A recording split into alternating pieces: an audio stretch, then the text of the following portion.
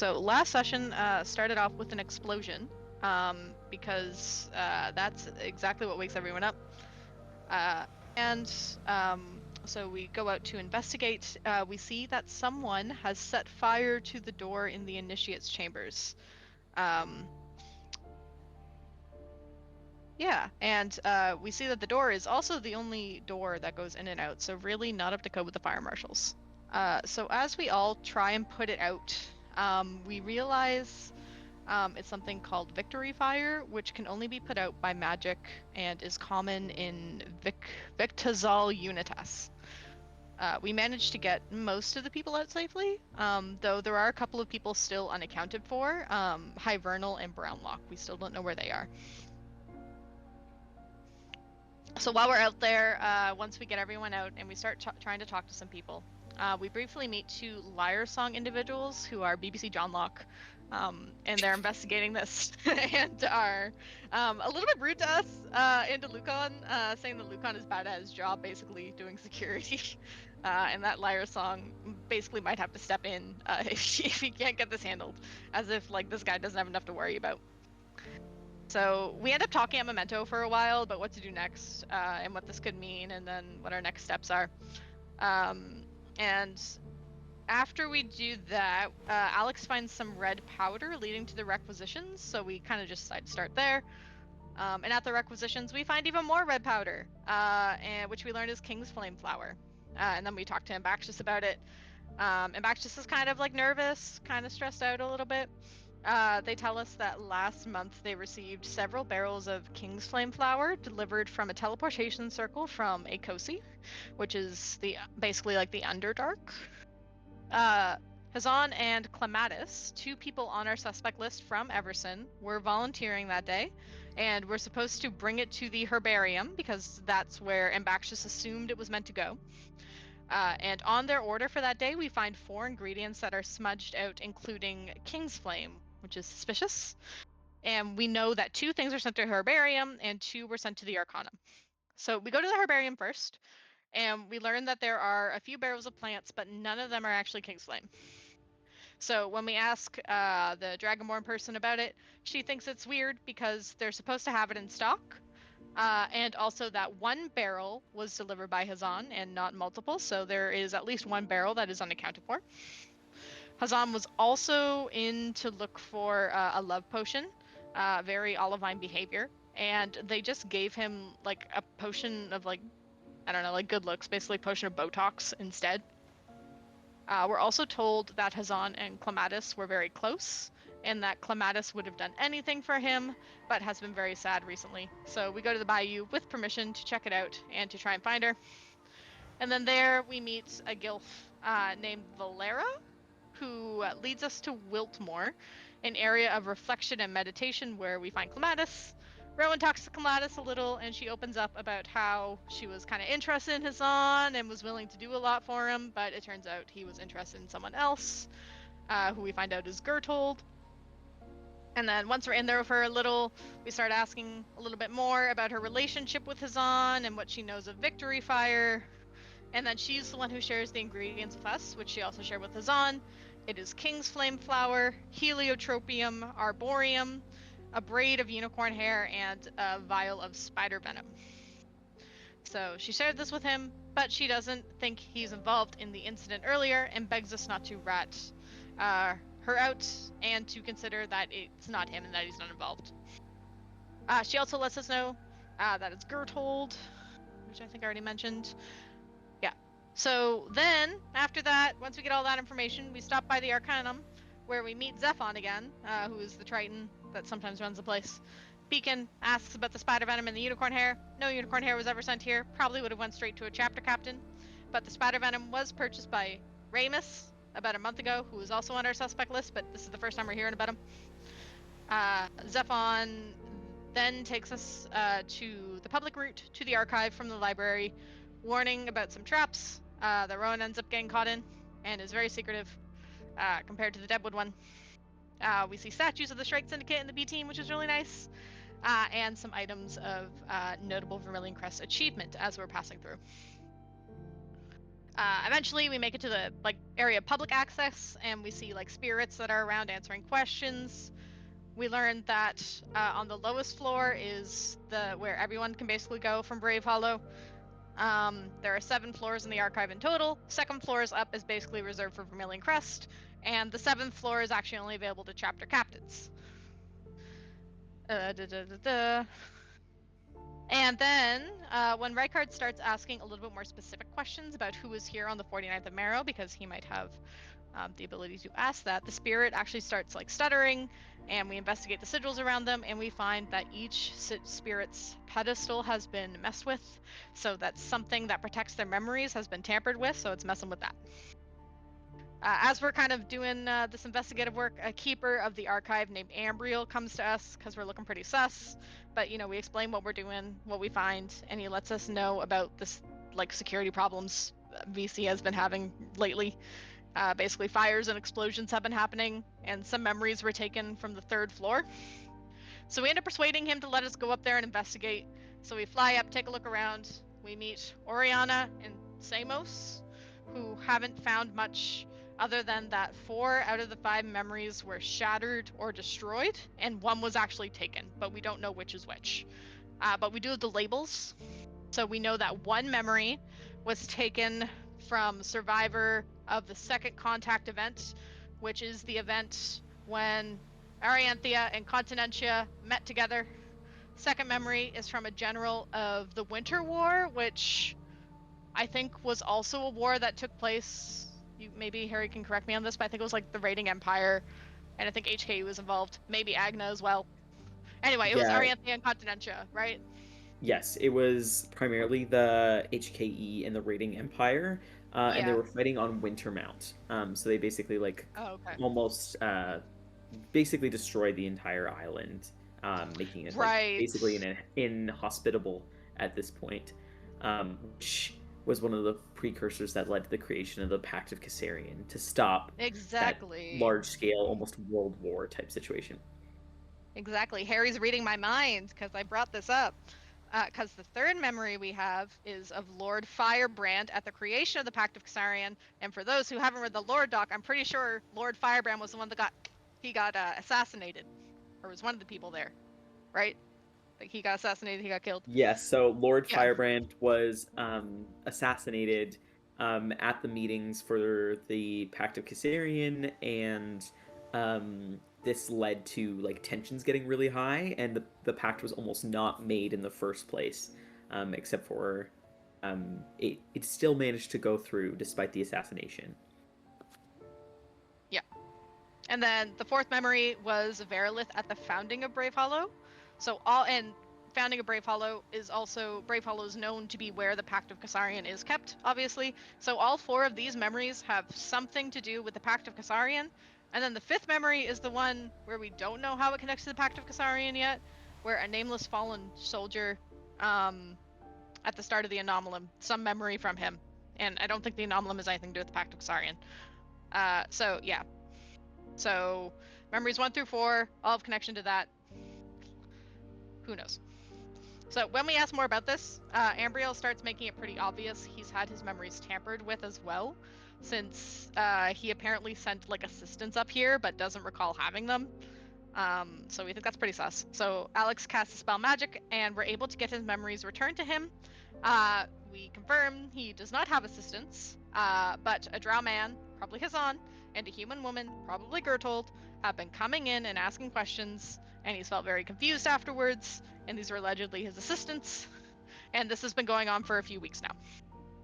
So now we're told that Hazan and Gertold are still in the building, having only left the area a few minutes ago, and we left off with maybe going to try and track them down for further questioning, maybe going to fight them. Who knows what is happening next? That's what we're trying to figure out, and that's what you missed on Glee. All right, good job, Sam. Go ahead and add yourself a point of inspiration there. Sam.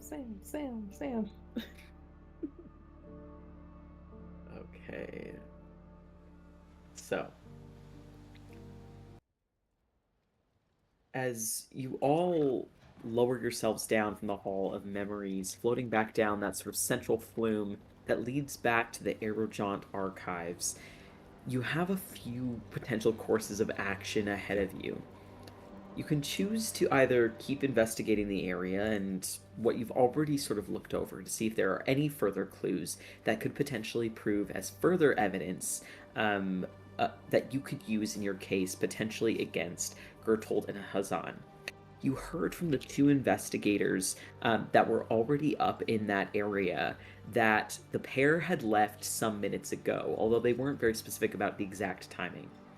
You have a sense that they are probably somewhere still in the Vermilion Crest area, although exactly where is hard to say. You also know that they have potentially stolen one of the memories from the Hall of Memories and destroyed several others. You're not certain exactly which one it is, although you do have some inklings or some suspicions as a group as a whole. You can either choose to try to collect further evidence or pursue your quarry.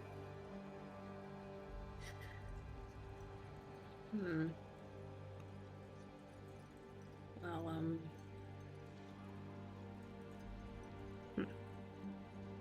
Beacon will say, time to get Beacon voice in 2 months. What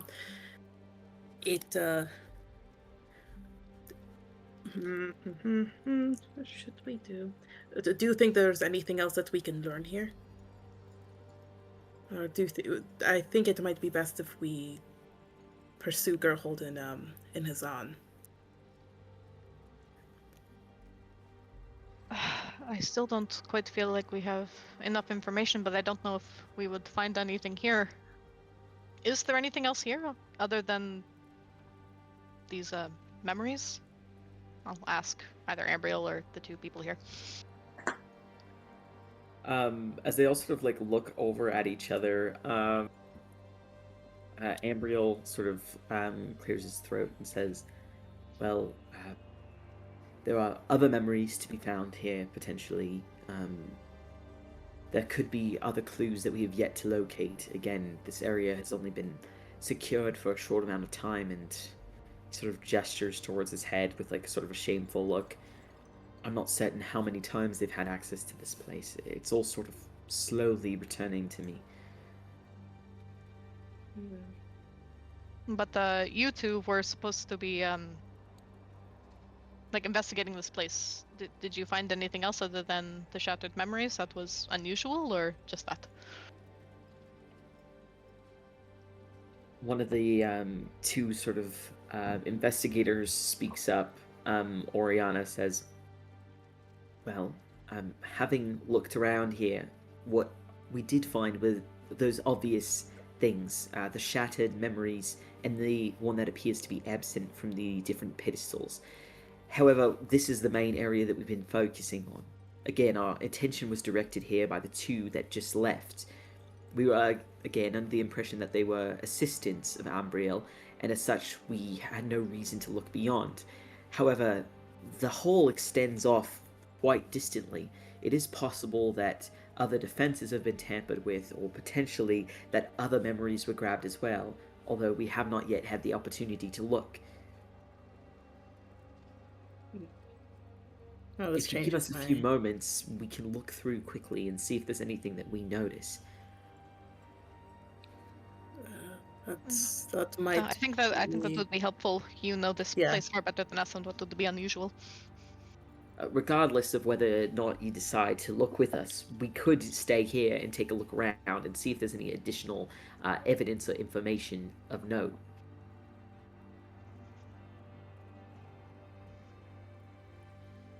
Yes, that would be is very helpful. Thank you. Oriana gives a nod, and her and Samos, you see, they sort of like both reach at their sides, where you see that they take out what appear to be small, almost perfectly circular devices, and you can see that there are like etchings all over them, and they let off a slight orangey illumination. They wave their hands over the devices and sort of like let them float up into the air, and you can see that they're almost like beginning to like scan over the space, and Oriana and Samos begin to like continue their investigation. That leaves all of you with Ambriel.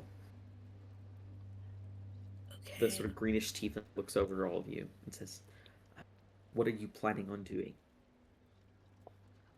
The plan is to confront them. if they have even one of these memories that's in these archives, it can't be good. We can't let them waltz out of here with it. Ambriel nods and then gestures for all of you to head towards like that sort of central point where you could drop down.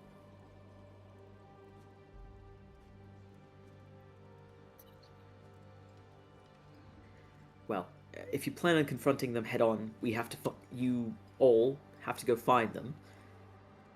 But if you're planning on looking for further evidence, might I suggest trying to find Gertold's chambers? Perhaps there's something of interest there, or indeed in Hazan's. Do you know where those are located?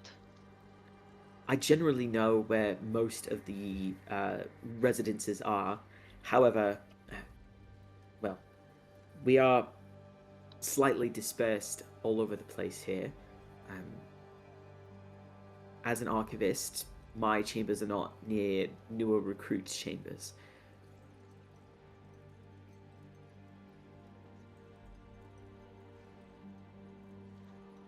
Perhaps if we just had the general direction of where they are, we might be able to find it.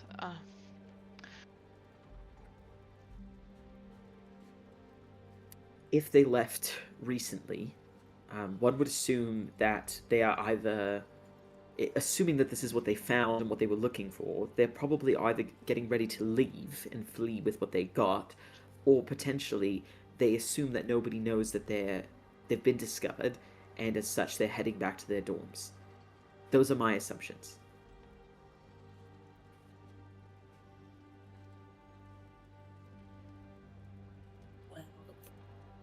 Is there a faster way for us to get to where their dorms are? Like, could we beat them there? Ambriel shakes his head. The halls of Vermilion Crest are intentionally made to be labyrinthine. I'm able to move through the archive this specific archive as I please. However, even I cannot circumvent all the different areas. Such things are reserved for different people who are in charge of security or people who are higher up in the rung than I.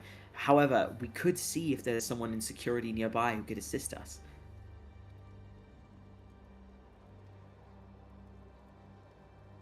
What do you guys think? Yes, I think that... If we're going to confront them Yeah, anyway, we might as well try to see if there's anything in their place, any more evidence. I agree. Yes, I think we should try and get to their dorms. Right.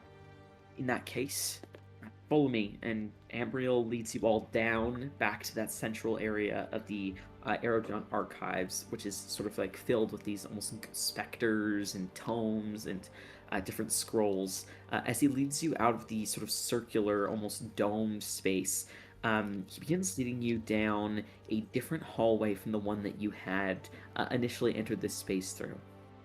The space opens up to almost appear like an open-air citadel. You find yourselves walking across a long, drawn-out bridge that stretches out for almost like half a mile before you. You can see that it appears to be made out of like this perfect, ornately carved marble, and there are almost these like classical style statues that flank the different edges of the bridge. The bridge itself appears to be about 40 or so feet wide. You can see that in this slightly almost open-airish space, there are people flying by on what appear to be magic carpets. You see that there are some people who seem to be casting abjurative spells up into the air. You see what seems to be a group of spellcasters with some sort of large metal humanoid-looking creature, and you can see that as one of them sort of moves their arm, the metal creature seems to mimic the motion. You can see that there is a like Loxodon individual who seems to be reading off a large scroll to a group of people who are sort of collected around them listening. They seem to be taking notes. It seems as though most of the people in this space appear to be none the wiser of what's been going on, all sort of off in their own magical little worlds. However, you do notice that there is about halfway up this sort of bridge space, you see, much like in that past space where you had seen the statues of the Shrike Syndicate, you see sort of a helmed and armored individual sort of at the middle of the bridge. Can everybody go ahead and roll perception checks, please?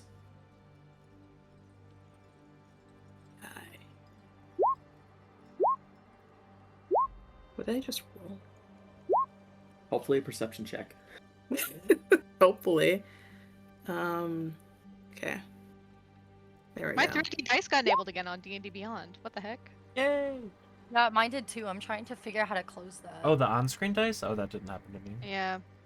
That's Weird. happened to me too. If you I don't know. figure out how to disable it, let me know. 'Cause Yeah, that's what I'm it's- trying to figure yeah. out right The now. first page in your character builder things, like if you go into edit them or whatever, page 1 should have dice rolling. Yeah, enable Yeah. dice rolling. Just turn that off. I'll deal with that later. All right, taking in the space all around you, as you sort of peer slightly over the edges of the bridge, down below it looks almost like there's a spired citadel, but the pieces of it seem to like almost like a jigsaw puzzle, be like scrambling and switching and moving around, or almost like clockwork mechanisms. It seems as though the space itself is like reorganizing itself. You see, looking upwards into this open air space, there appear to be like spires and towers that seem to be almost oriented on a different plane of gravity above you, and they seem to be reorganizing themselves as well. Looking up, you can see almost distantly like these almost like MC Escher like citadel above you and below you. You think you can see distantly. Those of you who roll sort of anybody who rolled above a 15, off in the distance, there almost seems to be like a mirrored perception of where you guys are walking, from like the side and from above, almost as though the space is like folding in on itself and twisting like a intricate and intentionally confusing contraption. As it twists and bends and moves around, it's intentionally, you can tell, like meant to be disquieting and discombobulating and confusing. But for the most part, the people in this space don't seem to be disoriented by it, almost as if they're completely used to it. Rykard, the space appears to you to be almost more fixed rather than twisted and moving. Where for your companions, it looks as if it's reorganizing itself. To you, as a member of Vermilion Crest, nothing seems to be changing around you. In fact, it all appears to be completely static. Alex, with your 21, you notice as you're making your way across the bridge, distantly, you think you hear some sort of like slight rumbling from up above and below. You're not sure if it's that strange reorganization of the space around you that is making that noise, or if it is in fact something else.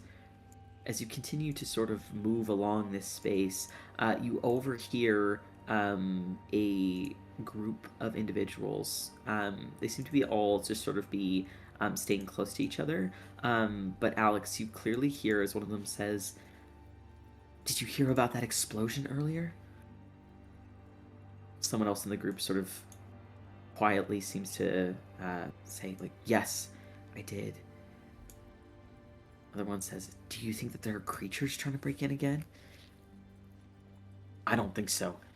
They've been working really hard to reinforce all of our protections against the island." "Yes, I haven't seen any of the Grand Maesters or the stronger sorcerers in quite a while. Do you think they're really turning all their attentions towards protecting this place?" As your group continues to sort of walk along, the conversation sort of fades out of earshot, Alex.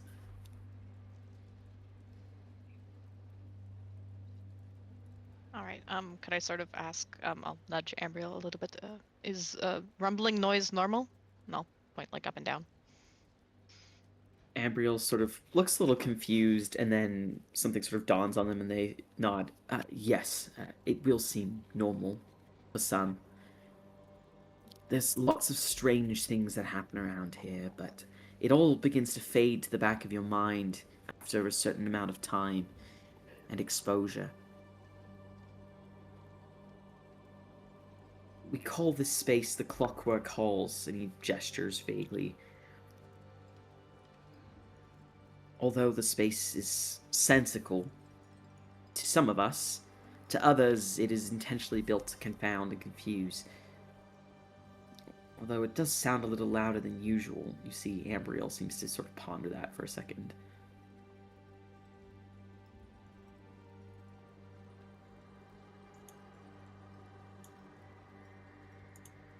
All right. Boone, as we're kind of walking, do you still have your the ability to locate a specific plant? I think that perhaps if we are able to locate more King's Flame, then we might be able to find out exactly where their rooms are, if Ambriel does not know. You know, that sounds like a real... Oh, I do! I know, I can do that. I can. No, we could count on you. Alright, perhaps something to keep in mind as we're going.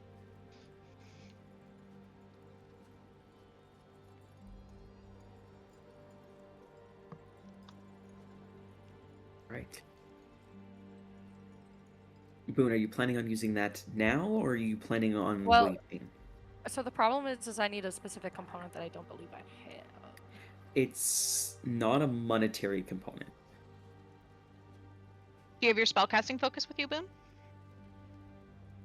Yes. Then that should replace it. You don't need it. Like, yeah. Yeah. Oh, okay, cool. As long as you brought your spellcasting focus with you. I have my stuff on me. Yeah, I'll cast what level? It's 2nd level. Locate plant for the King's Flame. All right. Let me take a look at locate plant. It is within 5 Oh, I can do this. Perfect. You back up? Sorry, hold on. Okay.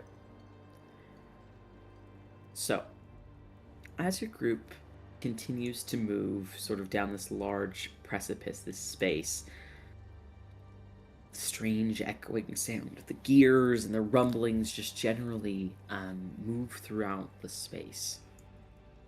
As Boone prepares to cast this spell, is anyone else planning on doing anything specific as you move along?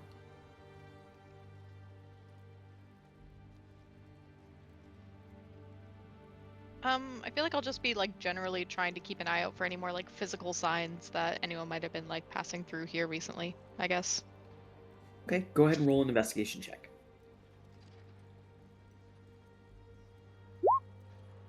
A lamb. A lamb. Okay.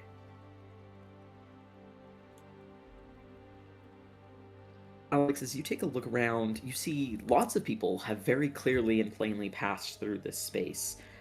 You see that there are footsteps, there are like smudges on the ground.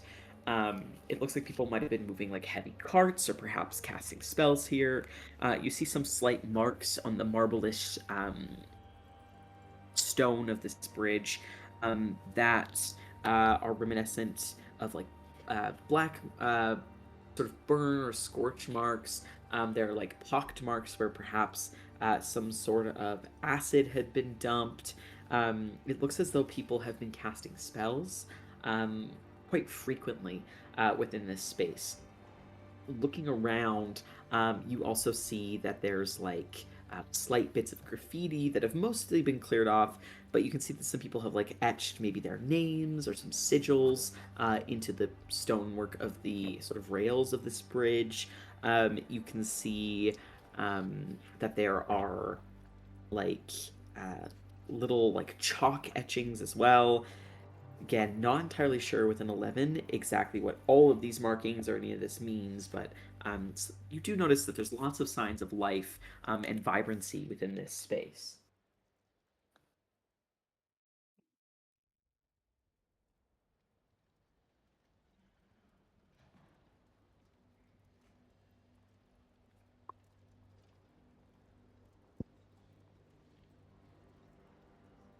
Is anyone else doing anything specific in preparation for Boone sort of finishing up her spell? Not doing anything in particular, just trying to keep an eye out, I guess, for anything. Nothing really specific. Okay. In that case, I'll carry over that previous perception check there as you're looking around Beacon. No one really particularly of notice stands out to you, but you do notice that most of the people in this space are wearing sort of the familiar colors and different sort of trappings that you would expect of the Vermilion Crest. You see people walking in conversation. You see people who are completely focused in their own sort of worlds. But nothing else in particular necessarily stands out to you. Okay.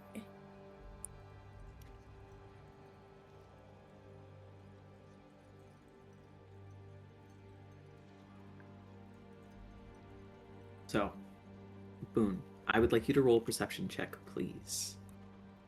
Yes.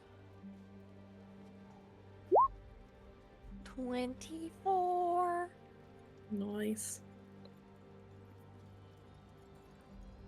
All right. Boone, what does it look like as you cast this spell? She will still, as kind of where we're walking in the hallway, and just kind of stop in the middle of it, like annoying as people do at crowded locations without any self-awareness. She will stop, and you'll see her close her eyes and kind of put her hands together, like by her waist, and those antenna frills by her eyebrows that you've seen her cast this before, they'll start to kind of twitch and vibrate and shudder as she looks very focused.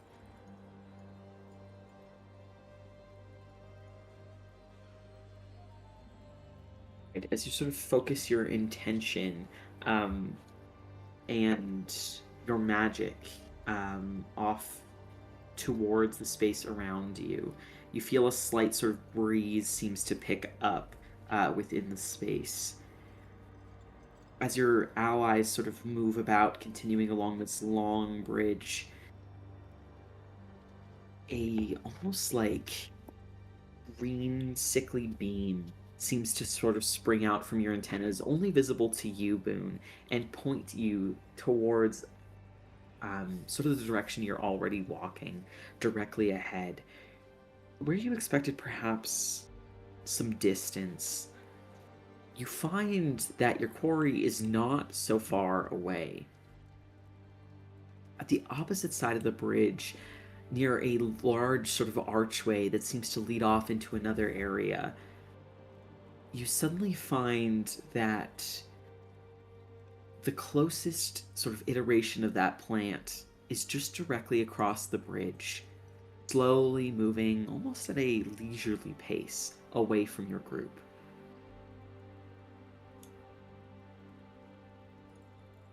Oh, someone's got it on them. They're right up ahead. Are they close? Someone's Seems close. that way.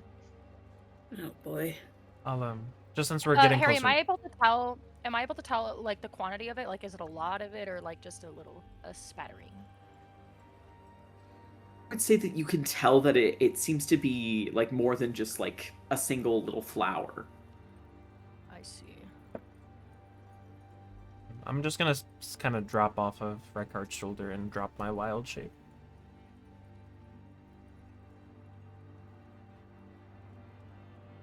It could be one of the missing barrels. Oh, That was quite a long time ago. With the barrels. But, yes, we should probably try to pursue it. I'm not sure how, this spell works, Harry or Madison, but, like, do you only sense, like, the one closest to you, or, like, cause, like, if we are looking for anything, like, in their rooms, like, would we also sense the one in the rooms, or just that one? I believe You it's can just only learn the closest direction one. of the closest one. Okay, so that means their rooms are probably a little bit further ahead if they had any King's Flame in them.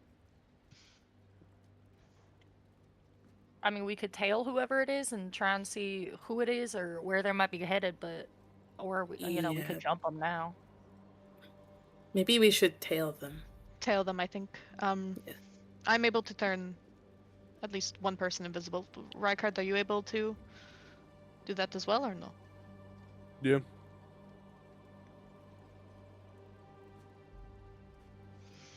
I mean, Rykard is from here, right? I mean, Yes, like it would be familiar normal for him characters to is there. be here. You're in here. And they don't. I mean, they don't suspect us, right? We haven't done anything. That's true, but I they mean, might they ain't suspect exactly like Holland. a group of 6 people coming in their direction. I mean, they ain't picked up their gate. They're just kind of. Well, we should at least try to get eyes on them, no? While Boone still kind of has a sense of where they're at. That's true. Maybe you could. Would Rufus be comfortable with flying ahead invisibly to try and spot them? You don't see him, but you see Rykard look at his own shoulder. You know, Rufus is invisible there. And Rykard just nods his head. Point him out to us. Thank you, Rufus.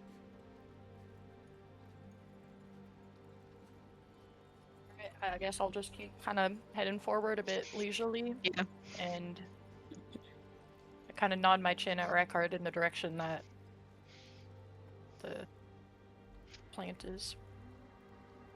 What I'd like from Boone is a either perception check or a persuasion check to see how well you're able to describe to Rykard and Rufus the direction with accuracy that you are trying to convey, so that Rufus can actually find, amidst the sort of crowd that is forming here, where the person that you're trying to follow is. Because you're just gesturing in the direction of, like, that's the way the bridge goes. I got a 16. All right. As you sort of gesture vaguely, Boone, you begin to describe the vague direction that the King's Flame Flower appears to be heading. It seems to be about 120, a little bit more, probably closer to 150 feet away from you guys. Rufus sort of begins to float up into the air, attempting to, while invisible, locate the person that Boone is describing. Yeah, I mean, I was gonna keep walking as well. So as I got closer. Yeah, they're keeping pace with you, unless you're trying to move faster to try to like. Ooh. I'll move a bit quicker, but not in a way that like I'll walk briskly. Okay, trying to look more maybe like you're like I have a somewhere direction with intention. Okay. Yeah. In that case, could you also go ahead and roll a either performance or a stealth check for me? Yes, sir. 12. Right. So you all see that Boone sort of like begins to pick up her pace. Rykard, being that you can always sort of be aware of vaguely the position that Rufus is in, Rufus and Boone sort of begin to move a little bit faster than the rest of the group. As she begins to move through the crowd, you're not all sure if she entirely blends in with some of the sort of very studious and quickly moving people that are pushing through the space, or if she stands out a little bit, being that she's not wearing the same clothes as the sort of people of this order. But also her general features, she does stand out a little bit as she moves throughout the crowd. She's not smashing her way through by any means, but you're not so sure that she's blending in. As Rufus sort of flies up into the air, Rykard, can you roll a perception check for Rufus? Yeah.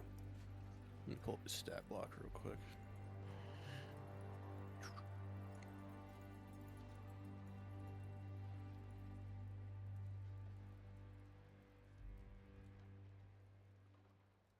Okay. So that's under wisdom, so he has a +1. Where's the D20? 7. As Rufus flies over the crowd and attempts to locate the individual that Boone had pointed out, Rufus scans through the throngs of people who are moving about. Although it's not like jam-packed, there are quite a few people, and a lot of them are wearing hoods or cloaks that are all of similar color and size. Rufus flies over sort of a crowd of about 15 different people that all seem to be heading, sort of following the natural direction of the bridge that you're all following as well. As he sort of flits and drifts about, without sort of getting like significantly closer than from where he's sort of flying above, it's a little hard to pick out specifically who Boone is talking about. Are the rest of you trying to keep pace with Boone? Yeah. A beacon is, at least. Yeah, more so trying to keep pace with Rufus so our connection doesn't drop. Mm-hmm. All right. So are all of you trying to just look like you're like people on a mission sort of thing, or are you just trying to blend in a little bit more? Beacon will try to blend in. Yeah, I think trying to blend in. Yeah. Walking with intention. All right. So if you are trying to blend in, you can either do a stealth check or you can do a performance check. Ooh, I'll do performance. Can I possibly argue Let's persuasion? go. Oh, nice. What did you say, Kezia? I said, can I possibly argue persuasion? It doesn't. I don't have to. No, yeah, you're not trying to convince someone of something. More so, like put on an air of like I belong here. Okay, fair enough. Whoop. Wait, no. Did I roll? Roll. Okay, well. No. All right. Rowan, are you trying to sort of match with everyone else? Well, are those two trying to like blend in, and what is Rykard like going faster? Rykard's moving faster, faster. Yeah. I also kind of belong here, don't I? You do belong here, but if you're like shoving through a crowd, it'll still stand out. Oh, You're trying to like hide that you're following these people. Okay. I'll do a performance or stealth. Yes. Let's do stealth. 16. When? Right. So, you all try to move your way through the crowd. You do all notice that Beacon, sort of taller, brightly colored tiefling, wearing like clothes that do stand out. He's sort of bumping a little bit into the crowd. People are definitely looking towards him. You can all sort of hear a few people sort of like, "Who's he? What's he doing here?" As Beacon sort of pushes his way through. Alex, you're able to very like nimbly sort of weave through the crowd in a way that makes you seem like sort of like assertive and like you belong there. You do notice there are points where throngs of people or individuals who are casting spells or practicing whatever it is that they are doing, gazing out on the reorganizing citadel around them. They do seem to move out of your way. You hear a few people sort of like murmuring as you pass. You don't completely blend in, more so as just exude this aura of authority as you pass by that makes it seem like you are meant to be there and not to be questioned. Rowan, Rykard, the pair of you sort of move through the crowd in a way where you seem to blend in a little bit more with these sort of people moving about. As Rowan, you sort of keep pace with Rykard, it does seem almost as though he's perhaps escorting you through the space. But as you all move along, Boone, you notice that there's like a slight pause in the motion before suddenly the pace seems to pick up a little bit off in the distance. I pick up my pace too. All right. You see that this sort of like glowing beam that only you can see, Moon, it seems almost like a thin string that connects your like magical sense towards where this plant is. As you move along, you notice that the string passes beneath the long archway off in the distance, and you notice there's suddenly like a sharp right turn is taken before a left turn, and then it seems to start going down a long set of stairs or is just lowering itself. But you can tell that whomever you were following is suddenly not running, but moving at a Evasive lot quicker of a maneuvers. pace. I copy. All right, Boone, how fast are you willing to go to keep pace with these people? If they take off at a sprint, I'm running faster. All right. You all notice that suddenly up ahead, the crowd that you're moving through suddenly starts to part as a small fairy starts sort of shoving her way in a sort of rushed way through the crowd. You can see up ahead across the bridge is a long sort of set of stairs that leads up to an open archway that is tall and grandiose and has intricate elven sort of design. It seems to lead off into a separate room. You can all see that as you all make your way at sort of more of a quick but normal pace, Boone breaks through the crowd and is now sort of running up the long set of stairs that leads to this elven archway.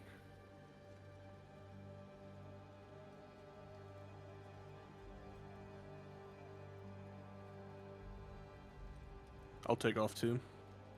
Yeah, seeing Oh, that man. trying to blend in isn't working out, Beacon I think will just follow immediately to like kind of follow after Boone. Keep pace with Rykard and run with him, I guess. All right. As you all start running with Boone at the front here, I need everybody to go ahead and roll initiative, please. We are going to be doing a chase. God. Oh, I love Fuck. chasing. Oh my god. Oh, I didn't mean to roll twice. I don't Amazing know what rolls. happened there. Wow. Wow. 3, 5, 7, 9. And a 16. Wait, my 3, auto dice 5, didn't 7, disable. 9. How is this happening? I'll roll once for you, Kezia.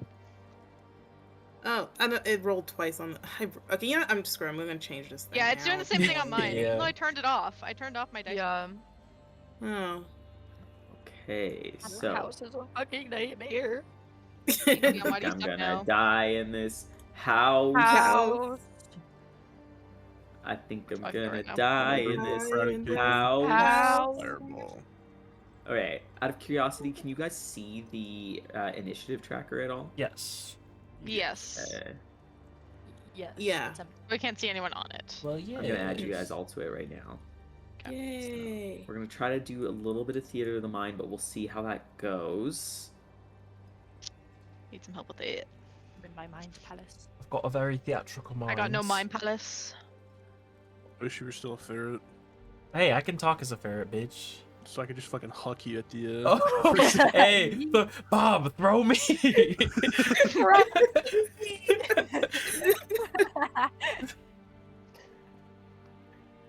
Gimli at the Helm's Deep battle. Toss me. Trust me. Toss me. Fucking hucking a ferret across the room. Oh god. Yeah, when I splat the Okay. wall, take 1 point of damage, and then bounce out of wild shape. You're all lanky, so I gotta like ball you up for a second, and then Okay. Hold on, I'm gonna roll something just so I can see if I correctly disabled stuff. Ignore this.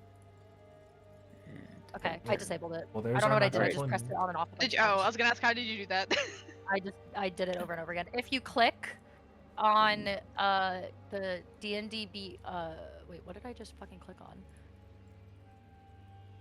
Oh yeah, click on your like profile picture in the top left, and then it'll bring up like your little menu, and then click on character settings. Yeah, match and character. then where it says dice rolling, I literally just clicked that on and off like 20 times. Oh, okay, so I gotta do that 20 Rolling. times. Got it. I don't know. I'm a genius. I'm gonna see if it worked. What do you want, Let's honey? go. I'm not getting my sandwich. Ayo! Works. Me too. On and off 20 times. Support, make sure to leave me a 5-star review on Best Buy, please. They will dock my account. And this is why you're part of the Geek Squad. Okay. Alrighty. So, to do this, I need to determine the distance that you guys all are from the lead pursuer, which is Boone. She's the furthest person ahead. So, I would say that your turn order or your marching order was probably Rykard was the next person after Boone, and Rowan was trying to keep pace with Rykard, and then Beacon and Elixios were probably towards the back from them. Yeah. So, That Boone, sounds right. I believe I said you were about 100-ish feet away initially from your quarry. So we'll go quarry first. Okay. Not like that type of quarry. And then behind you, okay, actually I'll put Boone as our base, so she'll be 0 feet. And then Rykard, you were probably about 20-ish feet behind Boone before she started running. Yep. Okay, so this will be R and R. You're both there. Okay, Alex and Beacon, you guys were probably about 10 or so feet behind them. Although I think Rykard was moving fast intentionally, so I'll put you at 25 feet behind them for now. Okay. What is everyone's constitution modifier? 3. Like the number, like the big number or the little number? The little Modifier. number. 3. +2. 3. 3, Sweet. 2. Wait, modifier for what? Constitution. Constitution. 3. Okay, so Holding your breath, we're going underwater. Oh, never mind. I don't know why I had you guys roll initiative. That's not how this works. Okay. Sorry, guys. New Oh, good. chase Okay, so rules. Okay. those map rolls don't count. They don't count. It's actually based We're on back! We're so relative position. So you go based on relative position. So that means that... Sorry, guys. I'm going to reorganize you. Wait, are we supposed to be able to see the turn order? Yeah, can you guys see it right now on the Oh, turn no. order No. tracker? No, I see the No. tracker, but Yeah, we nothing can't see on like it. us. Like, yeah. Harry, it looked Okay. like this. Yeah. Oh, Yeah. that's so helpful. Okay. All right. So your turn In order theory, is we going can to turn be order. Boone, and then Rykard, Rowan, then Alex and Beacon with your quarry. So the people you are following or chasing, they get to go first. They're at the top of the turn order because it's based on your relative position. Okay. Okay. So. Distance down. Okay. All right, there are no attacks of opportunity. Track exhaustion. All right, so you can dash a number of times equal to 3 plus your Constitution modifier. So as the turns go on, keep that in mind. Okay, Boone, you are to start 100 feet away from your quarry. You cannot physically see them, but you are tracking them through magical means. So as you feel them sort of take a sharp right, go down some stairs or downward in a direction, then a sharp left, you're following after them and attempting to chase them as quickly as you can. You can tell that they are moving at a rapid pace. You have a feeling that they are either running or at the very least going quicker than one would while walking. You're not sure if they're trying to blend in, but you are able to follow whatever plant it is that you are presently tracking. You can tell that as they are moving fast. Do you choose to pursue at a rapid rate? Yes, and I would like to wild shape into a boar. Okay. It increases my move speed. It does increase your move speed. It also increases how obvious you are. I think we've already thrown that to the wind. Have we? But will other people He's know so that you're a trying to get wild-shaped this. creature, or will they just think there's a boar running loose? That is not Yeah. my concern. No. Please settle, please. Are we still trying to be subtle? Ugh, Boone, okay, you are I 100 was- feet away from everybody else. What are you going to do? I'm wild shaping into a boar. Okay. So, from a distance, the only thing that you guys can sort of tell is that suddenly people are like sort of letting out surprised sounds, shocked noises as a boar suddenly appears where you had initially seen Boone sort of running up some stairs. Suddenly a sort of pustulant and sort of like slightly decayed boar appears on the stairs and begins running off into a new space where you all sort of see her like crest the stairs, and she's heading off in a different direction. As she begins to run, moving at a quick speed, what is your speed now? 40 feet. 40 feet. Okay. And I'll use all As- my remaining abilities to dash. Does it cost you a bonus action to wild shape? Wild shape is a bonus action, yeah. Okay, so you run forward 40 feet, chasing after your quarry. You have a sense that that slight delay causes a little bit of a gap in where you guys are, in the distance between you and your quarry. But Am I not able you to action also, dash? you can so you have your normal movement and you can action dash. You just can't do like that triple. Triple dash, yeah. I'll action dash. Or sorry, you couldn't triple dash anyway. You're not a rogue anymore. Yeah. All right, so as you rush forward, you move about 80 feet. You begin plowing through sort of the crowd, and people begin sort of like screaming out in shock, suddenly seeing this like sort of like almost like an icebreaker cracking through like thick ice. You part the crowd before you. You hear people sort of like letting out shocked noises as you rush forward, Boone. You can tell that people are surprised and like vocally so. You hear loud noises passing through, and you rush through into a new open space, Boone. As you do, you see what seems to be a room full of like bright crystals, elegant stonework. There's like this magical, almost illusory light show that seems to be passing overhead, and you can see that there's a set of stairs that sort of like lead slightly left and slightly right into this open space. As you rush through, Boone, snorting as you go, you can see that there's slightly less people in this space, but it appears to be like a pretty chill room. You can see people sort of lounging near plants. A lot of people seem to be reading different tomes or books, but there you are, plowing through the crowd, parting the seas. From a distance, you sort of see again this like thread of greenish energy that sort of sets you apart or allows you to see the individuals that you are following.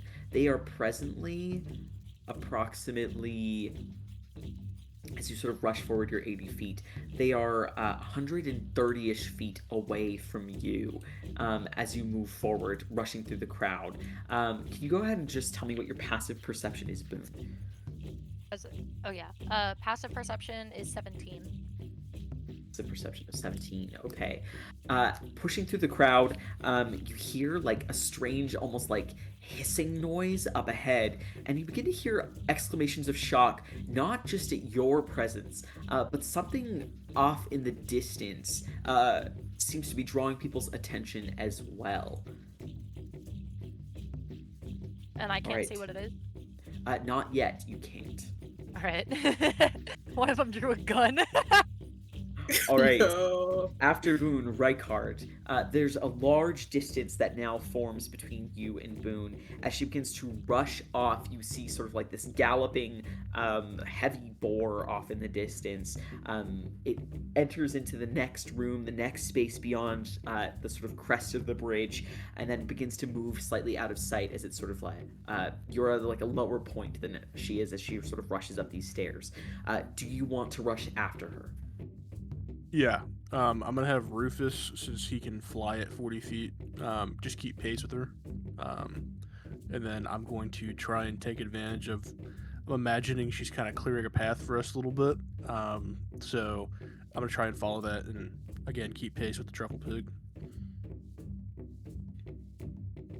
All right. As you're trying to sort of do your best to keep pace with the truffle pig, the creature that is running ahead of you, what is your maximum speed, Rykard? Using movement and action for movement, I can go 60. All right. You can tell that there's still a solid distance between you, but as you rush forward, sort of shoving people out of your way in the slight crowd that is around, a lot of people are like turning their attention towards where Boone went. You think you hear someone say, "Is that a boar?" And you sort of just push them aside as you shove forward, trying to follow after her still. You can't quite catch right up to her, but you can sort of hear shocked noises from the space up ahead. All right, Rowan, what are you up to? I am doing the same. I don't really have anything to boost my speed, but I can move 30 and I will action dash just to stay next to Rykard at least. Yeah, I mean, I don't want to draw any more attention just yet, but I do have that in my back pocket, but I'm just gonna charge forward 60 and sit next to Rykard for now. All right, pushing forward 60, you sort of shove your way forward, moving up ahead. As you sort of keep pace with Rykard, similarly, you begin to hear some stuff in the distance. Sounds like shocked, sort of loud noises. Some sort of surprise. You think you hear someone let out like a cry of potentially pain or disbelief up ahead as well.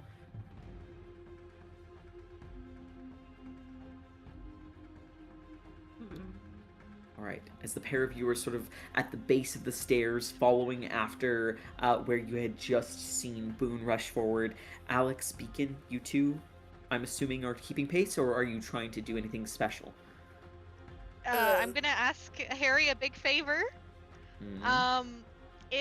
Okay, so I know a lot of us don't have a lot of our stuff, but I think Alex is wearing his belt that has his components. I think maybe he probably would have kept the wand that he got on that belt. Is it okay if he has that wand? Sure, I'll allow it. Thank you. Okay. Okay, then I think what Alex is going to do is Alex is actually going to try and kind of focus attention on the people that are around here and how they're kind of panicking a little bit. And using that kind of authority, essence, I guess, aura that he was giving off earlier, he's just going to say, everything is calm here, don't worry, there's nothing to worry about. And I'm going to use the rod to cast Enthrall. So with Enthrall, I'm weaving a distracting string of words, causing creatures of my choice that I can see. I guess they need to technically make a wisdom saving throw, but basically to like, the intention with this is to try and make sure they don't, you know, like draw more attention to us or instinctively look in that direction. Okay. You're attempting to cast it on the crowd around you? Yeah. Okay. I'll just do like a general D20 roll here. Can I silvery barbs it? Sure. The silvery barbs require a specific target. I don't know. The crowd? Sure. Let's just oh, sorry, I didn't do a D20 there. I just did a 20. 20. Yeah. Okay, so a number of people sort of around you, you do notice a lot of them sort of like look a little confused towards you. A few of them just walk by, seemingly not bothered, but a majority of the crowd now seem more interested in the person who's sort of going around and saying that. A lot of them sort of looking towards you in confusion, Alex. You have a sense that your spell was partially successful on some of the members of the crowd who are already maybe not paying as much of attention, but there are definitely some people who are looking towards you. I'll say to Beacon. Oh boy. I think we have to drop subtlety.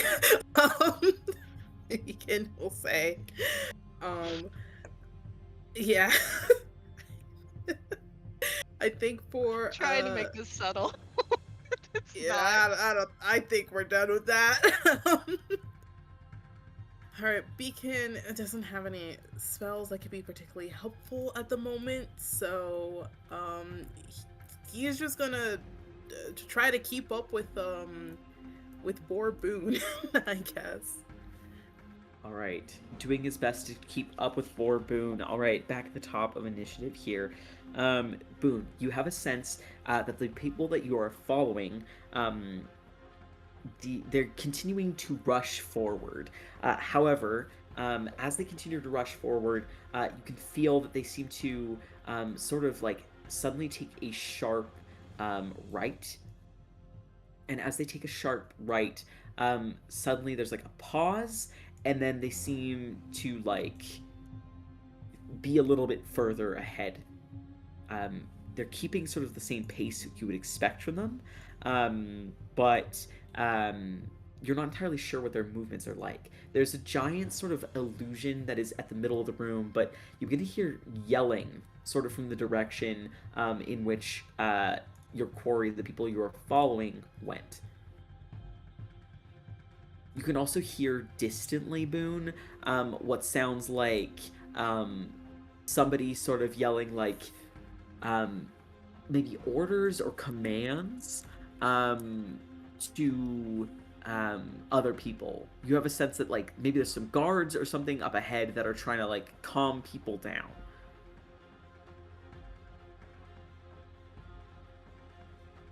Okay, so they took a sharp corner, and then they're in a different place.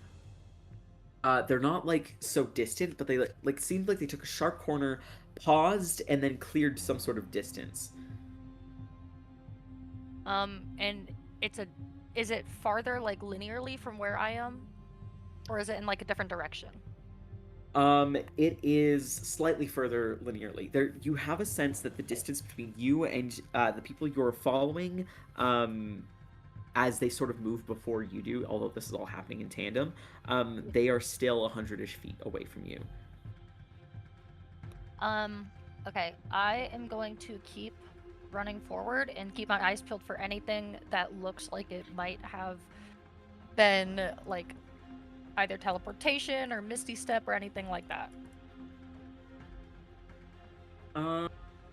Would that be something that I could like not casting? I can't cast anything, but like yeah, roll an Arcana if there's like an obvious check. What? Also, your passive perception 16, correct? 17.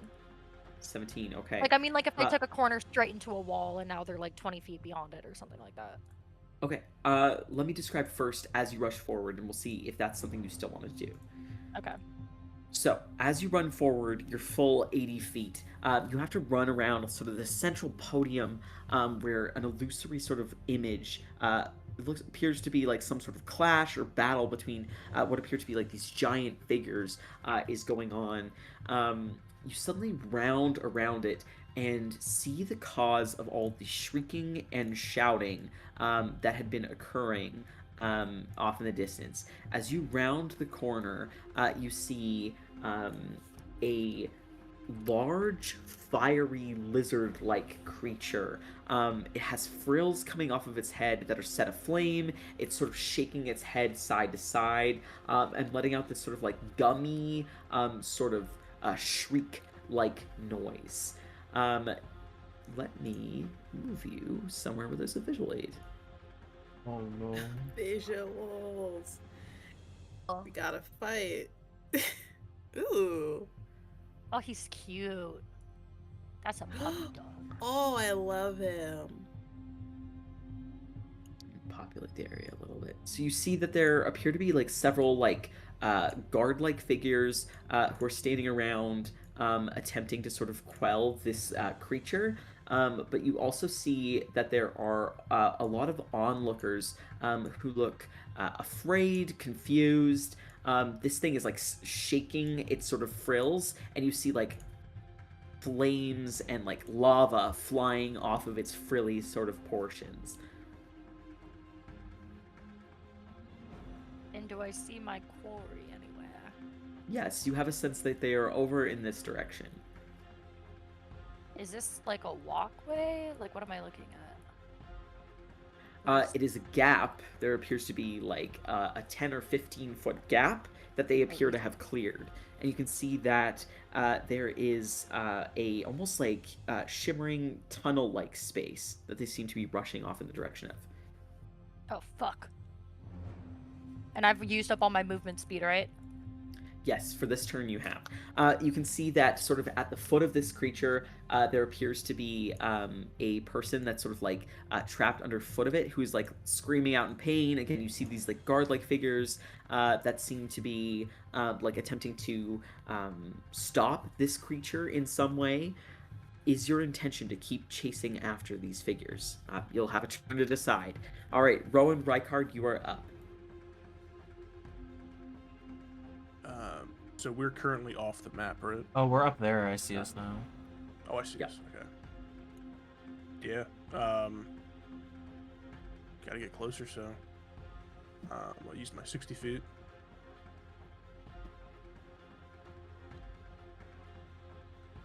Can barely see. There we go. Rowan just runs in a big circle. Oh, I forgot it animates it for you. Sorry. That was beautiful. My bad. Does a big U-turn. He's like, he runs nope, in, he sees that shit, and he walks right the fuck back. Yeah. He said, "Fuck that! I'm not dealing with all that shit." Yeah, I don't know if I want to waste my action though. Oh shit! I just did it again. Damn it. Okay, sorry.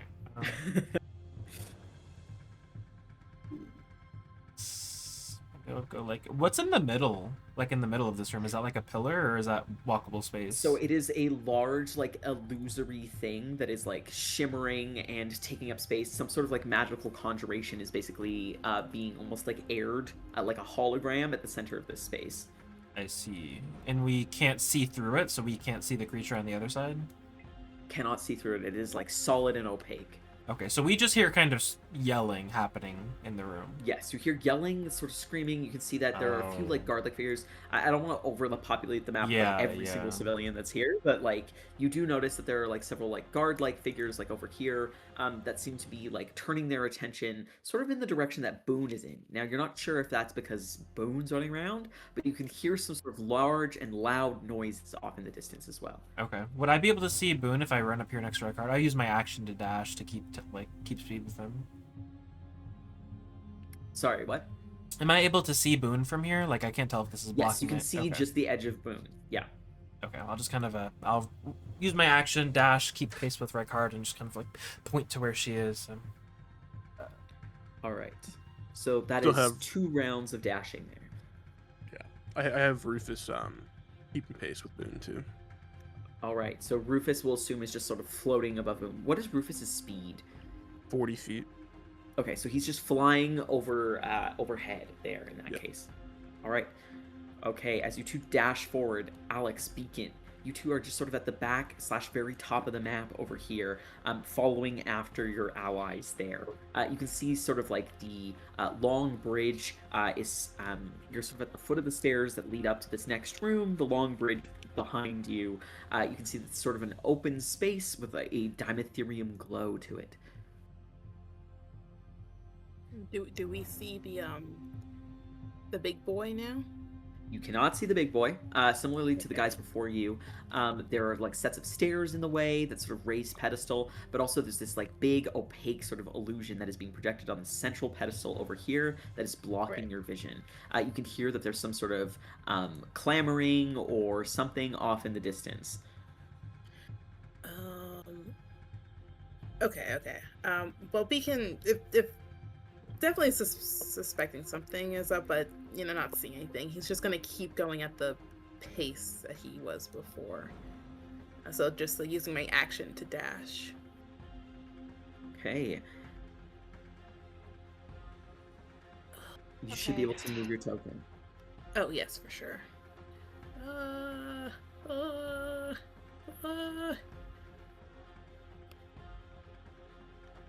I can't navigate D&D Beyond. So like about here, okay. Wee. All right. As Beacon rushes forward, Alex, what are you up to? I think Alex is just gonna follow Beacon. Just gonna run up beside Beacon. And as I'm running, I will use a bonus action to activate my innate sorcery. Just hearing some of that commotion up ahead. All right. As you sort of activate your innate sorcery, there's sort of like this sudden, although you always sort of let off a bit of a sort of like innate glow, suddenly it's almost as though both like an eclipse of light sort of surrounds you, darkness sort of engulfs you before a brilliant sort of light seems to let off of you, like deeper shimmer and a celestial glow. And the 2 arcane orbs that I have are going to start floating around as well. All right, as they sort of begin to circle around you, we move into sort of the 3rd round of following here. So, Boone, you see as you're sort of looking off in the distance, suddenly this sort of like flaming lizard-like axolotl creature begins to draw the attention of many a figure off in the distance. Although you do not see per se the shape of the your quarry, there is a sort of greenish, again, like that sickly magical sort of rot magic that you can sense from your spell chasing after them.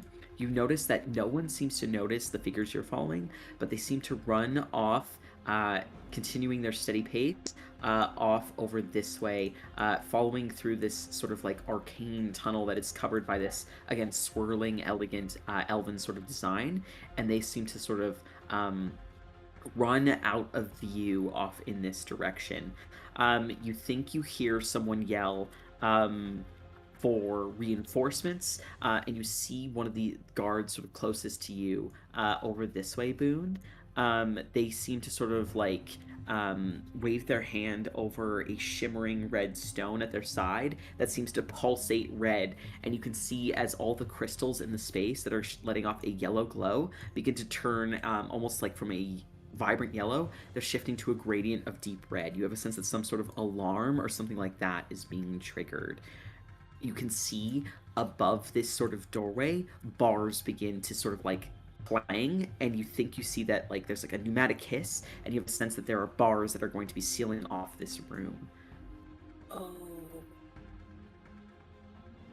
Can I make it out of there? If I give chase, if I keep chasing them, can I slip under the bar? You're not sure how long it's going to take for these bars to go down.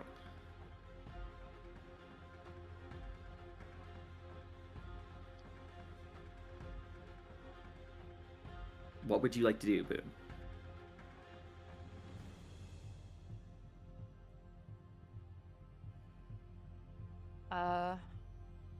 I'll keep chasing them. Alrighty. Yeah, I go for it. Also, I think, just as an aside, I have no controller for my token, and it is also too big. Here, let me change that. You're the only one I forgot to assign. There you go. I think I was thinking of your big alligator being big. All right. Yeah. Must be a little boar. Alright.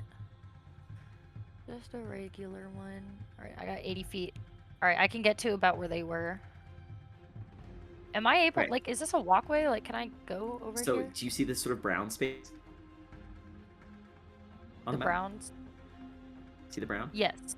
Yes. So the brown is like a walkway that leads in under this like elegant archway. The gold stuff, that's all like the archway itself. Oh. So you can't land on this, but you can land on this stuff. Okay.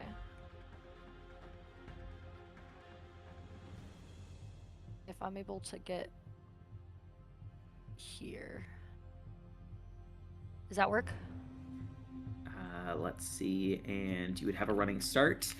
What is your strength as a boar? As a boar, my strength is 13.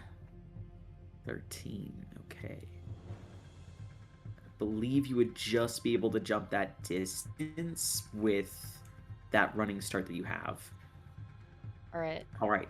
So rushing forward, Boone, you get a running start. You gallop quickly down this long set of stairs.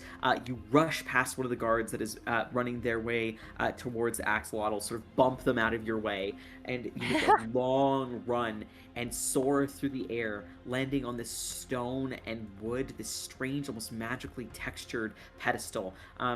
Chasing after the quarry that you were following after, you can see up ahead a deep reddish space that is made out of stone, and you think you see elegant statuettes, and you can see somewhat distantly, Boone, the people that you are following. One of them sort of I'm like confusing myself as I'm talking. You can see them because of the magic that you are using to follow them, but you notice that clearly and plainly they seem to be invisible to the naked eye. Oh.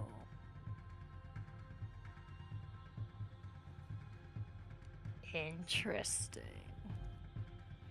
Boone, you are following based solely off of the spell that you are using to sort of continue after them. Yes. Right. So, Boone, as you sort of make it there, you can see the bars like sort of forming ahead of you or overhead in this archway. You have a sense that you have a little bit more time before they drop. All right. After Boone, Rykard, you are up. It is the third round of running here. Alrighty. I'll use my 60 feet of movement to get there. That's the wrong tool.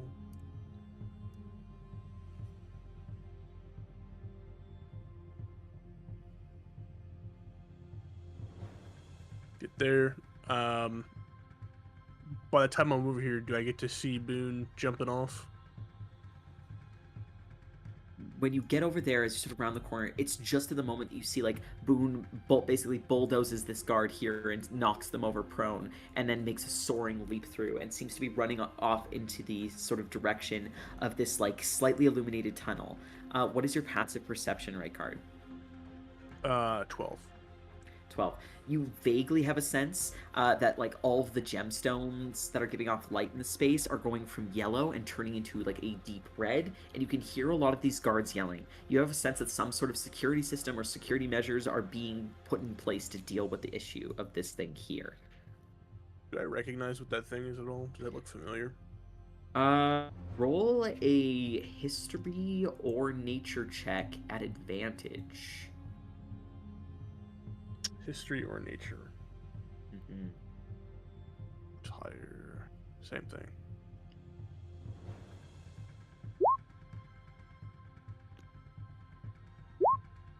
Nat 20. Nice. Nat 20, alright. There are a few things that you know about this creature. Looking over it, you recognize it. You have seen similar creatures in the peaks near the Spitfire fields of Mandragore. Although you rarely went outside and ventured out, you've heard stories and seen depictions of them. Many a traveler attempting to move through the Spitfire fields or find a way that they can ferry their goods or smuggle their way across the border between Mandragore and Tinseer find that they are face to face with a Tlextolotl, a creature of large to huge size. This appears to be a baby or perhaps a juvenile one. They emanate a flaming aura and erupt lava from their bodies. They are quite hardy and difficult to kill. And once dead, they harden into almost like a petrified stone. Many powerful hunters enjoy taking down Tlextolotls for the sort of simplicity of the hunt, and they are very dangerous as they emanate a flaming aura, which builds and builds the longer they are within a space or kept in one specific area. They are very rare outside of the Spitfire fields, which is the space that they are indigenous to. Nice. Thank you. Gotcha. And are these guards around it, like, are they attacking at this point? You have a sense that they are about to start attacking. You have a sense that maybe they were surprised for a few seconds. Now they're sort of moving into action. But the Tlextolotl, you notice that the ground underfoot of it is beginning to turn reddish orange.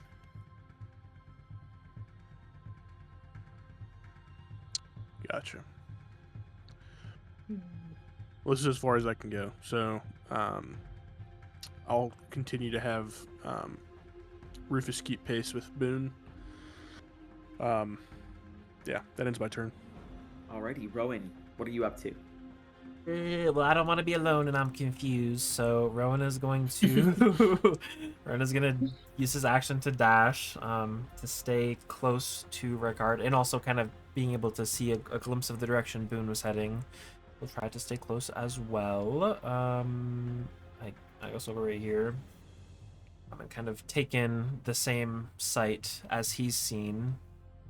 How, from what I can see of whatever guards are around, like how equipped do they look? Roll a perception check. Because I'm seeing them get their shit rocked, and I'm like, can y'all handle this? 15? you see sort of like it's very mixed. You have a sense that some of them are like heavily armored, bearing what seem to be fanciful swords. Some of them appear to be moderately armored, and others are simply wearing robes. You can see that there are people who are definitely running away. They do not appear to be potentially guards, but they look moderately well armored. You do have a sense that whatever creature this is probably still generally maybe a harder fight. Hmm. Okay. Yeah, as he kind of runs up and looks over them, he'll kind of stop next to Rykard and look at him. What is that thing? Should we be helping them? What about Boone? I don't want to leave her alone. This is a big deal. Kind of like, maybe I should have stood on the other side of him. I don't know. Where did she go? Can we chase after her? I'll point over in the direction of her, but keep my eyes on the big monster. All right. Keeping your eyes on the big monster, you sort of point off in the direction over here, where you can see Boone, just barely see like her tail at this point, Rowan, as she's rushing off in that direction. And I see that there's like a gap, or like, is that what's happening? There's like some gap between a bridge or a gate? There's like a gap that needs to be jumped over to make it across here. It's about a 15-foot gap. Ooh, okay. Then I'll just kind of nod and look at Rykard and just stay close to me then. We'll go after her. And I'll end my turn there. All right, as you end your turn there, Alex and Beacon, you are both up. Okay, well, I mean, Beacon yeah, I'll look over to Beacon. We have to find a way to catch up to them. I don't. Okay. I do have an idea. Harry, if you would allow it, since we're already not being subtle. We're already going crazy. If I use my action to cast Find Steed, do you think could I do that? Yeah, you can use your action to use Find Steed. Okay, cool. I'm gonna do that. I will hold my hands out and how's this gonna look? I'm gonna hold my hands out and it would seem like almost like out of like an unseen window, like a beam of sunlight kind of appears and manifesting in this beam of light will be my otherworldly steed, which will look like a bull. Let me display it here. Oh, that does not look good in Roll20. Sorry, but yeah, and it is faster, much faster. Has a speed of 60 feet. Hey, lots for you to keep track of with that, the life farm stuff, but it's fine. All right. Appearing before you is a large bull of fayish origin. It sort of lets off a shimmer and is sort of wreathed in brilliant light. As it sort of appears before you, Beacon, it's almost like Legolas, sort of like hopping easily on a horse. You sort of are able to grab onto its mane and easily embark upon it. Okay. Perfect. Can Alex hop on too, or is it only one person? I think that he can, but if I remember right, I think it's one rider actually. It says here. Is it one rider? Oh, okay. One with its rider, so I'm assuming one. But if that ends up, for the sake of this specific thing, let's just say one. Sure, no problem. Okay, well that is my action, I guess. I don't know. It's a bonus action to get onto the steed. To my mighty bull. Mm-hmm.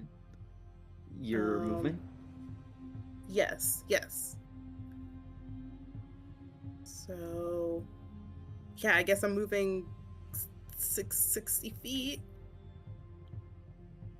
on this guy. Right. Yep. Okay, cool.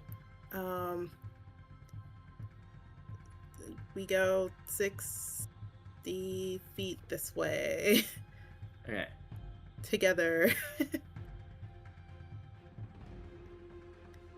Alrighty, as you ride off 60 feet that way, Alex, you see as your sort of companion summons forth this magical or seemingly magical horse, bull creature, and then rides off quickly. As you're sort of beginning to round the corner beacon, you can see that there's a lot of distressed guards. They seem to all be rushing their way off in the sort of southern direction from where you are. From this sort of higher vantage point, I'd say that you could potentially just barely make out like the tail of Boone as she's running off in that direction. Okay. Great. Awesome. All right, Alex, you are up.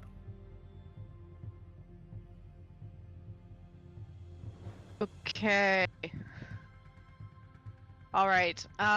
Seeing that, I don't really have a way to keep up other than doing this, so I think I'm gonna have to do it. Okay. So I will. Yeah. So I will concentrate in seeing Beacon run off the orbs like that are circling around me begin to spin like a little bit faster, and the light kind of begins to blur a little bit, and I'm going to cast haste on myself. All right. All right. And everything that entails. It's like +2. So right now I need to keep track of this. So my speed is doubled, and I can use another action to dash right now. Okay. So I can use my regular movement, which is 60 feet. Right? Yep. So I could just make it up to Beacon, and then I have another 120 feet. Is that right? Because that's dash. Yes, because you get your action and then also your yeah. movement. And well, my action was cast haste, but then I get another action to dash. Exactly. Okay, cool. So I have 120 feet that I can go. Okay, cool. All right. Will I be able to? Oh yeah, I might be able to just catch up to Boone. You can't cut the corners on here, just as a heads up. It's like a magical pedestal, so you have to go around. Oh. Okay, I'll go around then. All right, so where does that take me? Hold on. So I gotta go. So that would take me like here, 50 feet, or here. Up there, yeah.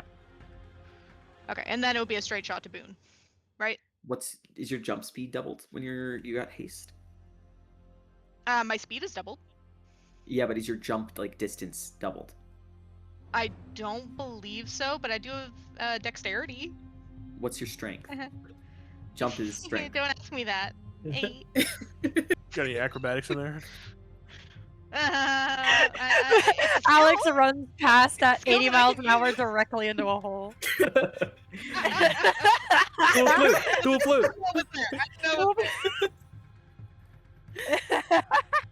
Alright, so bonus action Misty Step if I have to. That'd be 2 spells, 2 leveled spells, right? Oh shit! No. Okay.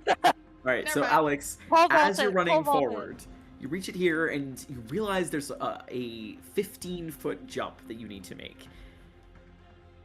Go ahead and roll an athletics check for me. You able to fly with your wings? I don't have my wings out, buddy. Yeah.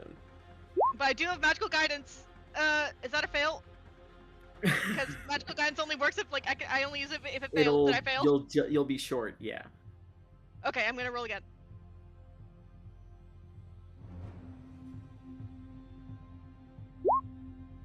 15. Alright, so Alex, as you rush forward, you barely manage to hop across the jump. you sort of like land like chest against like the solid sort of shelf ahead of you, and you scramble up with your arms, sort of moving at this like almost insane pace as you clamber up behind you. Boom! You suddenly hear like the hard slam of somebody hitting the stone ground beside you, and then your attention is again drawn back forward, Boone, but you can tell somebody is behind you.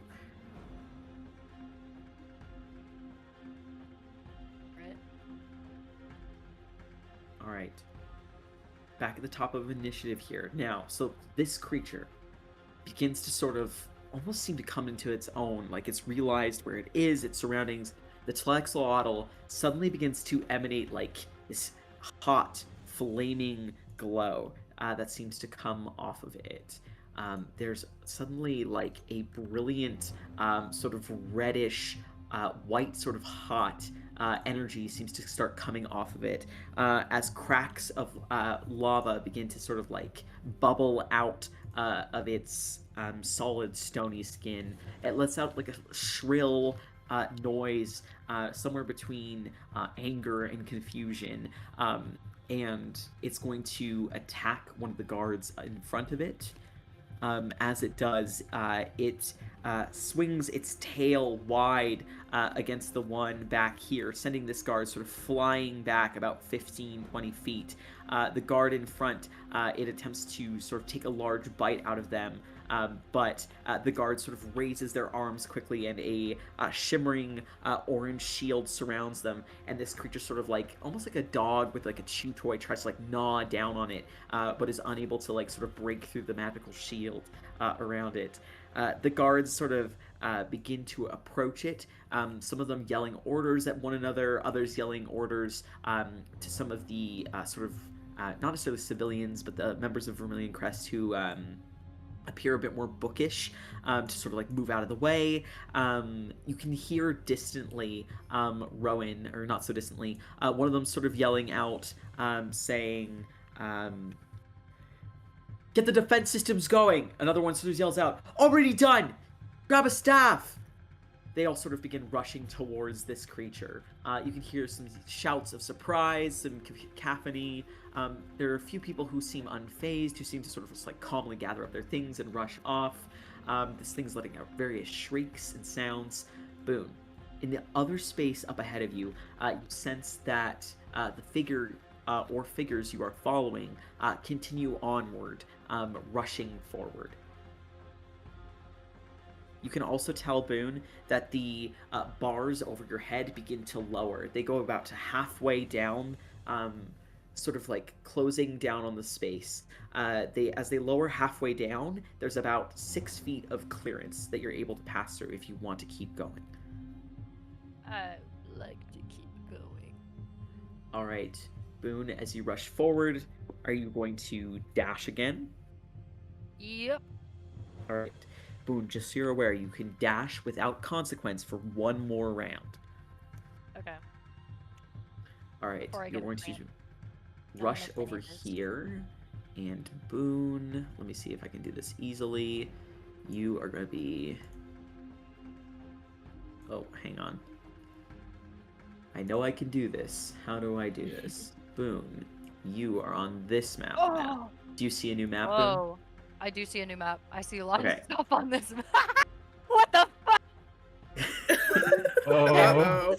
I'm afraid. All right, Boone. As you're rushing forward, you see this new space. Your quarry is about that far away from you. Again, you're only following after this like ribbon of magic. You don't actually see who or what you're necessarily following, but you can see that they seem to be rushing through. They seem to be moving forward as if they're trying to go through into this new space up ahead. In the space that you are currently in, you can see that there appear to be many magical archways, a long set of stairs up ahead of you, and the room has this sort of flashing red lights in it, almost as though a security system or some sort of alarm has been tripped. Distantly, in several different languages, almost echoing all at once, Boone, similarly to like when you're at an airport and they're calling in multiple different languages, you hear a soothing voice say, "Remain calm, all is well. Guards are currently dealing with a nearby issue. Please turn your way towards the safest area that you can readily locate. And the message keeps repeating in various different languages. Alright. As Boone sort of goes off this map, out of sight. Don't leave me here. Rykard, you are up with Rowan on deck. So have the guards actually attacked this thing? You can see that, like, they're getting ready to attack it. Okay.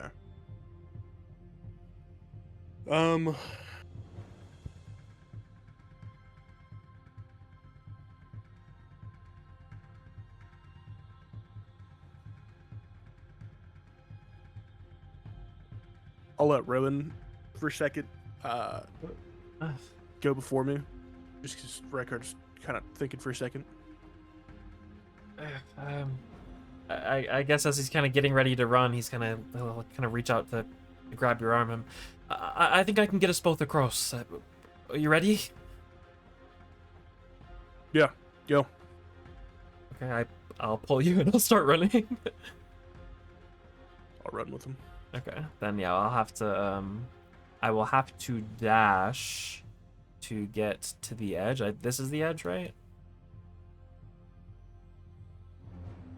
Yes. The edge is right where you are. Okay. And then it's about a 15-foot gap from its closest point, which is over here. Okay. And then with Rykard next to me, I'll still kind of like holding on to his forearm. Just kind of quickly say, I've never done this before, but Alex said I probably could, so I will use my bonus action to cast Misty Step using my Fey Touched feature, and I will expend my last use of Wild Shape to gain spell weaving charges, and I will use a Weave of Linking. This kind of white tendril of spirit energy will wrap around my arm, extend towards Rykard, and I will cast Misty Step on the both of us to land next to Alex, or I guess as far as my 30 feet can get us down there. Alright, so your 30 feet would be able to get you, I believe, about 5 or 10 feet further from Alex. I believe over here. Alright. So I'll move you both over here. Alright, Alex, as you're sort of scrambling up from where you sort of like hit the thing hard, you're a little bit winded. As you scramble up, you see sort of a puff of magical energy. Rowan, what does it look like in front of Alex? Yeah, unlike some of his other spellcasting that is a little bit more, I don't know, flowery or involved, there's no incantation with this. He just, both of their bodies kind of apparate in a puff of like mist and then reappear in the same flash, just a shower of mist in front of Alex. All right. As they appear before you, Alex, the two sort of moving forward, you can all vaguely see that there are bars. They are like vertical bars are lowering down like a solid portcullis overhead. They've dropped down about 6 feet, and you have a sense that there's 6-ish feet of clearance that you'll be able to pass through, but this thing is like dropping fast. You can see that the bars themselves appear to have like almost arrow-like spikes at the bottom, but they also are giving off this like extreme shimmery shine. You have a sense that perhaps these bars are enchanted in some way as well. Okay. I was standing... Where was I before? Because we have a little movement left, don't we? Because I was standing... I have 5 feet left. Oh. I think you might have 10 because you were a little bit closer. Yeah, I'm like, I was here before. I think I was 50. Sorry, I'm just going to move back really quick. Is this where I was, or was I here? Does anyone remember? I think you were either there or the spot above it. Oh, right there. Right here? Right there. Okay. There. So I went to the edge. So, well, I guess I would have had to hit the corner. So I'm like, but yeah, that's 50. So I have 5. I have 10, but I'll just move. I'll just move 5. I'll just move the 5 more a little up. Just try to get closer to wherever the gate is coming down. Mm-hmm. Distantly and vaguely, you both have a sense of a room up ahead. You can see Boone running, but you don't see anything else. You don't know why she's running. The space up ahead is like flashing with like a magical red light. And it appears to be like a somewhat cavernous open space. You can see that there's like a long set of stairs at the far end of the room. and you think you see Rowan. What's your passive again? Is it 18 or 16? For perception is 18. 18.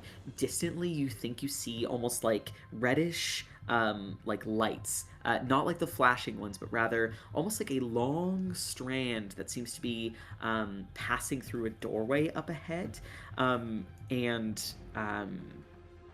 almost like a magical, almost string of red up ahead in the distant doorway. That seems good. All right. Anything else on either of your turns?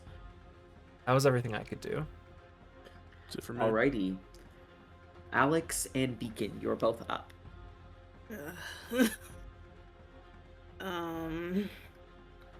Well, I genuinely don't think there's anything that Beacon can really do right now, so I think he's just gonna try to catch up with you guys. So okay, with the bull being able to dash, I can get 120 feet in this turn. And I have to jump, right? Yeah, but using the bowls, I guess. Yeah. Right? You would have to use Bull's strength to jump.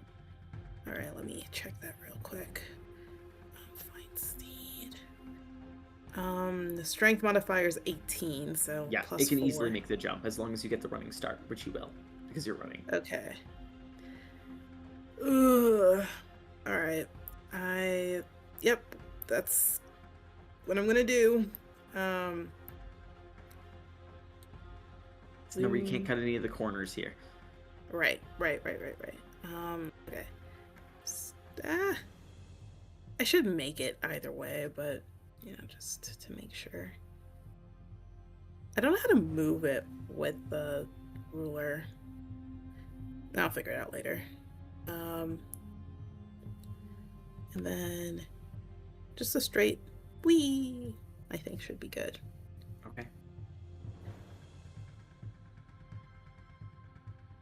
All right, rushing across as you do, on the back of your large steed, Alex, overhead, a horse suddenly lands, jumping over your head, and then right beside you, sorry, not a horse, a big bull,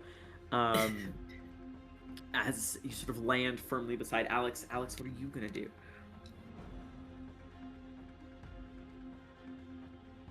That.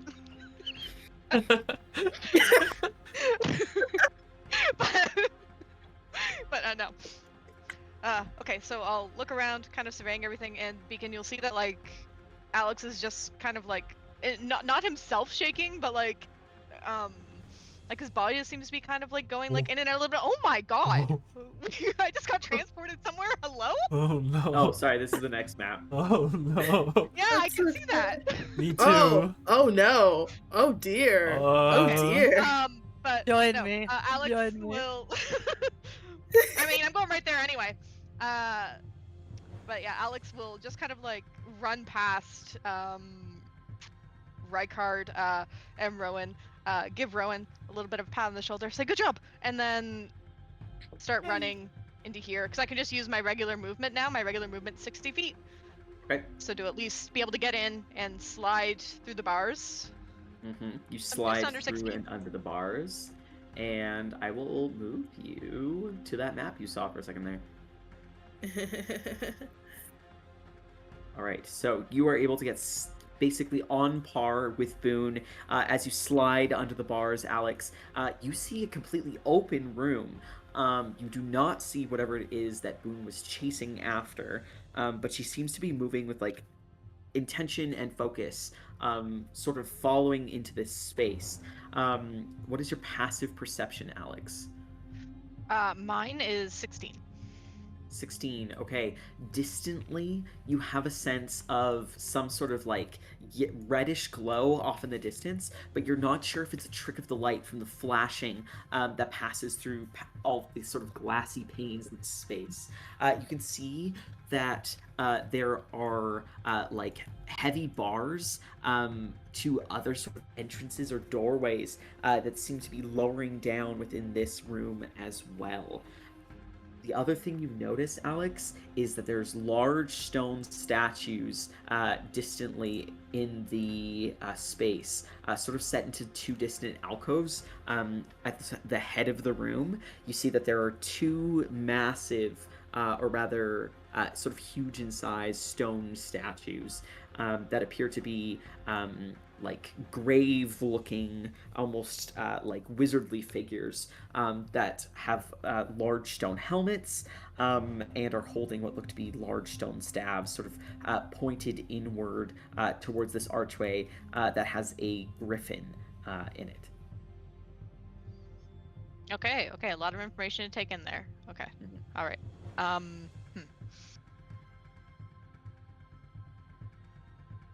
All right. Anything else on your turn, Alex? I haven't even taken any actions yet, or bonus actions. So that's what I'm thinking right now, of what I'm going to do. Okay.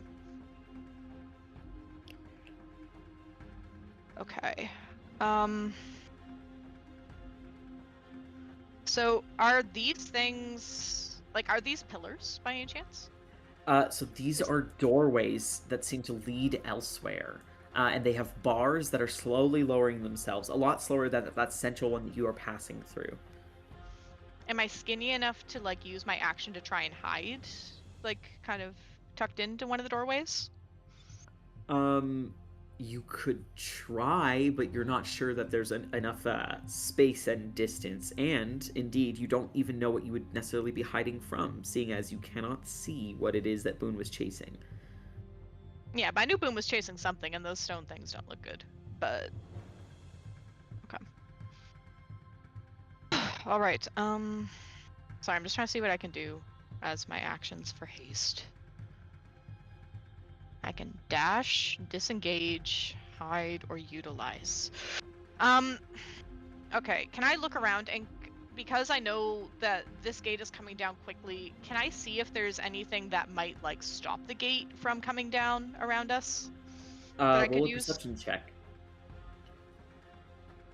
Just let the others through. 18? Looking around, you can see that there are magical runes, all sort of like along the inside of the alcove. And beyond that, there doesn't seem to be any sort of mechanism or anything that could be jammed. You have a sense that this is magically triggered, likely by the guards back in the space behind you.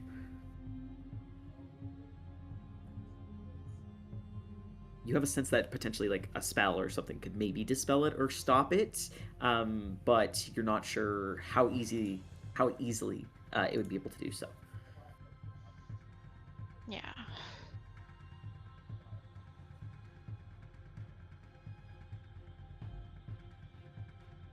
Okay. Could I, maybe to, like, just try and, like, give them, like, another round to get through, could I take out my decanter of endless water that I had with me when I was trying to put out the fire, and could I, like, dash it around, like, kind of, like, throw some water up at the bars and try to use shape water to freeze it, to, like, just, even if it just, like, temporarily stops it from going down, so that way the others can get through in the next turn. You can try. Roll an Arcana check. Okay. I'm just trying to think of what to do here, guys. You're doing great, Sam. Oh.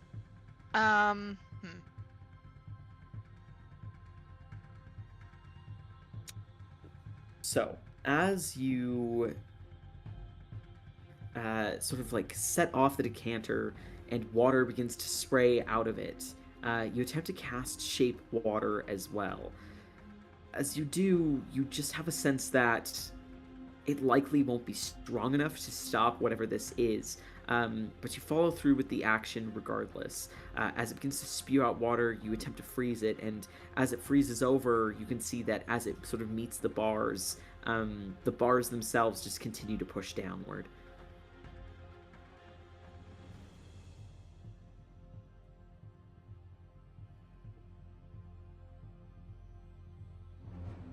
Alright, okay, well, I tried. right. So if that then, I think I will try to go like a little bit further ahead into the room, but maybe just like kind of like try to like poke around here, or so just to kind of get a better idea. Yeah. Sure. You attempt to let sort of people swing through. around.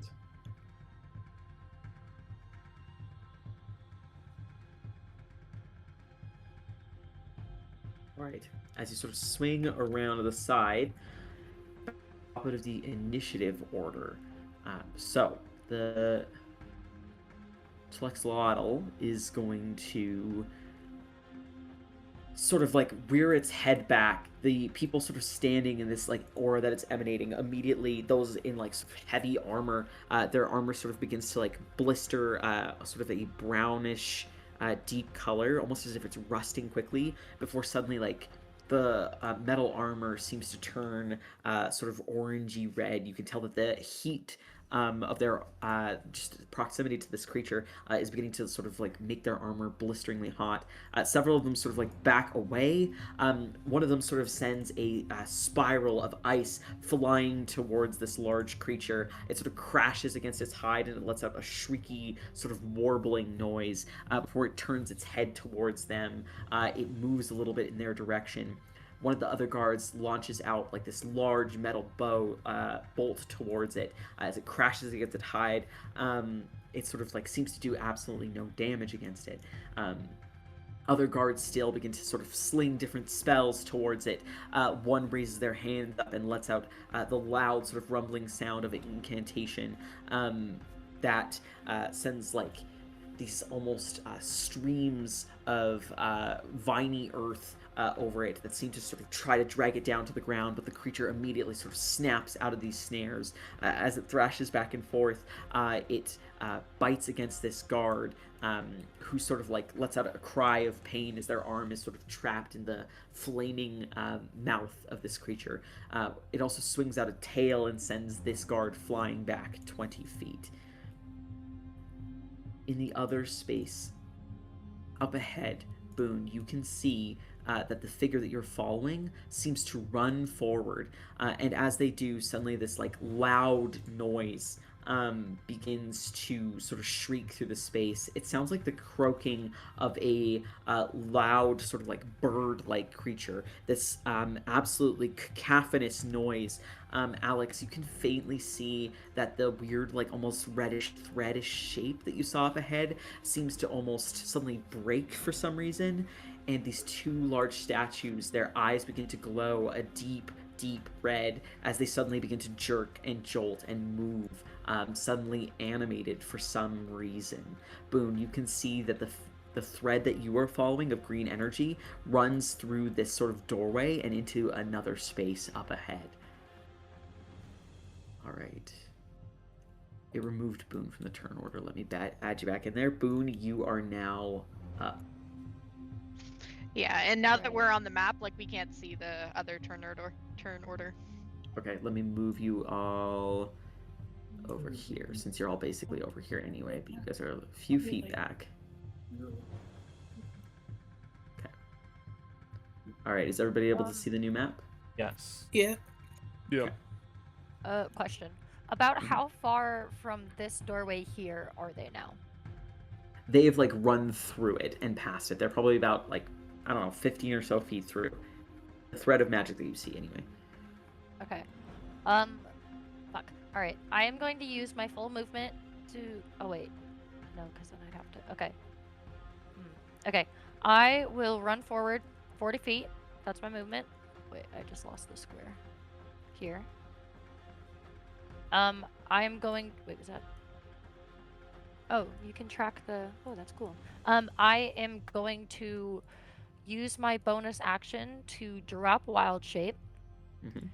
And I will use my action to cast at first level Fairy Fire, which has a range of 60 feet, but it is a 20-foot cube. Mm-hmm. So with that 60 feet and then an additional, if I center, or wait, if I have the cube, yeah, is that able to reach them right there? You have a sense that it'll be just shy of where they are. Look.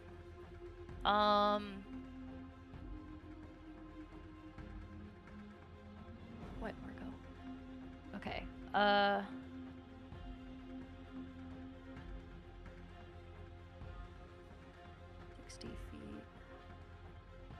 Can you rotate a cube? Does it have does it can it be like this?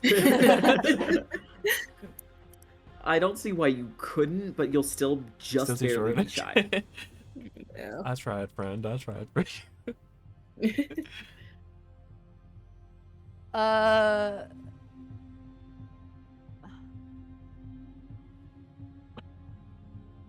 Okay, I have an idea. I have a feeling some people here might object to the idea. Oh no. Oh boy. Okay. Oh. I am going to cast at second level for my position right here. It has a range of, or sorry, at third level, it has a range of 120 feet. It does not rely on sight. It is an area. In a 60-foot cylinder, I will cast Call Lightning. Does it require you to have an open space? It just says choose a point you can see above yourself, and then the cylinder forms under that. Here, I can send the... Oh, I didn't mean to cast it, I meant to display it, but let me display. Like that. Yeah. I think you might also need to see them. Yeah, I think the damage just increases if you're outside. You can also defile ground as a bonus action. That might slow him down. I used my bonus action to drop Wild Shape to Okay. cast. So, let's see. I'm trying to break their invisibility and also maybe get the guards to, the statues to does focus say them. Stormcloud appears at a point within range that you can see above yourself. Within range, so, but the range is 120 feet. So, above me, 120 feet. But then, when you cast the spell, you have to choose a point you can see under the cloud, and that's where the bolt strikes. So if you can't see where you want it to strike, then you can't strike it there.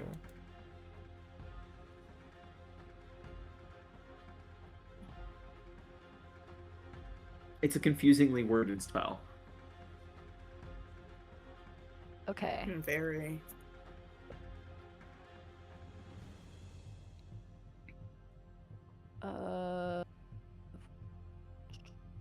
It's also concentration, which I think would break your ability to keep track of them. Unless it says that you can have it for a longer time. Because it just said instantaneous when I was reading it earlier. I was more so trying to cast it right as I break the other spell so that I can cast it where I saw them so I could try and break their invisibility and then I wouldn't need to use the other spell. But if that one doesn't work, I could also try to use Moonbeam, which also has a range of 120 feet. Okay. If that would work. Yeah, try Moonbeam. I'll do Moonbeam at second level. Okay. It's 120 feet in a 5-foot cube. I'm going to cast it right where I see their signal is given off, and so when I cast it, I'll lose concentration, but it'll be where I saw them. Okay, and is it Dex Con? Okay, interesting. Okay. Yeah, Con of 15. Okay, let me Can you stop? Roll for them really fast. Okay.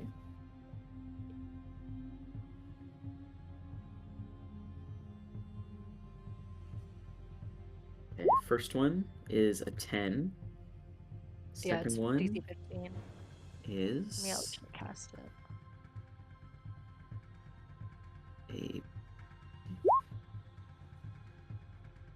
All right, and a 21 for the second one. All right. So the 21 will succeed. Okay, and then concentration saving throw, which is at advantage. And it's a save. It's got to be a 15. And all right. Let's go! They lost concentration! Yeah! All right. So, suddenly flickering into view, just sort of running off at a distance from you, Boone. You can see that up ahead they seem to have lowered down like a set of stairs, but you summon forth like this moonbeam, this sort of virulent but also brilliant moonlight appears off in the distance, casting shadows back into the only partially illuminated room you find yourself in. You see two figures suddenly come into view, two of them sort of like letting off slight cries of pain. You can see one of them sort of like continues rushing forward slightly faster than the other, but the two continue to like sort of appear. You hear one of them say sort of like, "They're following us." The other one says, "Yes, I know. You knew they would follow. Now continue on." And they sort of continue to rush forward, Boone. Alright, that was my movement, my bonus action, and my action, so I am right here. Alrighty, as you sort of end off there, Boone, Rykard and Rowan, you two are up. How many feet to get onto the map? It'll be 20 feet to get onto the map. I would like to move 20 feet, please. Mm-hmm. Are you able to control your token? I'm not. I'm also on the other map, yeah. That's why I was like, I can't see anything, I don't know. Hold on, you guys should all be on this map now. Yes, I'm on the red map, I just have no token. You're just off the map over here. Oh, I cannot see. Okay, let me highlight blindly. There you are. Oh, thank you. Are you able to control your token? Yes, yes. Okay. This is the entryway where we come in? Yes. Okay. 20 feet. Oh, wait, sorry. Okay, the bars are lowering sort of over your head as you pass through, Rowan. You sort of have to slide underneath the bars as they are lowering. You have to clear about a 3-foot space. How do you go about doing that? Ooh, yeah, as we're getting closer and I see it, I'll just, tuck and roll, and I'll kind of get down on my side, and I'll kind of just roll under it. All right, as you sort of barrel roll underneath and then pop back up on the other side, you distantly can see that there's like a long stairway up ahead. It raises up about 15 feet up, and you can't quite see over the crest of it, but you can tell that that sort of thin red line of magic that you had seen sort of distantly before, it appears to have been broken by something, and you think you see two shadows sort of going off in the distance down a set of stairs on the other side of these sort of pillars here. You can see the glowing sort of eyes of two sort of statues that seem to be creaking and grinding into motion at sort of the edges of the room over here, Rowan, as you pass through this doorway. Oh. You see Boone up ahead, and you're distantly aware that Alex had rounded the corner, although you cannot see him at this moment. And to get through this, is it just a straight shot? It appears to maybe be a straight shot. Okay. Well, that's not very good. I guess I'll move forward a little bit, so at least I'm not in the way. I'll use my last 10 feet. I'll just call out to the room. They went that way? I'll kind of point straight ahead. Can you not see them? I think I only saw them like round the corner. I don't really know what's going on. I got in here after you. Oh. So you're raised up on a set of stairs, Boone. So he's like 15 feet below. Yeah, we can't see shit. Yeah, they ran ahead. Well, all right. Let me see if this is an action. I will, I'm gonna resummon Freya.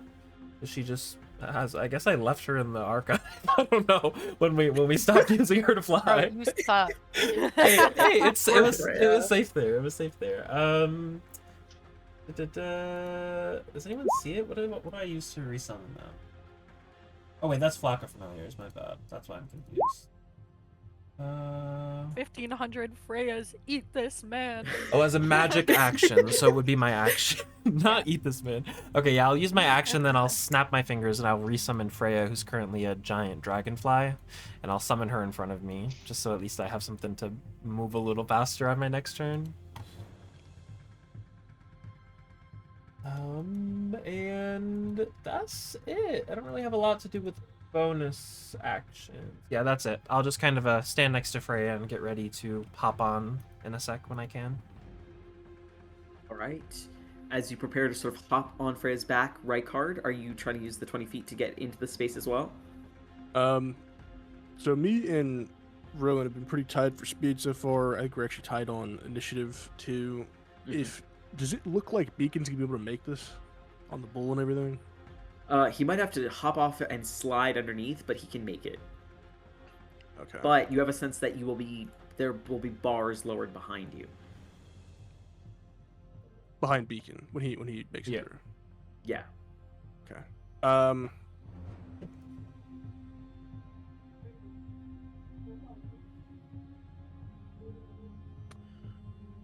Yeah, I'll slide through. On my belly like a penguin.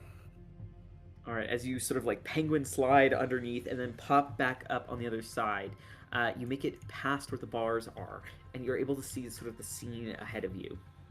You can see, again, the flashing, like, strobing red lights that are magically conjured, the echoing sort of magical voice, and you can see that there are two, like, giant statues that have begun to sort of creak and groan and move, and there's, like, dust that's shaking off of them as something has triggered these things to move. Gotcha. Okay, so that was 20 feet, so I'll take my 10 feet to get up to Rowan, and then... again, just following Boone, so I'll take my 30. 1, 2, 3. Get even with Boone. Alright, as you rush forward to sort of catch up to Boone, you distantly see off in the distance, like, again, there's shadowy figures up ahead that seem to run down maybe a set of stairs that is off in the distance, but you can't really make out much more than that at this distance and the sort of vague darkness up ahead. Yeah. Mind you, barefoot, in his jammies, hear his feet slapping. Got a cigarette in the mouth. Hightailed it. Alright, your slapping feet echo off the concrete, or the stone underfoot.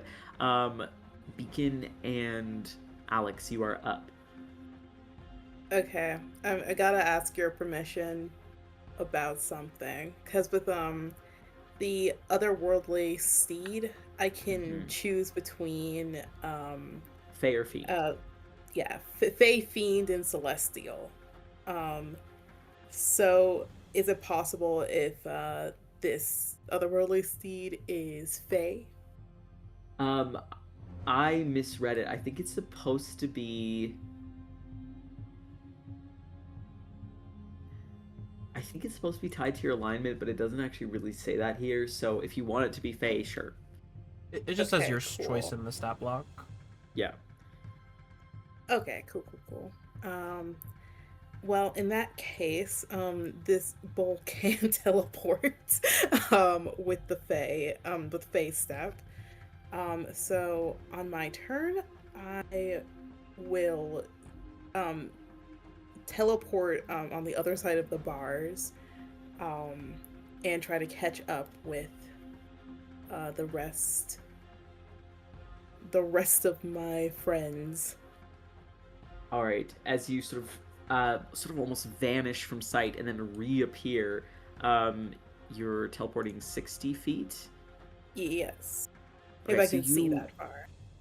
Appear effectively right beside Boone and Rykard, right on par with them, raised up on your bull. Boone, suddenly there's a bull that appears beside you, along with your tiefling friend mounted upon its back. Okay, I see the shadows, and I'm gonna ask Boone, is that them? Are they going that way? What? So are they not visible anymore? I thought they were like... They're down a set of stairs on the other side. So it you goes saw back them down run on the off, other side. but right. Yeah. Yes, straight ahead. Okay, I will nod, and I will continue on bullback. All right. Continuing on bullback, how much further are you going to go? I guess I can go 120 feet. So I can do my speed and I can use my action because the teleporting was a bonus action. All right. Yeah, Oh, why is it a cone? Why is it a cone? Why are we doing that? Or, oh my god. Just gonna go this way.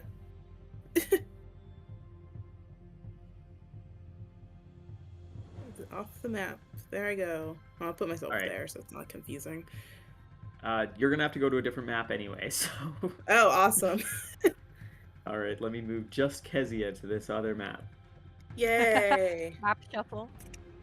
You'll be moving me too, because I'm running after her. Okay, give me 1 second to move Kezia. And get everything populated on this map. This is just like Mario Kart. You went from last place to first fresh place. New horrors That was crazy. Bro, you got a bullet. You literally did. We're gonna get blue shells. The strat is to ride second until the end.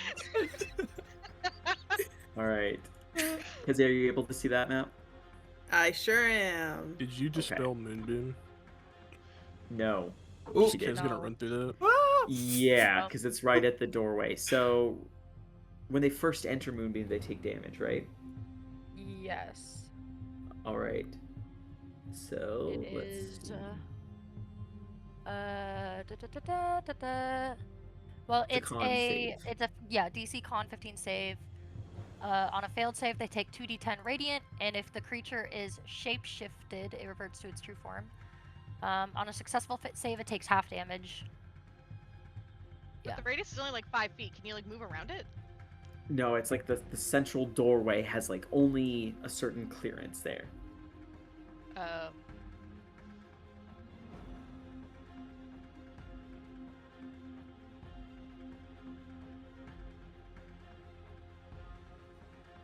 Regardless, it has a strong constitution, so go ahead and roll a constitution saving throw, Kezia. Yeah, nothing you can't handle, big boy. Oh, yeah. Resistance for to sure. radiant. I do not. I have resistance to fire. A con save. 14. That does not succeed. Oh, that's unfortunate. It's 1 shy. So you take 2d10 radiant damage. Let me Ouchie. do that right now. Roll 2D. Please roll 2d10. double ones. Nope. Oh. That was the opposite. Oh, I'm boy. so sorry.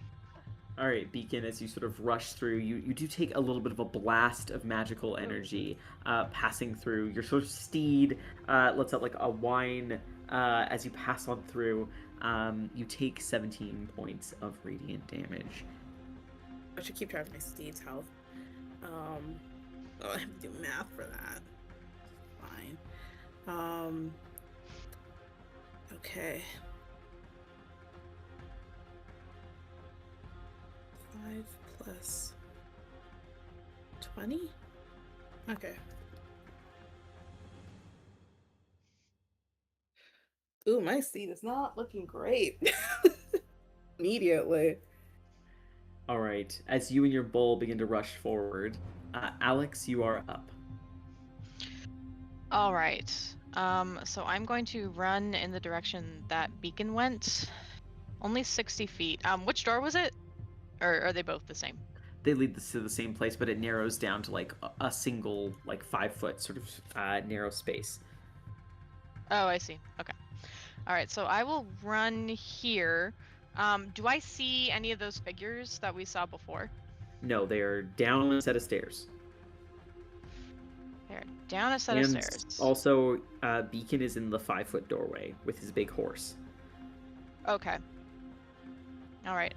Then I will turn back to Boone, and I will say, "Drop the spell. That way we can get through." And I will hold my action to dash, kind of like getting ready in a sprinter's position. And then as soon as I can get clearance and Moonbeam is down, I will go dashing forward. All right. As you are holding your action, preparing for that. Can I hold another action? Because I'm hasted or no? No. No. It's a reaction. You can't hold actions. I thought I would ask. All right. At the top of initiative here, let's take a quick 10-minute break before we head into this next sort of phase here. Sounds good. This is crazy. Crazy.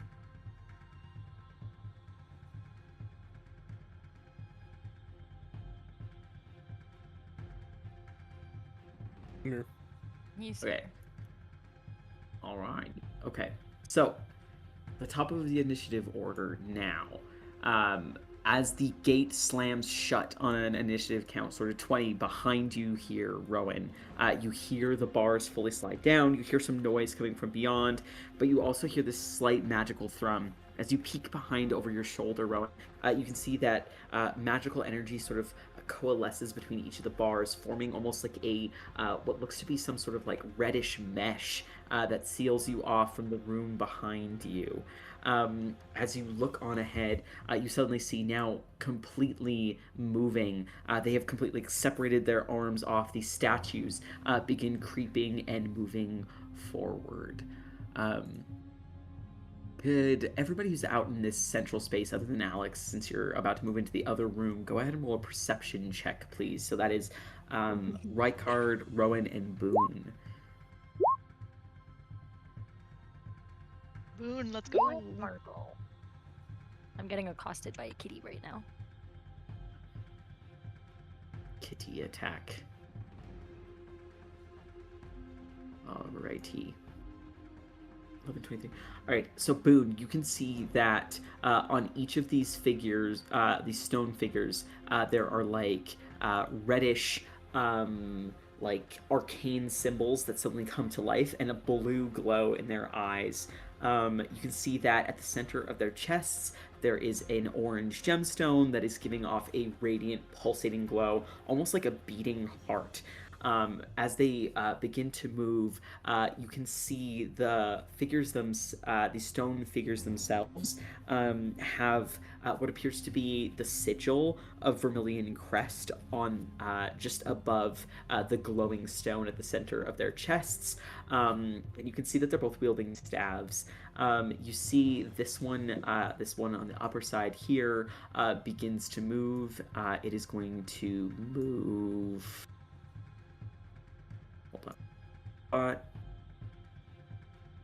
It's going to move 40 feet forward to stand directly ahead of you and Rykard.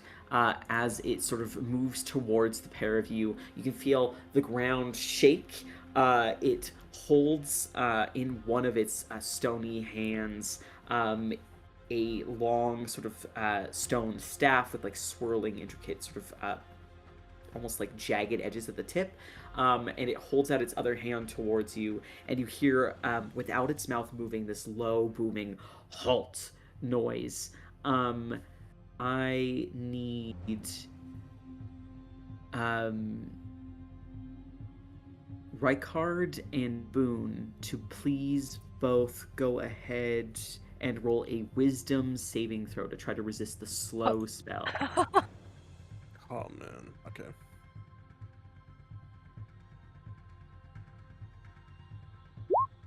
God fucking damn it.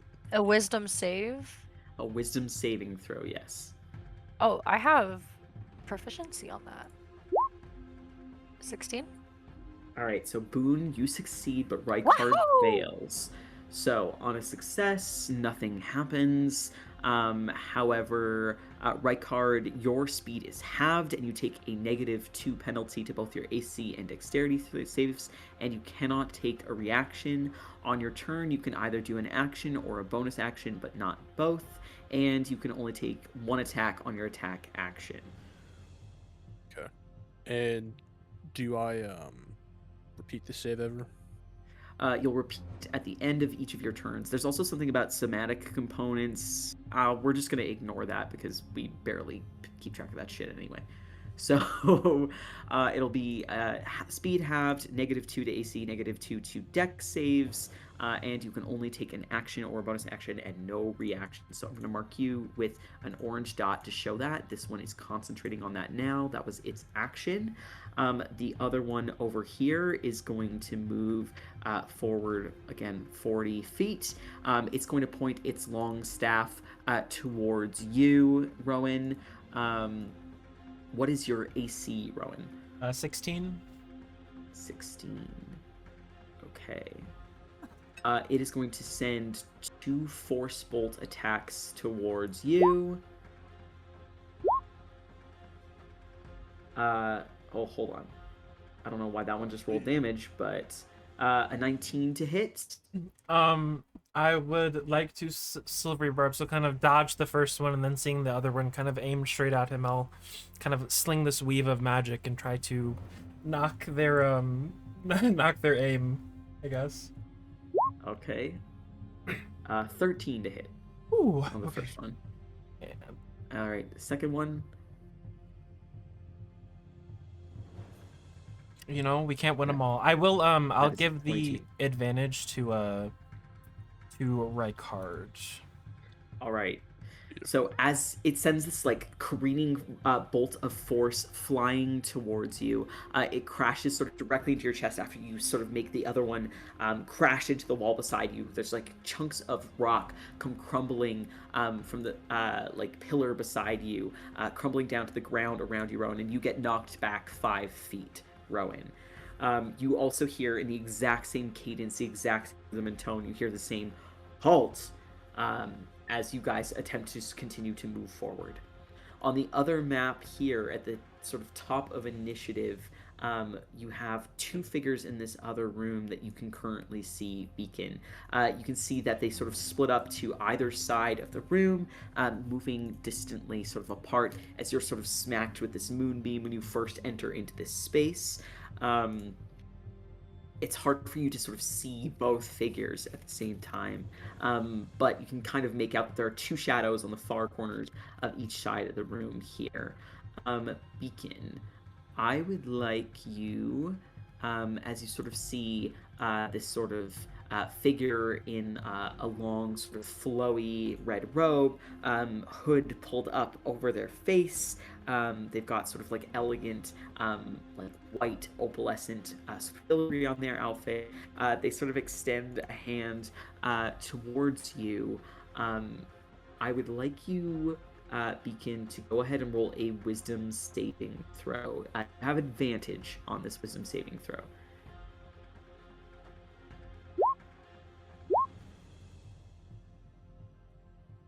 All right.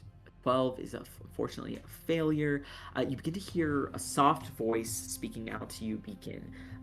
You hear the voice says, "Friend, there is no reason for you to chase us with such intensity.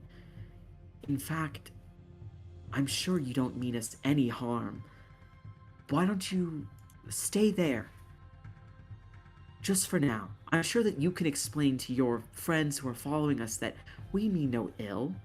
Please, be the voice of reason and stay there."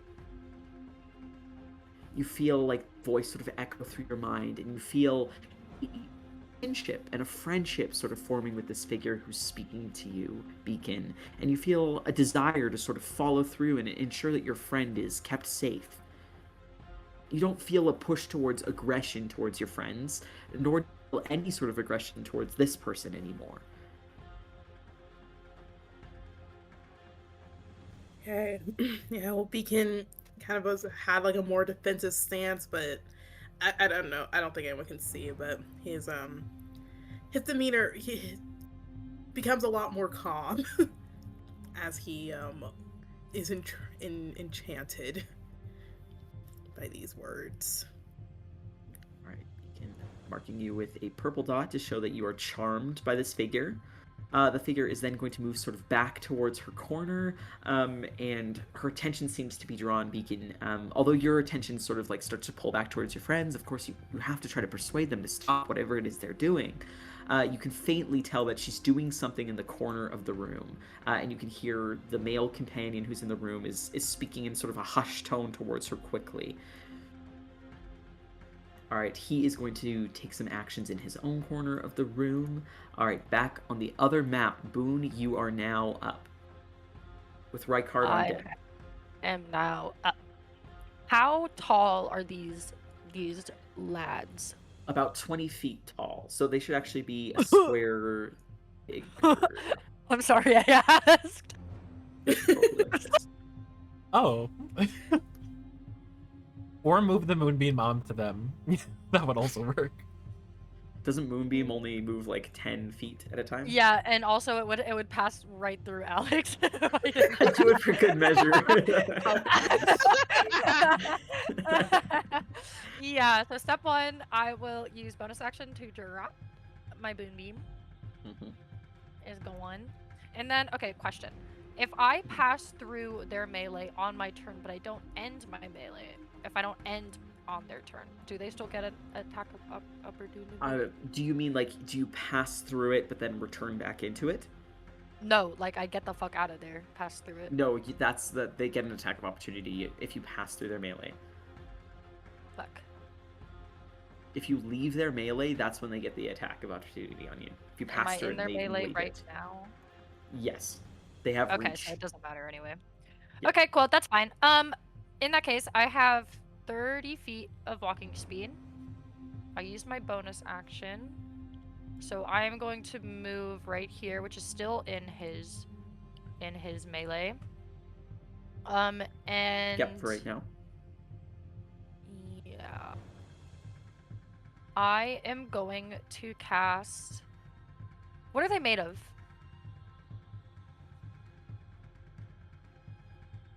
Are they stone? Supposedly. Metal?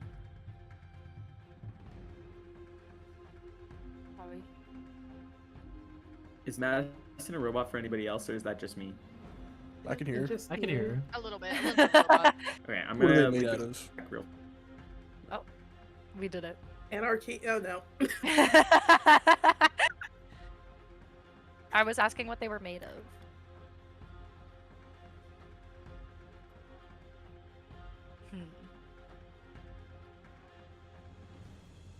Did you repeat your turn, Madison? Yeah, okay. I just moved my full movement 30 feet to the other side of his melee, so I didn't actually leave his melee. And I wanted to ask you what it looked like they were made out of. Like metal, stone? Stone. They're made out of what looks to be like the same stone as like the ground and the pillars, and everything around here is made out of. In fact, like they blended in basically with the walls previous to being able to move. They are giving off like this pulsating red energy, and then they have those like orangey gemstones in their chests.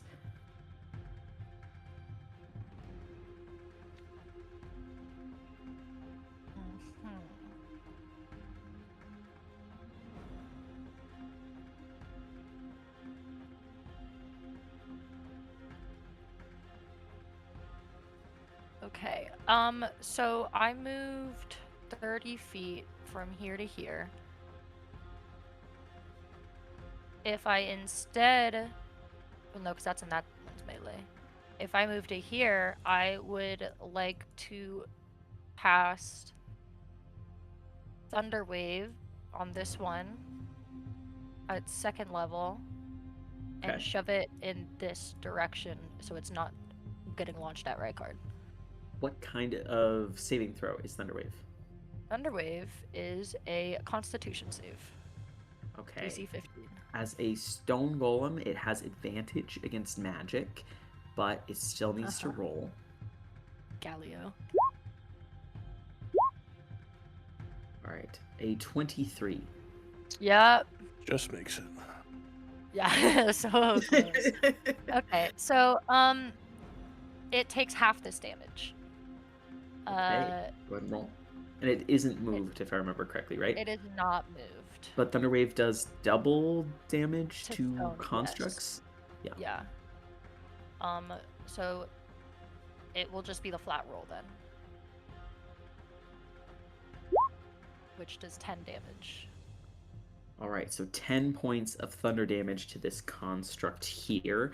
As you sort of loose your thunderous energy towards it, you can see some of like the dust and like the slight like sprinklings of like or like slightly weaker points on the construct go flying off. So a little bit of debris goes flying off of it, and you can see that it almost like teeters slightly, but then seems to like land firmly on 2 feet, and its head turns all the way around 180 degrees and looks down at you, and you again hear that same sort of mechanical voice yell, "Halt!" at the exact same monotone.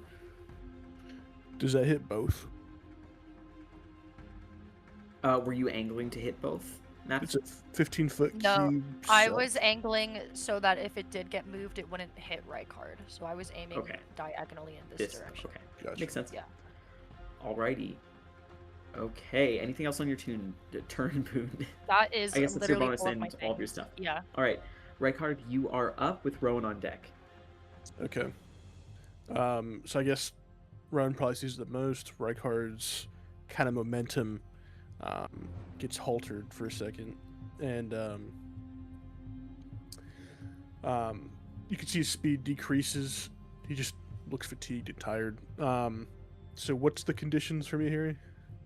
So your speed is halved. You can only take an action or a bonus action, not both. You cannot take reactions, and your AC and dex saves have -2. Okay. Is slow a concentration spell? It is, so it does need to roll to maintain concentration, and it needs to be a 10. Yeah.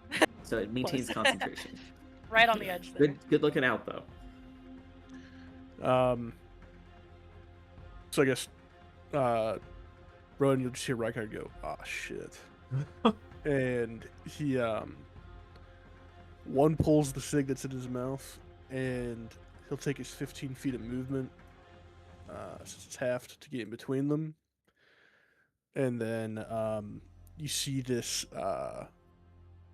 when he goes to exhale the smoke, it's like this inky black cloud that he kind of tuck and tumbles into, rolls into, and it condenses into a black bead, and just before it turns into this marble and hits the ground, there is an explosion of black smoke that fills this area, and he tumbles out over here. I'm using Misty Step for my Fey Touched feet.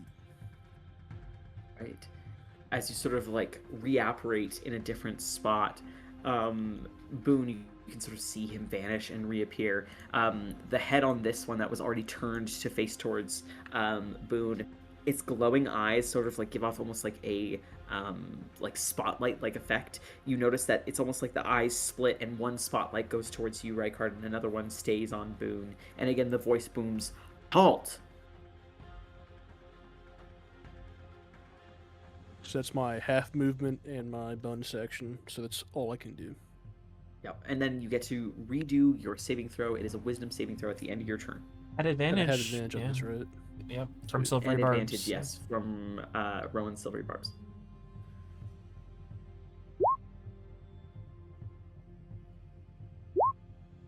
Let's go. Let's go. All right, as you sort of seem to move away from these creatures, it's almost as though you shake off whatever it is that's slowing you, the strange, almost molassesy type effect that was laying over you and your limbs. As you shake it loose, Rykard sort of popping back up, able to move once more. It's almost as if time suspended or slowed around you, but now you're able to move at your typical speed and pace. All right, Rowan, you are up, beacon on deck. Okay, I am going to hop on Freya, and as a giant dragonfly, she has a flight of 60. So I'm gonna take a long path, trying to make sure I don't come within 2 squares of them. Feeling like that's a wide enough berth. I can get right here with 60 feet. All right.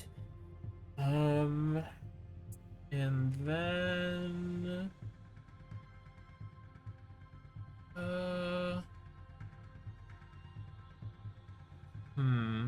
Looking ahead, can I see if the doorway is still blocked? Or what do I see in the doorway? In the doorway, you see the large figure of Beacon on top of a bull, blocking the doorway. He's standing right in the doorway on the back of this bull. Okay, and is this an arch before the doorway? Yeah. The doorway itself is underneath the triangle up here. The doorway is 10-ish feet tall and 5 feet wide. Okay. Does it look like the giants won't fit through there, right? They'll be able to get under here, but they won't be able to move through that door. Oh. this archway is about 20 feet tall, so it'll be like a really tight squeeze for these stone golems, but like they could just go under. Okay, well then I guess in interest of and of just being safe, I will action dash. And I'll kind of give Freya a little nudge, and then we will swoop down through the doorway, and I'll land like right here, kind of against the wall. Okay. As you sort of land right up against the wall, you can see in the doorway, Beacon is sort of blocking the way currently on the back of his bull. Alex is standing sort of like waiting to move in as well. And you can also see Rykard is sort of like coming in your direction. Boone is close to these large statuesque figures. All right, Beacon, you are up with Alex on deck. Awesome. So I'm under the effects of Charm Person, right? Okay, I'm seeing what I can do, but I think for the most part, if Beacon sees Rowan, he's just going to be like, Rowan, we don't have to keep chasing them anymore. They're friends. Don't mean any harm. What do you mean they're friends? They just set off all these traps. We have to chase them. No, we don't have to chase them. They're not doing anything. There are terrible. 2 stone golems out here. We need your help. Fending them off. Does Beacon's behavior at all seem like alarming? Beacon usually doesn't want to hurt people or things. Go ahead and roll an insight check, let's say. Okay. Yeah, I think what would alarm Rowan is saying that they're friends now. I'm like, that doesn't sound right. 22? And you can tell something's up with Beacon.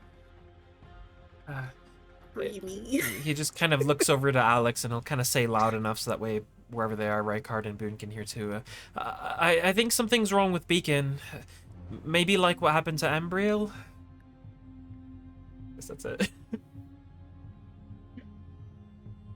All right. Anything else on your turn, Beacon?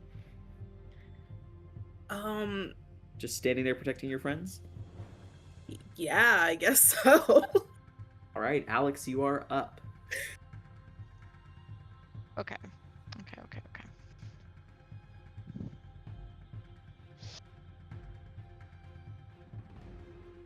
All right. Okay. So now that Moonbeam's out, I'll go up a little bit closer towards Beacon, and towards the bull. If I kind of like peek my head around Beacon, can I see any of the other 2 that are in there? There's a huge bull butt in your face. Can I try to like squeeze around it a little bit? I mean, a bull's pretty wide, and it's a 5-foot doorway, and Beacon's like on it, and he's tall. Go under it.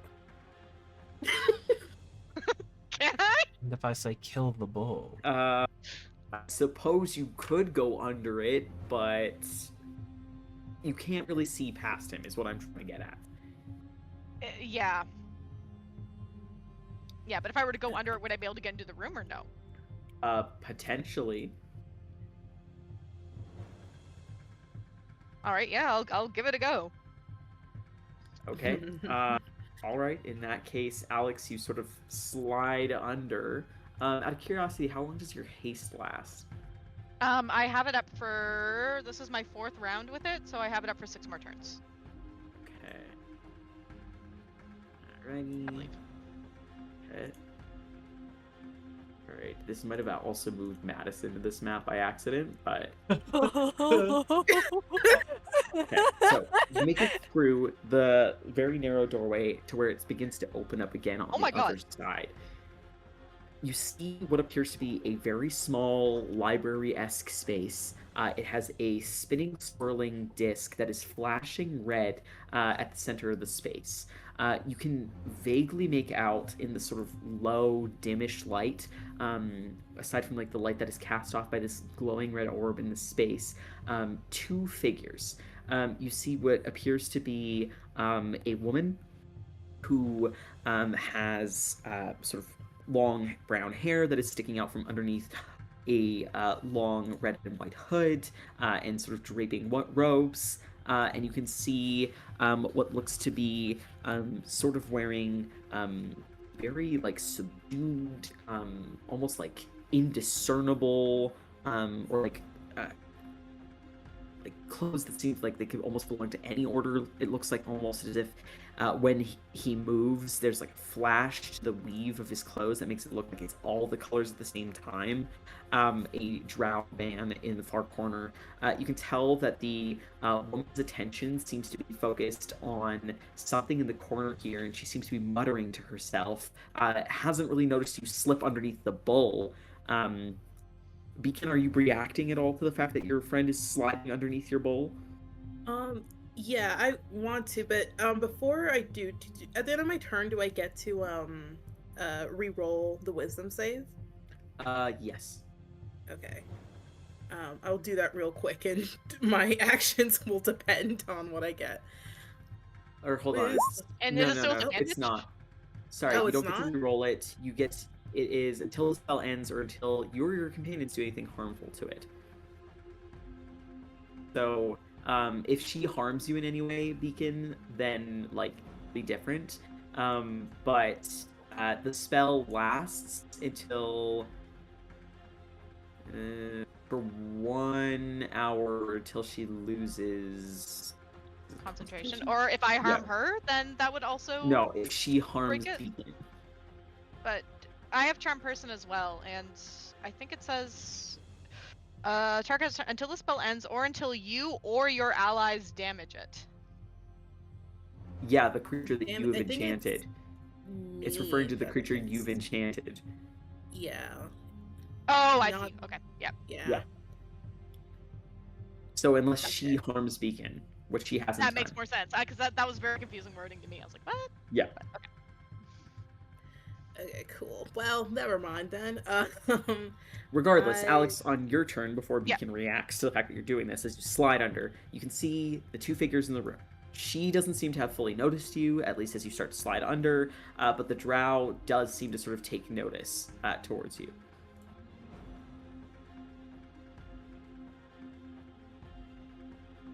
Okay, is Beacon doing anything as I slide under? Yeah, I think he will direct the bull to kind of I don't know how to make this make sense, just like kind of stop you, like try to block your way before you can slide under him. Okay. Yeah. Alexios, just roll an athletics check to see if you can make the slide through before the bull, I don't know, crosses its legs or whatever. And chance could be like a dexterity saving throw? No, it's an athletics check. You're like trying to slide through by your own nimbleness here. Are you sure about that? Sorry, I'm waiting for it to roll. It has not rolled yet. Oh, 15, not too bad. Okay. All right, I'd say that you just barely managed to sort of slide, and you have to do a little bit of like a military crawl out from underneath it. As you sort of pop up on the other side again, you're taking your surroundings here. It appears to be some sort of library or something that you see before you, Alex.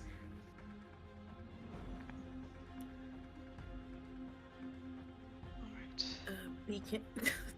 Addison. I'm not answering that. Beacon going to say like, Alex, we don't have to fight them. They're friends.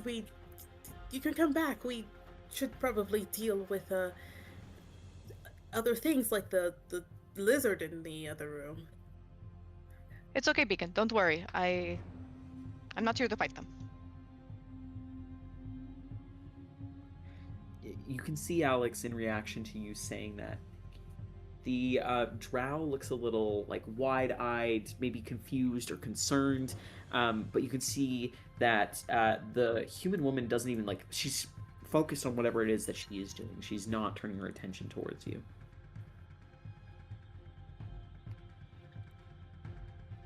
I think we gotta pull out a big pull here. Alright. Okay, we're gonna do it. So, okay.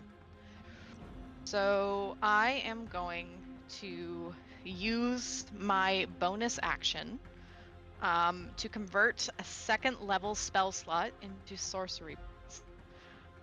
So you'll see just some of some of the light that's kind of radiating off of Alex right now, kind of just like starts twisting and swirling, I guess, around him as I'm converting like the shadow into light and light into shadow and vice versa.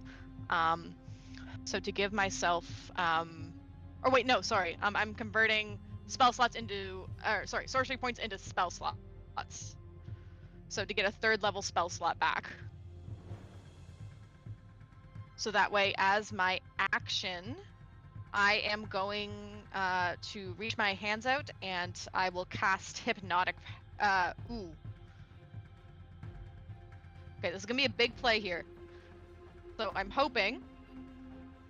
Hold on, actually, Harrison, I need you to confirm something with me. Mm-hmm. So Hypnotic Pattern is a concentration spell. Yes. Haste is also concentration. So does that mean that I will lose You'll drop and then haste I get if you like cast it. incapacitated after haste? Yes. Yeah, I will drop haste. Will I be am I able to cast Hypnotic Pattern? You wouldn't, because you would immediately be incapacitated. I would immediately be dropping incapacitated. haste. Okay, so I can't do this big play, so ignore all of that. Sorry, I forgot about that condition with you. I did have a really big play here, but you know what? It's fine. Okay, what am I going to do instead? Okay. Okay.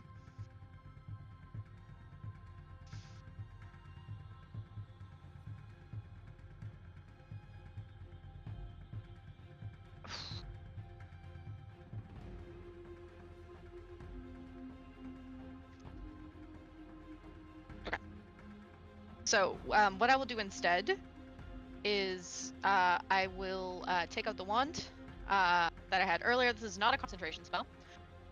And seeing that she is currently up to something, I will... Is there a good word for this to help her lose focus? Like one word that would like make her lose focus on her concentration. Because you can't just say unconcentrate. Distract! Maybe. No, I feel like that might not work. Confuse? Befuddle? I like Befuddle. I like befuddle, actually. I like befuddle. Alright. Yeah, so I'm gonna do that. Discombobulate. Hans Zimmer Discombobulate starts playing. Okay. Yeah, you know what? I'll try befuddle. So I will hold out the wand and I will cast command and I will try to use the word befuddle on Gertold here. So,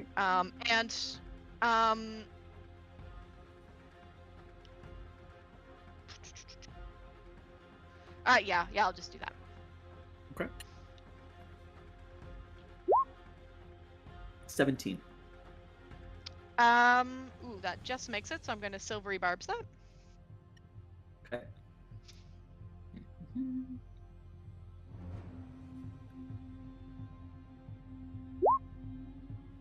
6. I'm gonna get Beacon the advantage. Or, yeah, I'll get Beacon advantage. Since he's right here. Okay. Beacon, you now have advantage. Yeehaw. Alright, and then I think that'll take place on her next turn, whatever befuddle will do. Okay. And now I'm still hasted, so I also have another action that I can do that's either... What are my hasted actions? I'm sorry, guys. I should know this better. You can only, like, dash, hide, interact with an object, Dash, disengage, dodge. hide, utilize. Is there anything here, like, to utilize? Like, is this, like, active in some way? Like, is there anything... Is there a big red stop button? It doesn't appear to be a big red stop button, but you can see that the big orb is, like, turning, and there's almost, like, these, rings that are spinning around it as well. You're not sure if it's decorative, if it's functional, if it's a bomb that's about to go off. It's hard to say what it even is.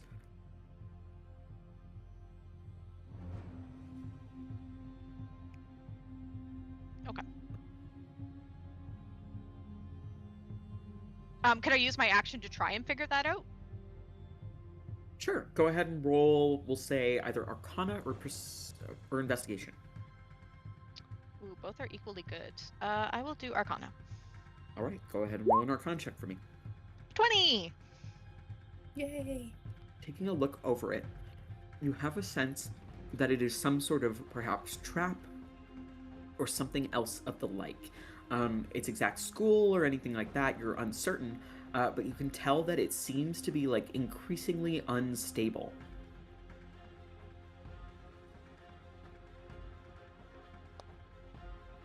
Alright, do I get the sense that it's like motion activated? Like if we got closer to it, it would go off, or? Let's say with a 20, you have a sense that it is clearly some sort of trap. That it seems to probably be pointing just from like the way that it's like sort of spinning on its axis. It seems to like almost wub or thrum as it reaches its like furthest point outward, sort of pointed off in your direction. You have a sense that it's maybe something's going to be thrown or launched in your direction, but you're not sure what triggers it.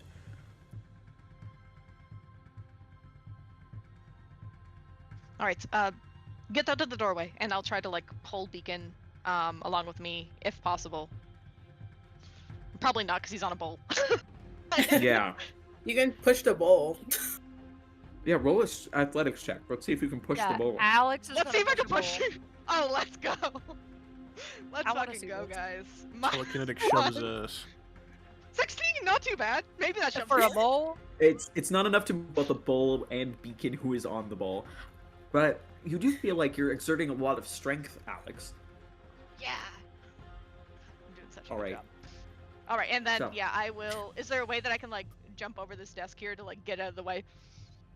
Are you attempting to continue to push Alex or Beacon rather, or are you just like, screw that, I'm gonna jump over this desk? Well, it depends on like if it worked or not, I guess. Or yeah, if that took like a movement. I don't know. I was trying to drag us over here. You're trying to Or, like, drag just the out of the bowl? way. That's even harder. Yeah. Okay, as you attempt to drag the bowl, nothing happens. Yeah, Alex, okay. you If can nothing's attempt happening. to jump over the desk if you'd like, but you don't have a running start.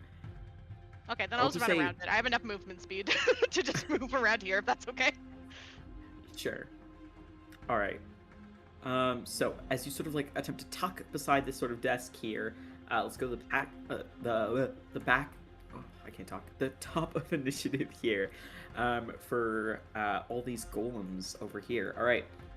So back on this side, we move Boone back over to this map so you can see what's going to happen. All right, Can Boone. myself get obliterated.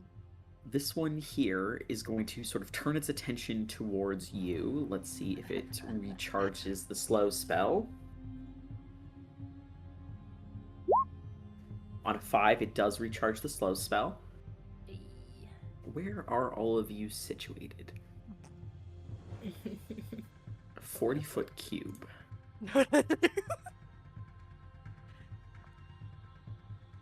40-foot cube. Okay, I would like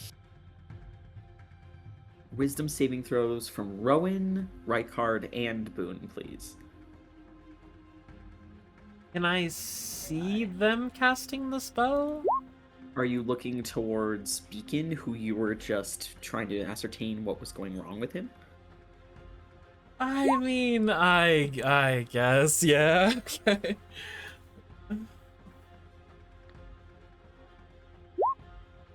That's really good. Alright, so that is 3 fails, so you are all slowed. You can repeat the saving throw at the end of your turn. Alex, it's all up to you, bud.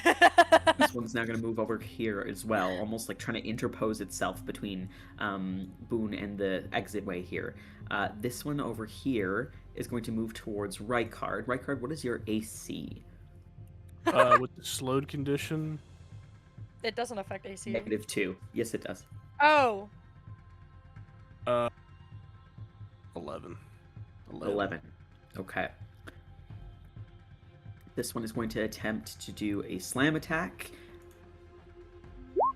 against you. Yep. 17. All right. Can I get a strength save from you? Yeah.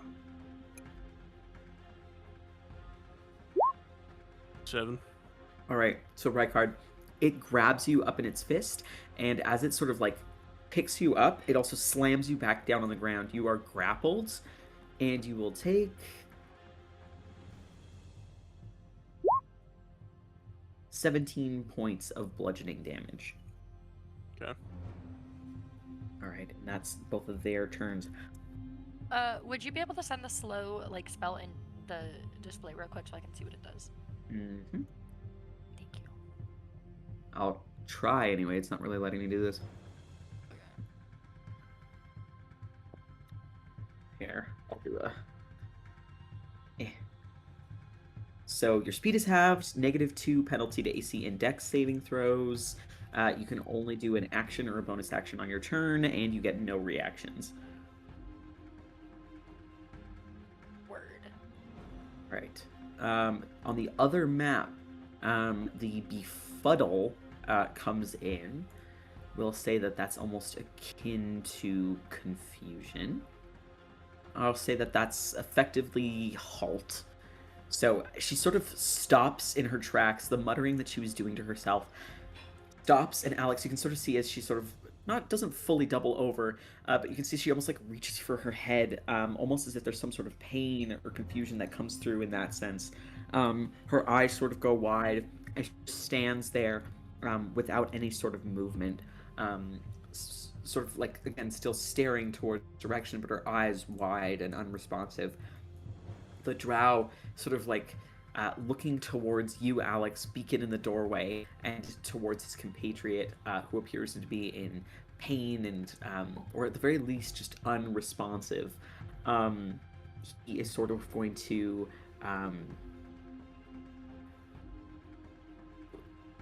over space around him.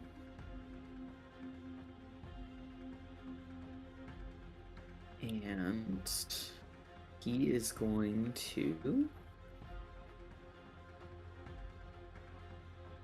Thought I would have more time to think through what he was going to do. Always. Me always. Yeah. Okay. Sort of reaching his hands out slightly in your direction, Alex, you see he sort of moves his palms against themselves and then moves his hands outward. Suddenly, there's like the slight smell of almost like phosphorus, like a match being lit, and the room sort of swells up with like this sort of bubbling, burgeoning black energy that just sort of swallows the space. He is going to cast darkness in the room, which is I believe that's 15 feet, but let me check. Circle. Sorry, nope, not big enough. Make it bigger. A 15-foot radius sphere. And he's going to cast it over him and his companion, sort of obscuring them from view. You hear the slight sound of shuffling and a distant, muffled voice, but darkness sort of swallows where he and his companion were sort of standing as they vanish from sight. All right. Did Befuddle do anything like with the charm person or no? Let me check something.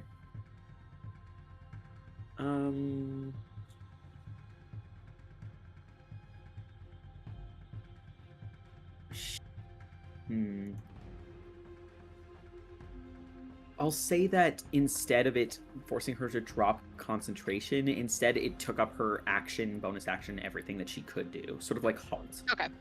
All right. Okay. No problem. All right. Back in the other space. Boone, you are up. I sure am. I have half movement speed, right? Half movement, -2 to AC and Dex saves, as well as only the ability to use your action or bonus action, and no reactions. Yeah, I'm gonna move 20 feet, be next to my bud.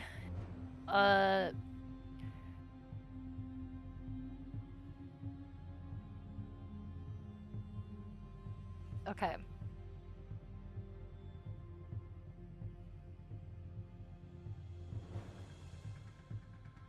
sorry, my brain just short-circuited. Where are we under this barrier, or are we still outside of it? So right now, Rykard is grappled, so he's like in the fist of this one here. Oh. You're like just passing under this sort of archway. You have a feeling that the stone golems could follow, but it would be like a tight squeeze for them. Right. Can I... Now, this is going to be up to you, your discretion. Would I be able to use mold earth on this stone pillar here to crash it on to him? Onto the arm specifically that's holding Rykard? That's kind of cool. Roll an Arcana check. If you get above 15, it'll work. I got a 6. All right. So, as you sort of conjure forth, attempting to mold the earth, you feel as the magical energy sort of wriggles or like expands over the column, but you don't feel any sort of change in the column as you sort of reach your hand towards it. Oh, that was my turn. All right. That was my action. After Boone, go ahead and roll a wisdom saving throw at the end of your turn, Boone. True. Resist it. 21. All right. As you sort of reach your hands out, the slight desperation that floods your senses, you're able to shake yourself free from the slowed effect. But I don't get my movement speed or anything back for the rest of this turn, right? No, because it's at the end of your turn that you get it. Yeah. Okay. Period. All right. Rykard, you are up. Similar thing. Getting squeezed by the golem. He's going to, again, exhale a inky black cloud by which he disappears into, and I will reappear over here, right on top, wherever Alex's token is, like right on top of it. Okay. Yeah, Alex is off the map, so let me move that away, and you can go right there. Is there a bull blocking me? Can I appear on top of the bull? Beacon is currently on top of the bull, and there's not enough space for 2 riders. But good. Yeah, you sort of appear like right near its face, and sort of slide down and off, right in like just barely blocked off from going forward by the stalwart figure of Beacon. I got 15 feet still, so I'd like to use that to progress forward. All right, as you sort of, I guess, rush underneath the bowl there, just like a slight athletics check, just to see like with what finesse you are able to sort of pass through. Athletics or acrobatics? What's your case for acrobatics? I'm teleporting in, and I'm coming in at like kind of a high angle, and I'm trying to tuck and tumble under the bowl and through Beacon. I'll allow. Sweet. Rolling down and through. Yeah.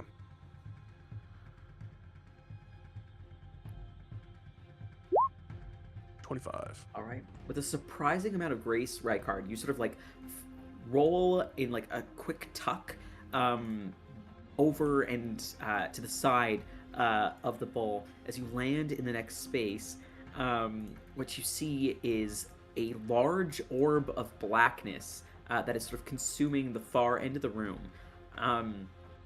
Distantly, you think you see Alex sort of like jog around the corner, and Beacon, you're aware now Rykard is like passing by you and your bowl.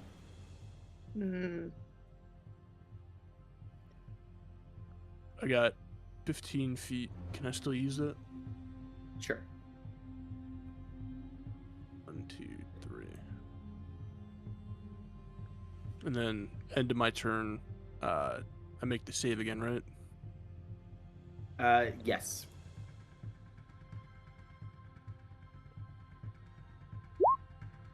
$24. All right. You shake off the slow again as you sort of like reapparate. It's as if the magic is left behind. Alrighty. All right. Rowan, you are up with Beacon up next. Okay. I'll kind of take like a little bit of like a wobbly step forward, just so I'm not behind the wall, kind of turning to look at Boone and then looking the other way at the bull blocking my path. And as long as the target is within 30 feet of me, I can still use a Weave of Linking. So kind of seeing Boone stuck pretty much between both of the golems, Rowan is going to kind of steady himself, and these weaves of spirit energy will pass through his body and then reach out towards Boone, beginning to connect with her and tether them together. And then kind of as he turns and crouches down a little bit so he can see for himself under and past the bull, I will use my bonus action, and I will spend another spell weaving point to cast Misty Step. Boone can still only go her 30 feet, so I'm going to put myself past the bull, but she would have to go 30 feet from her current position. All right, Madison, so you go 30 feet over this way. And then that way. Yippee! Once we both reapparate, I just kind of turn and yell to her, just keep moving. That was as best as I could do. And then I will wobble forward 10 more feet just to try to see what's ahead of me or what's in this next space. I'll have to end my turn there. That's everything. Right, as you sort of end your turn, you are right there. Again, you can see this like sphere of darkness up ahead that is just like, I suppose this whole room would now be in darkness, as like the only source of light has now been consumed. You can see that there's still like magical darkness up ahead, though, through the grayness of your dark vision. There is no light in this space, and again, magical darkness up ahead. And then I shake off the slow, kind of as I reapparate and end there. Alrighty. Okay. Beacon, you are up. Alex is on deck. Okay. I'm still charmed. Okay. Beacon will move out of the doorway. I think he'll move more like over here with the bull, like kind of past Rowan, and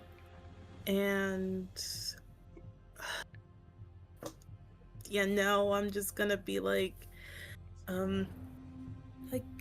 we don't have to fight everyone. We can. I think we're all being very unreasonable. They're my friends and you're my friends. We don't need to fight at all. I don't know. Beacons probably still not gonna do too much at the moment, because I don't have to like attack anyone with Charm Person, right? No, you don't have to. Okay. Like, for yourself, but now you're also friends with this person. Right. Okay. So, yeah, I don't know. I don't want to be too annoying with this Charm Person. So that's what I'll do, I guess. All right. Or dodge action, anything like that for you? Yeah, dodge action is actually a really good idea. I will take or sanctuary, anything like that. Oh shoot! Hold on. I can't cast Sanctuary or Shield of Faith right now. Oh my god. This is fine. I'm gonna take the dodge action. All right. Okay, Alex, you are up.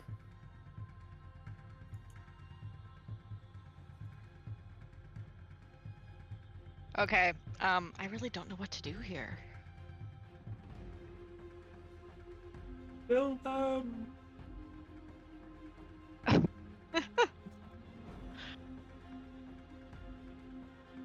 I don't know. Okay. If I, like, get a little bit closer to this area of darkness, can I try to listen into what they were saying? Roll a perception check.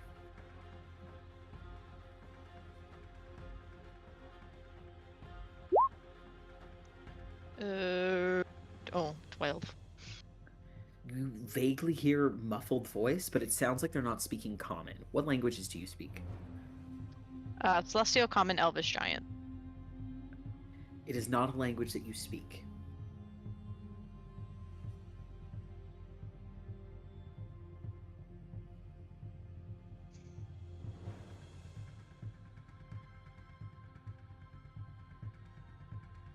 All right.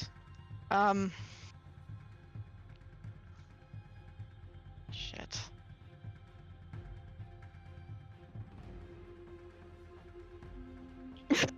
I'm about to start crying.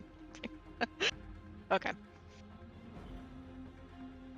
You know what? I think following Beacon's lead, at least for now, Alex is also, going to say, he is actually right. We don't intend to cause you any harm.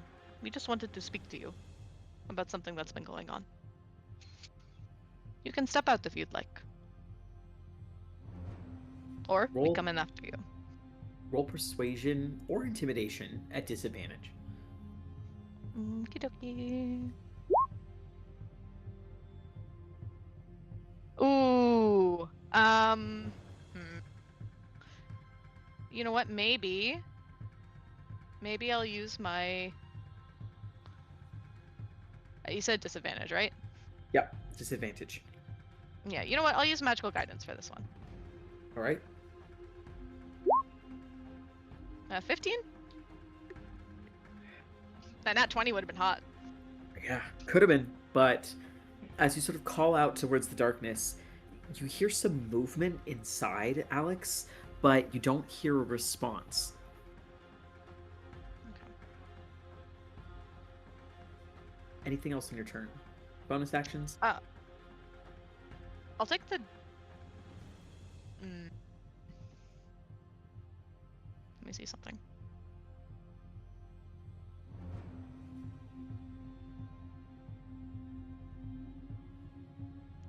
Let me just see something real quick. Hold on.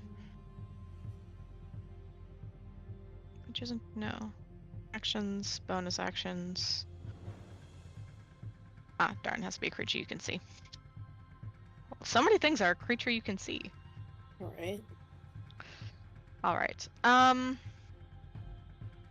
Would I be able to take the dodge action, or was that... No.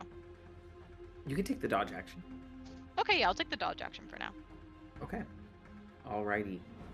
How long do you have left on your haste? I think like 4 or 5 rounds? Probably, I think that was your 6th round, so 4? 4, yeah, so 4 more, yeah. Alrighty.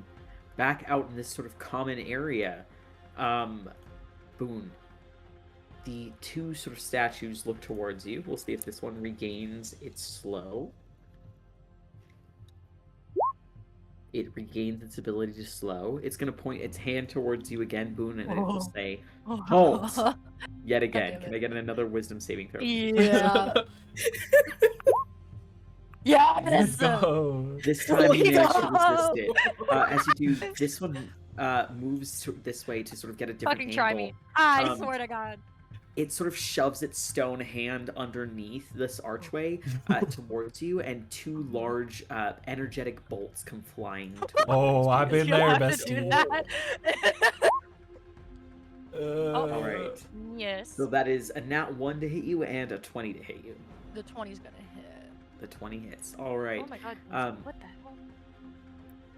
As the bolt crashes up against your back, Boone, you get hit with 22 points of force damage, and it sends you flying 5 feet forward.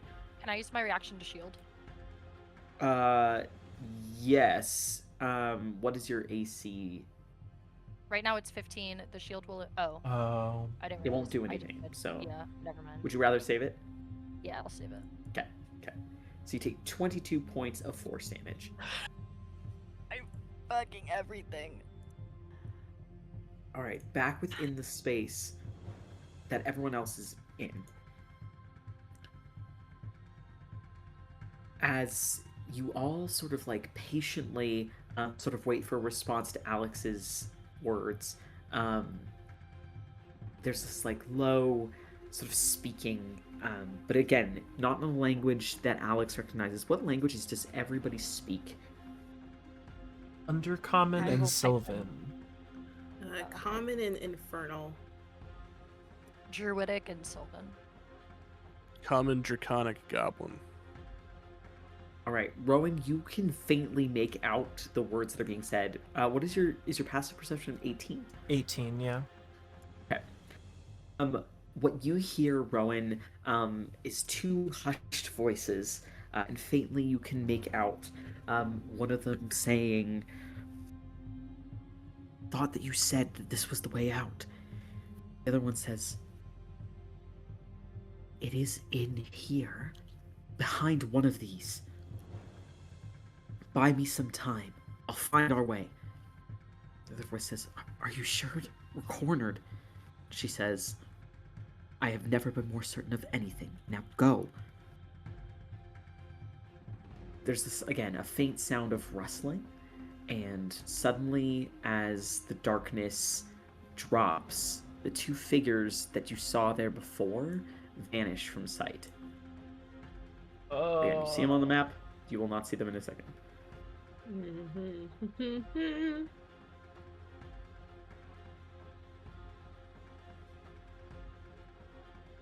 All right, Boone, you are up. Yeah, that all right. I would like to walk into the room for the first one. All right. To come in. Moving you over. Thank you. I'm here. So I am going to, for my action, I am going to cast Fairy Fire. It is a 20-foot cube. Let me...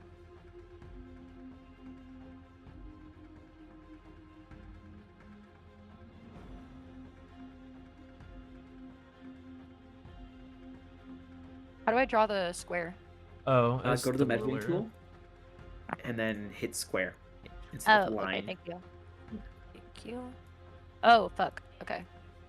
So basically, it's a 20-foot cube, so it can get this whole area. Mm-hmm. It'll hit your friends, too. Which friends? Depending on where you put it, potentially Alex or maybe What Rowan. if I rotate it right Sorry, where not you Rowan. have it? Yeah. Does it affect Alec? Can you choose to... Yeah. Can I do it right where I have it right here? Because then it hits none of my friends. If you want to center it like that, you can, Boone. It's up to you. You don't know where they are in the room. That's true. I'll just put it right here. It'll hit Alex, I'm sorry. Because if I tilt it, then I could miss it. I have some bonuses to Dex anyway right now. Okay. So I'm going to center Fairy Fire right there, so... Alright, I believe it's a Dex save if I'm not mistaken. Yeah, I think so. Okay. Dex 10. 17. That will succeed. Only one person in the room. Or at least in the cube. Yeah, aren't there two of them? Oh. They moved and then the darkness was dropped. Oh. Okay, fuck. So...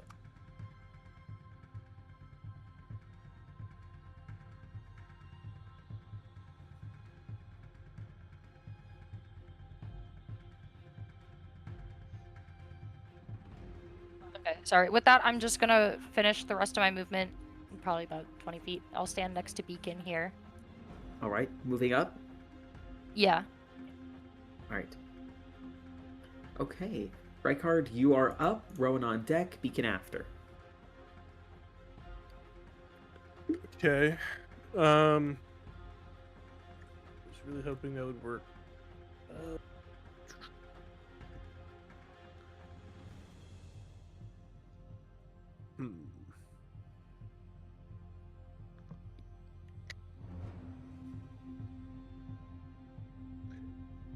I will... God damn it.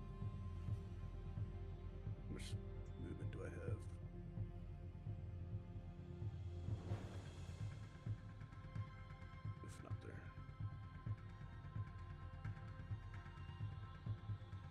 I'll make my movement up here. All right, as you move forward, I need a dex save from everybody who is in this area. I'll show you on the measuring tool. Oh, maybe I won't show you on the measuring tool. Anyone that is in this line here, or this line here. So that'll be... I can't see it. Yeah, what's the radius? Hold on. It is not radius. It is a line. Oh. But it is like a beam. Hold on. Broadcast to others. This line here. This line here. This line here. So that'll be Rykard. The hallway. It's in the doorway. We should have listened. Rowan, and Boone. I figured it out. I hate that. What kind of save? Dex saves. 23? Technically, Beacon, you have advantage because of the silvery barbs. Yes, I will roll with advantage. Ooh. Oh, And that was a he'll wisdom beat save it. on your part, Beacon. Oh my god. Can he live? You're still doing wisdom. wisdom. Why am I on wisdom? What the hell is happening? Alright, you know what? It's fine. I will roll manually.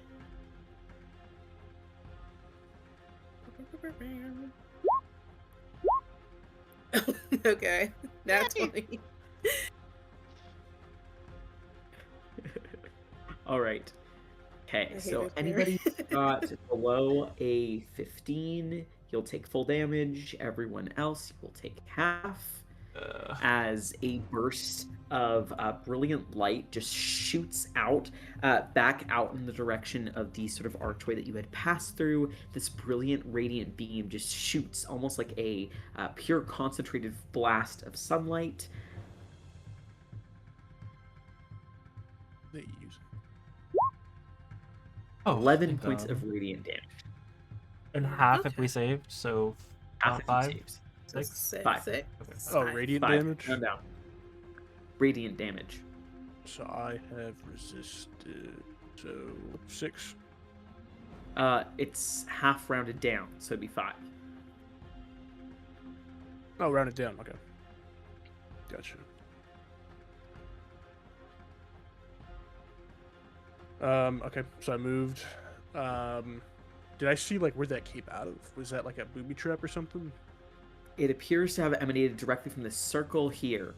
As it sort of moves around and thrums and hubs, it seems like a small, far more stable orb than it had seemed like before. Based on when it triggered, was it like when he entered this square, could we tell? It appeared to be as he approached it to a certain distance. Okay. Okay. Because I moved. How high in the air is this orb? It is like fixed partially to the ground. What you're stepping on right now is like a pedestal, and then swinging around the orb, there's a bunch of like concentric circles that are spiraling and spinning around. The orb itself seems to have like a bit of a orbit to it, where it like moves around like a 1 foot sort of orbit, and it seems to like grow and then sling the beam. Okay.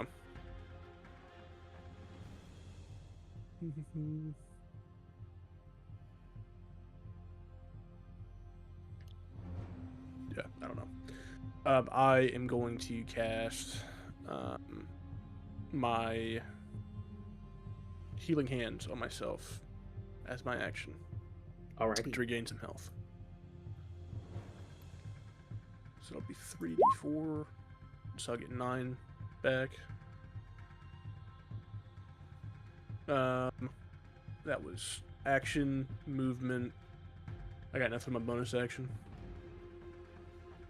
That's it for me. Alrighty. Okay, Rowan, you are up. Oh, okay. Well, after taking that damage, Rowan is going to quickly try to move. Probably moving along the side of the room like Alex. So he'll kind of scoot along this way. stopping behind him. I mean, when he does, kind of look around. I heard them. They said there was some kind of way out of here. That they couldn't find it, but they know it's here. And then I'll just kind of looking around the room again. I'll reach out and I'll rest a hand on Alex's shoulder, since he seems to be pretty perceptive and investigative as well. And I will use my last spell weaving charge that I have, and I will at first level, using my magic initiate feature, I will cast detect magic. He'll say, with this spell upon our eyes, show us where the magic lies, and I will cast detect magic on both of us. Nice. And then Alrighty. try to look around the room and see if I can spot them or something. All right, can I get perception or investigation checks from both of you? Perception. 16. I'll do perception too, because it's a little bit better for me. All right.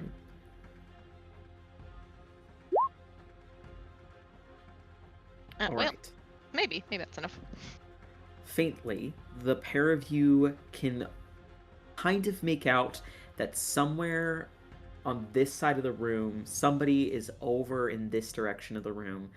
It's hard to make out because these large circles are sort of blocking your vision exactly where they are, but you see some sort of soft glow off in that side, partially blocked by the powerful emanating energy that is coming off of this evocation magic orb here. But more firmly, you can both tell that there's someone on this square over here. They seem to be like partially hiding, like they're almost like prone on the ground, army crawling behind this desk here. Okay. Who goes after me? I can't see the turn order. Beacon goes That's after. hidden. Beacon. Oh, okay. Oh, here, let me see if I can bring it back. Weird. It's okay. Kind of scanning around the room quickly, he kind of points over in the direction past the orb. I see something by that statue in the corner, and then he'll kind of turn, snapping his head this way, behind that desk. And then that's kind of all I can really do. All right, as you sort of yell that out, Beacon, you are up. Okay. Before I do something, all right, 2 questions. Madison, how's Boone looking? There's a hole in my torso. Awesome. Yeah, I'm going to use my action. I'm gonna cast Cure Wounds on you. So I kind of reach down and cure some wounds. Hold on. You get 13 healing. Oh, that's so good. Oh, thanks. I like cough and- before I give you a thumbs up. No problem. Second thing, with the charm person, I'm charmed by Gerthold, but not Hazan, right? So I Yes, if her allies also attack you, then you'll drop the charm. But a trap is what attacked you, not either of them. Yeah, I know that, but I'm wondering if I could still like attack him. I guess. I believe that her and her allies are effectively your allies. Gotcha. Okay. Well, I think I'm still. You said he's under the desk, right? So I think I like bring my bull over here, and I'm basically what Is I'm your trying bull to still do. alive? Oh, it was how much damage? It was 5 damage. It was 11. Then Oh, it's 11. I didn't roll Yeah. for the bull. Yeah, I guess it's gone actually. all right, so your bull's gone. Okay, never mind. Goodbye, bull. I will. Okay, well, that goes that idea. I don't know what to do. I guess I will just kind of head towards the desk. I guess. Sorry, I feel so useless in this fight, guys. I feel like I haven't done anything. Yeah, I'll head over to this desk. I'm gonna see if I can I don't know, I guess find Hassan. See if I can like roll a search action. So that's investigation or perception. Okay, I will investigate.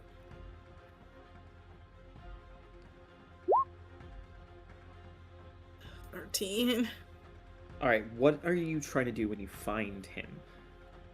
As you sort of like look around underneath the desk, you can't see him, but you know that Rowan said that he's somewhere over here. Right. I guess, okay.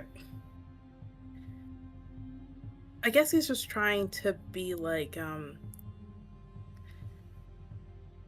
he's going to try to convince Hassan, so stupid, to like, see if we can, come to some sort of, agreement so we stop fighting, is basically. So I'm trying to locate him to, try and like,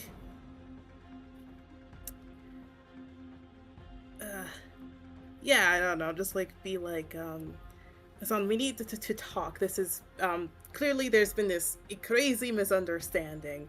I'm gonna try to like pull him out into the open, I guess.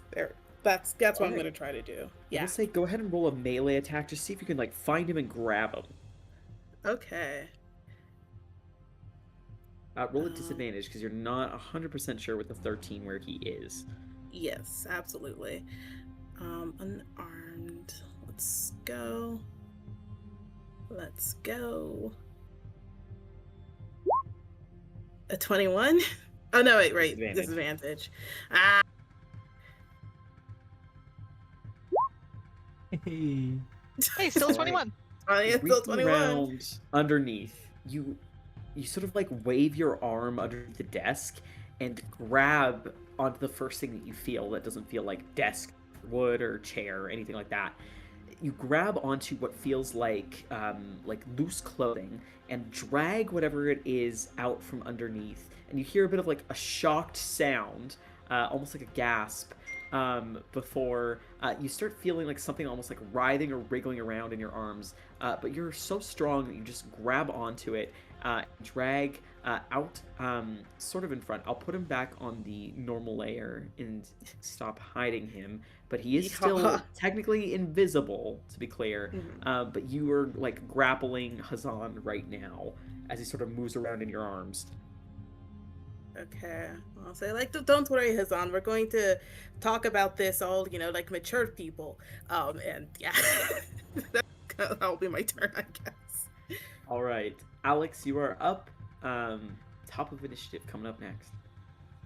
Oh God, I forgot that I was up next because I can't see it. Okay.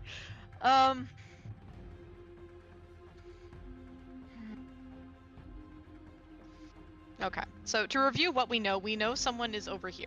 Yes. Somewhere over there. Somewhere over there. All right, if I move to like get out of the way of like the sphere thing, can I see this person with detect magic? Like, does that count as seeing them or see something? You can kind of see them, but it seems like they are like hiding, so it's harder to see. With the roll that you already had, 13, you couldn't really figure out exactly where they are. Okay, so I don't know exactly where they are. Okay.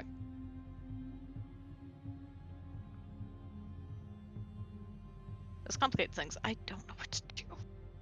Ugh,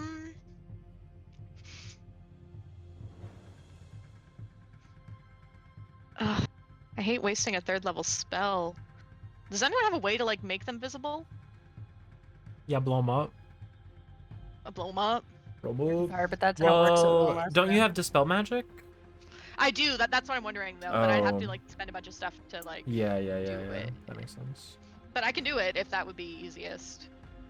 Other than breaking their concentration, which I assume is him. like he's concentrating for both of them, I would assume, then I don't know. Okay. Yeah, okay. I will do that then. So I will do what I was planning last time. So I will convert my sorcery points into spell slots. I believe I can do that. To regain a 3rd level spell. So that would be my bonus action. And then as my... Oh. Wait, do we not want to do this? That's just what I was... No, I mean... Well, I don't know how it works when you use Dispel Magic. Like, you can target an effect, right? I don't think you have to target, like, the source of it. I don't have to target, like, I don't need to see a specific thing, but I can target an effect. Yeah. Right, okay. So yeah, so I'll do that. I'll regain a 3rd level spell slot, and then I will immediately use that 3rd level spell slot as my action to cast Dispel Magic, kind of in that area where I had seen it, to try and get rid of that magical effect that is concealing the person.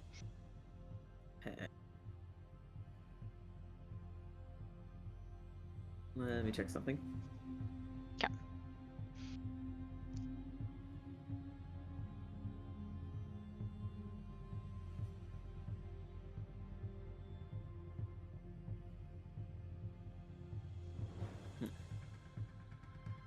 Okay, where are you targeting it? Wherever I would have seen it earlier. So, like, I think you were pointing, like, over here. So You've probably, got, like, several cubes, like, an area where you think she is. I don't think it needs to be a specific spot. Like, it doesn't need to... For the effect, just one creature, it has to be, like, or a magical spot. effect within range. Any ongoing spell... Yeah, so if you just, like, lower, target invisibility within range, you know? Like with that? I don't know. Yeah. Okay. I'll have to look into that later. Okay, so you see, like, suddenly as the, like, area seems to, like, shimmer, suddenly coming into view, you see a woman, again, sort of large, sort of reddish hood, orange and opalish robes, sort of like got some like long sort of like leather straps tied at the wrists, slits up the sides of this cloak that reveal like these sort of baggier pants, sort of coming into view. You can see that she appears to be on the move. And she has some sort of like amulet in her hand, and she's like partially crouched. Her eyes are towards Rykard, but you can see that as she like sort of like is mid movement, she sort of sees herself come back into view and like turns weary but also like intense looking eye in your direction, Alex. Okay. All right, so that was technically one of my actions. I still have quite a bit of movement, I think. You probably have one more round left on that, I think. Your haste. No, I think it's 3. 3 more rounds after this. I don't think it's 3, Sam. That doesn't sound right at all. I think it's probably, I think it's closer to 2. 2? Maybe 2. It's either 3 or 2, I think. So it could be 2 after this. I just know that it was 4 when I was like hiding over here. So yeah, you're right. It could be 3, and then this is 2 now. All right. Anything else on your turn, Alex? Yeah. So I will.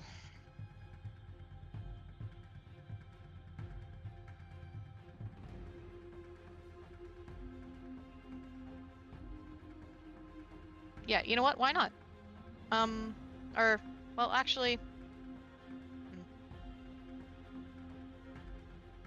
Yeah, the haste effect lasts for 2 more turns. So I'm just double checking what I can do.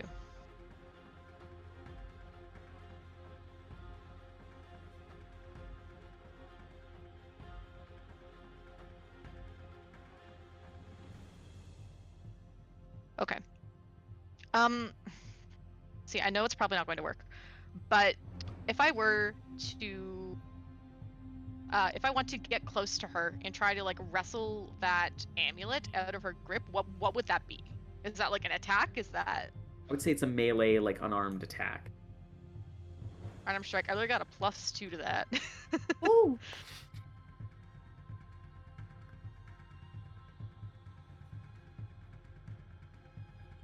Yeah, you know what? Why not? Yeah, I'll give it a go. I'll try to wrestle that out of her grip because I don't have anything else to do right now. So yeah, so I will try to make it an unarmed strike and try to grab that from her. All right, go ahead and roll to hit. It's not gonna work. Oh, it's not even gonna roll. That's how badly it doesn't work. Exactly. Okay, hold on. Let's roll manually like this. Yeah, no, a lamb. No, an 11 does not hit.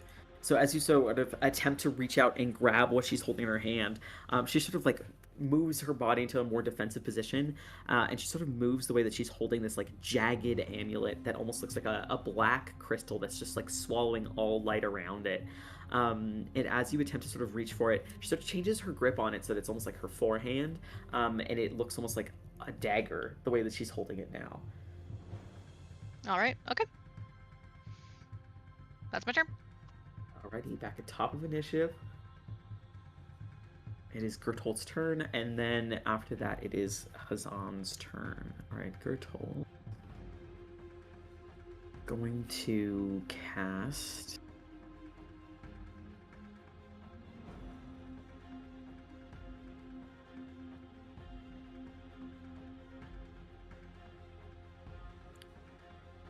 Right. So she is going to sort of turn her attention towards you now. And sort of... Or hold on. She's gonna, like, look between you and Rykard and sort of raising up the amulet. She speaks a soft word. And for a second there, Alex, can you roll an investigation check? Sure. 21. 21, okay. For a second, it's almost as though when there's like an eclipse and there's like pure darkness, except for like a ring of brilliant light, you sort of see that emanate off of this strange amulet. And she then sort of like reaches out with the amulet as if she's like stabbing directly into the air, and you see like a black tear starts to open in the air around. I need everyone that is within a 20-foot radius sphere of her to go ahead and roll an intelligence saving throw, please. Can I counterspell that? I don't know if you can counterspell. Also, what level are you planning on casting counterspell at? 3rd level. Can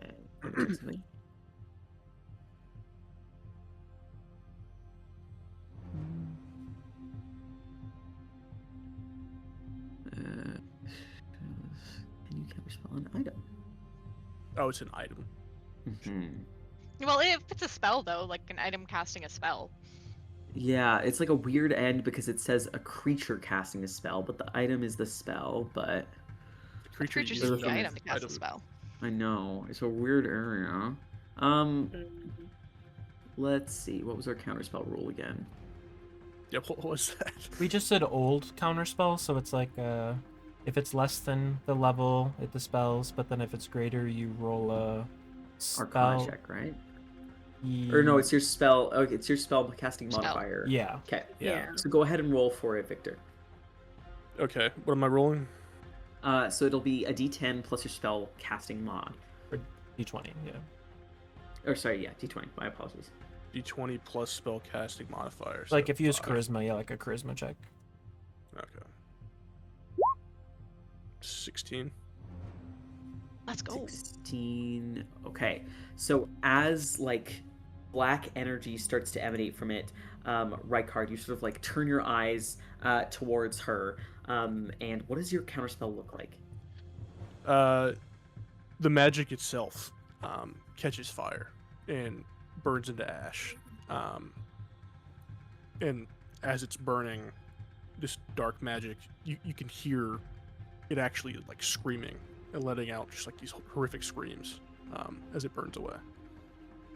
as the magic sort of burns away, you can see like this shock and surprise in her eyes, and then she sort of like furrows her brow and just sort of turns her eyes back towards Alex and says, like moving her eyes between Rykard and Alex, says, "Fine, we'll do this the normal way."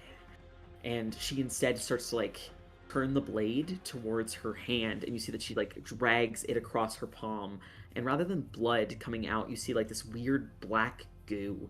But that's all she does on her turn. She is going to move, however, or try to. Alex, are you going to do anything as a reaction? I don't think there's much I can do. Like, I mean, I said I had my wand. I doubt I have like a dagger or anything like that on me. Okay. In that case, she's just going to start running past you, and sort of as she does, she's not going to run there. She's going to go here, and then she's going to run up this way, sort of making her way almost towards Beacon. All right. After her turn, Hazan is going to go. Hazan, sort of like looking out at all of you, he is going to try to sort of wriggle out of Beacon's grip on him. Okay. And succeed on athletics or dexterity check to break out of your grapple.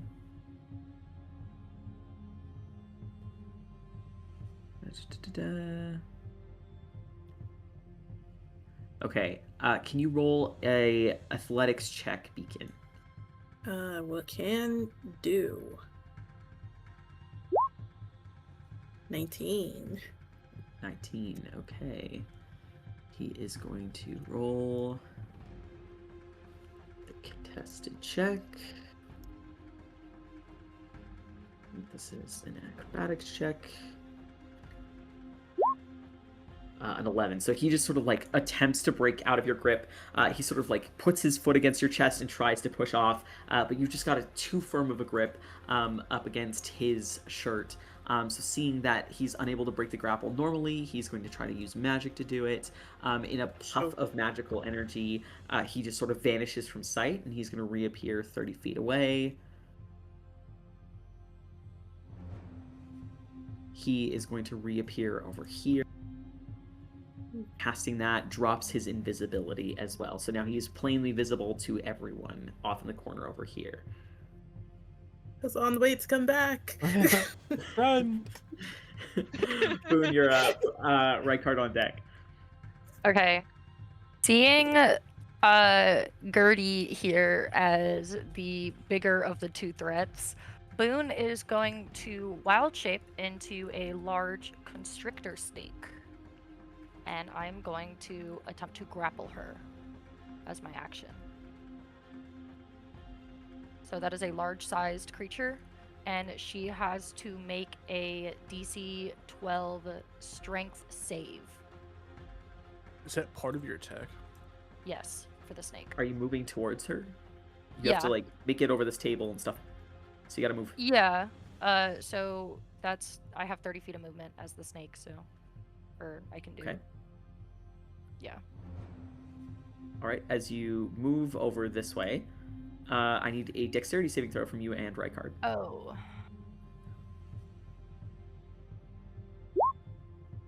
Oh. Oh. Where's my dex? There it is. 9. Oh. That's not. So those are 2 fails. Oh. That. Oh, hold on. That's What like S8? Oh, I like the 4. I like the 4. Oh. 21 points of radiant damage I to like the Rykard 4. and Boone. Damage. Okay. That's radiant, you said? Yes. And we're rounding down? Yes. Okay. So it'll be 10 points to you. So this is awkward because I dropped my snake form. So The file Right. round to make her slower? I don't know. Well, so that was like That's my bonus bonus action action. and my action though. Well, no, 'cause I didn't get to grapple her. Yeah, that was my bonus action. Oh my god. So hi. You just reappear next to her, the little guy. I am going to cast 3rd level heat metal on her amulet. Oh. It's like So- gem. Let's go. Oh, so does that not? Like the chain? But is there no metal? There's There's no no metal. metal. The amulet? No, it's Not just a like a metal? jagged. It's just like a dark shard amulet. You know, it's like it's Oh, just gotcha. So a gem is not a metal. a gem is not a metal. Whoa. That is in fact what that means. Yes. Okay. Okay. But she is in a full armor, right? Yeah, is she in armor? Robes. Does she have any piercing? She does have an ear piercing. Maybe a She does have an spinal ear piercing. plate. She's a left ear on her left ear. She Yeah, does. she has an ear piercing in her left ear. That's nasty. Yes. Well, the problem.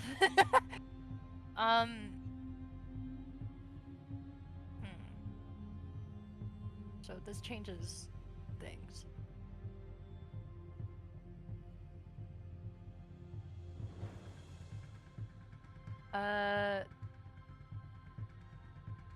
So I'm just reading something. Okay.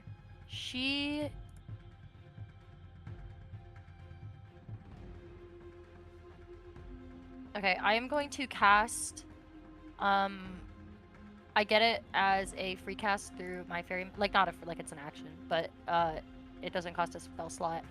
Enlarge Reduce on her, and I'm going to Okay. cast Reduced. Okay. Can you send in All of my shit just got, all my plans are gone. Okay, continue. I was like, oh, if the snake doesn't work, then I'll heat her dagger. That's not metal. Then I don't have a snake anymore. Rolling That's fine. Constitution saving throw on a success. This spell has no effect. Okay. Everything is wearing I'll just make her changes tiny. We can like kick her or put her in a bag. I don't know. Or in a jar. Yeah, put her in a no. Interesting. Okay, so that's a Constitution save on her part. Also, I'm no longer a large creature. I am boon sized. Okay, so you can. I think you can change the size of your own token, but 20. That will succeed. Could I silvery barbs? Does that work? I can do that on saves, right? Have you used it since your last round? No, right? No, I haven't used any reactions this turn. Let me check I'm like, somewhere. Yeah, we're at the top of the initiative. Oh yeah, succeeds on an attack roll, ability check or saving throw. Yeah, so I'll Okay. seeing that Boone has. Yeah, there we go. Allowing. Oh my god, teamwork makes the dream work, and we are flying. And I'll give myself the advantage. Oh, okay. Okay, all right. So she shrinks down. So she shrinks down to be small in size instead of medium. Yes, So I'll just and mark that she with a dot. also all of her attacks now do 1d4 less damage. And she has disadvantage on all strengths checks and saves. Okay. Weapon attacks. Okay. Weapons, yeah. Okay. All right. So she shrinks down, and now she's like got basically cover from like the desk over here. As she sort of shrinks down, you can tell like there's fury in those eyes, certainly, but she's oddly quiet.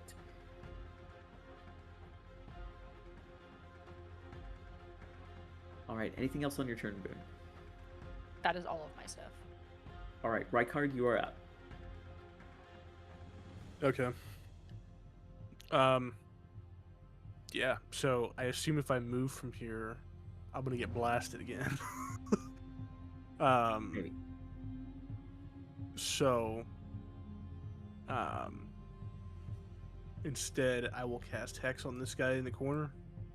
Okay. Is there a save on Hex? No, right? There's no to save. Okay. And I'm just gonna hit him twice with Eldritch Blast.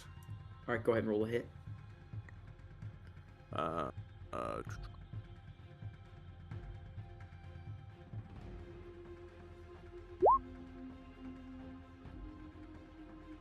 19 will hit him.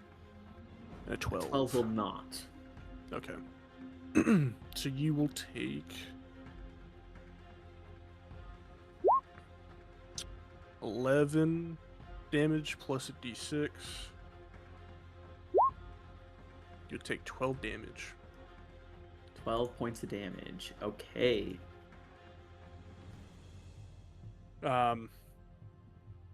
He reacts normally like getting hit, right? Yeah, so Okay. as it like crashes into him, he sort of like it lands directly into one of his shoulders, and he sort of like lets out a hiss of pain, sort of crinkles or like bends over slightly, like clutching on his arm, and there's like a bit of panic more than anything in his eyes. Okay.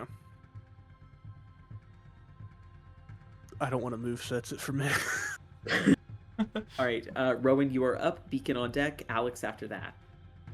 All right. Kind of taking in everything that happened. Rowan will, kind of reaching to his back, kind of slung over his shoulder in his bag. He'll pull out his short bow. I'll step onto the little bench in front of me and then up onto the table. I'm gonna knock an arrow and I'm going to attempt to shoot Ms. Girl over here. All right, are you guys trying to kill her, or are you trying to apprehend her? No, I'm not. I'm not trying to aim for her head or anything. I'll try to like aim for her shoulder, aim for her arm. I mean, Like Okay, organs, major Yeah. arteries. Yeah. Exactly, right. Warren, you can't really do like non-lethal damage. with Yes. No. Well, I mean, Yeah. but ranged weapons. but I assume that she can take an arrow shot. That's what I'm assuming. I don't know. Not if it's in her Yeah. head. Well, I'm not going for a headshot, mama. If you're gonna shoot to kill, man. Go ahead. No. Hey, if he can Eldritch Blast, I can shoot a bow. So I'm gonna attempt to shoot her with my short bow, Okay, Watch go him ahead, roll miss. the hit. which should be at advantage from my silvery barbs. 23. Okay. 23 will hit. However, she is going to use an ability. I want you to roll a Wisdom saving throw, Chris. Okay. 23.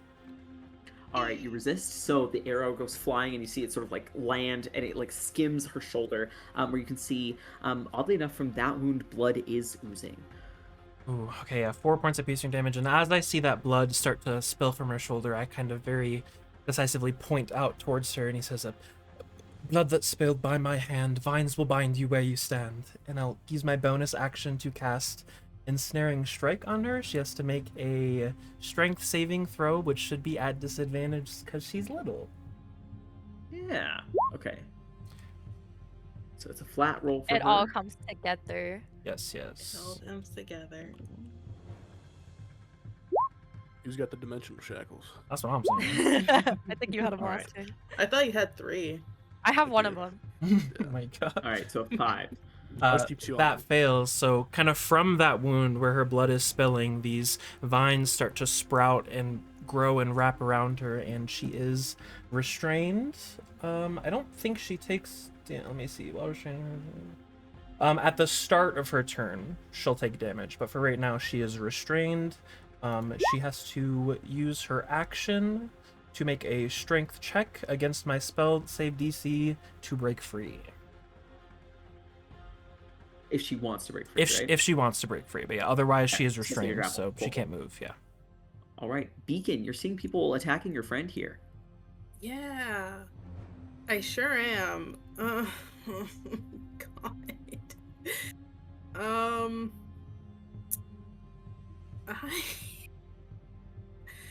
I don't know what to do. It doesn't make me annoying. It's not your fault. You can be annoying. Okay. There's no con check for a charm, right? No, I'm stuck like this for an hour. Oh, God damn. oh wait, charm but you person did isn't. damage her. No, It's not that's how it concentration. works. Then. Yeah. Yeah, that's not how that works. Wish. Oh boy, what am I doing? What am I gonna do? Okay, yeah, I guess Beacon will see Rowan hurting his new friend. And he will he'll say it's like, Rowan, you. Please stop. We need to stop fighting. I don't want to hurt you, but you left me with no choice. I am going to hit you with Ray of Frost. Oh no. Beacon just picked his least favorite friend. No, I don't know what else to do. I need to protect my friends. We're not your friends anymore. God, I hate this spell. 22. You're probably very likely to hit me either way.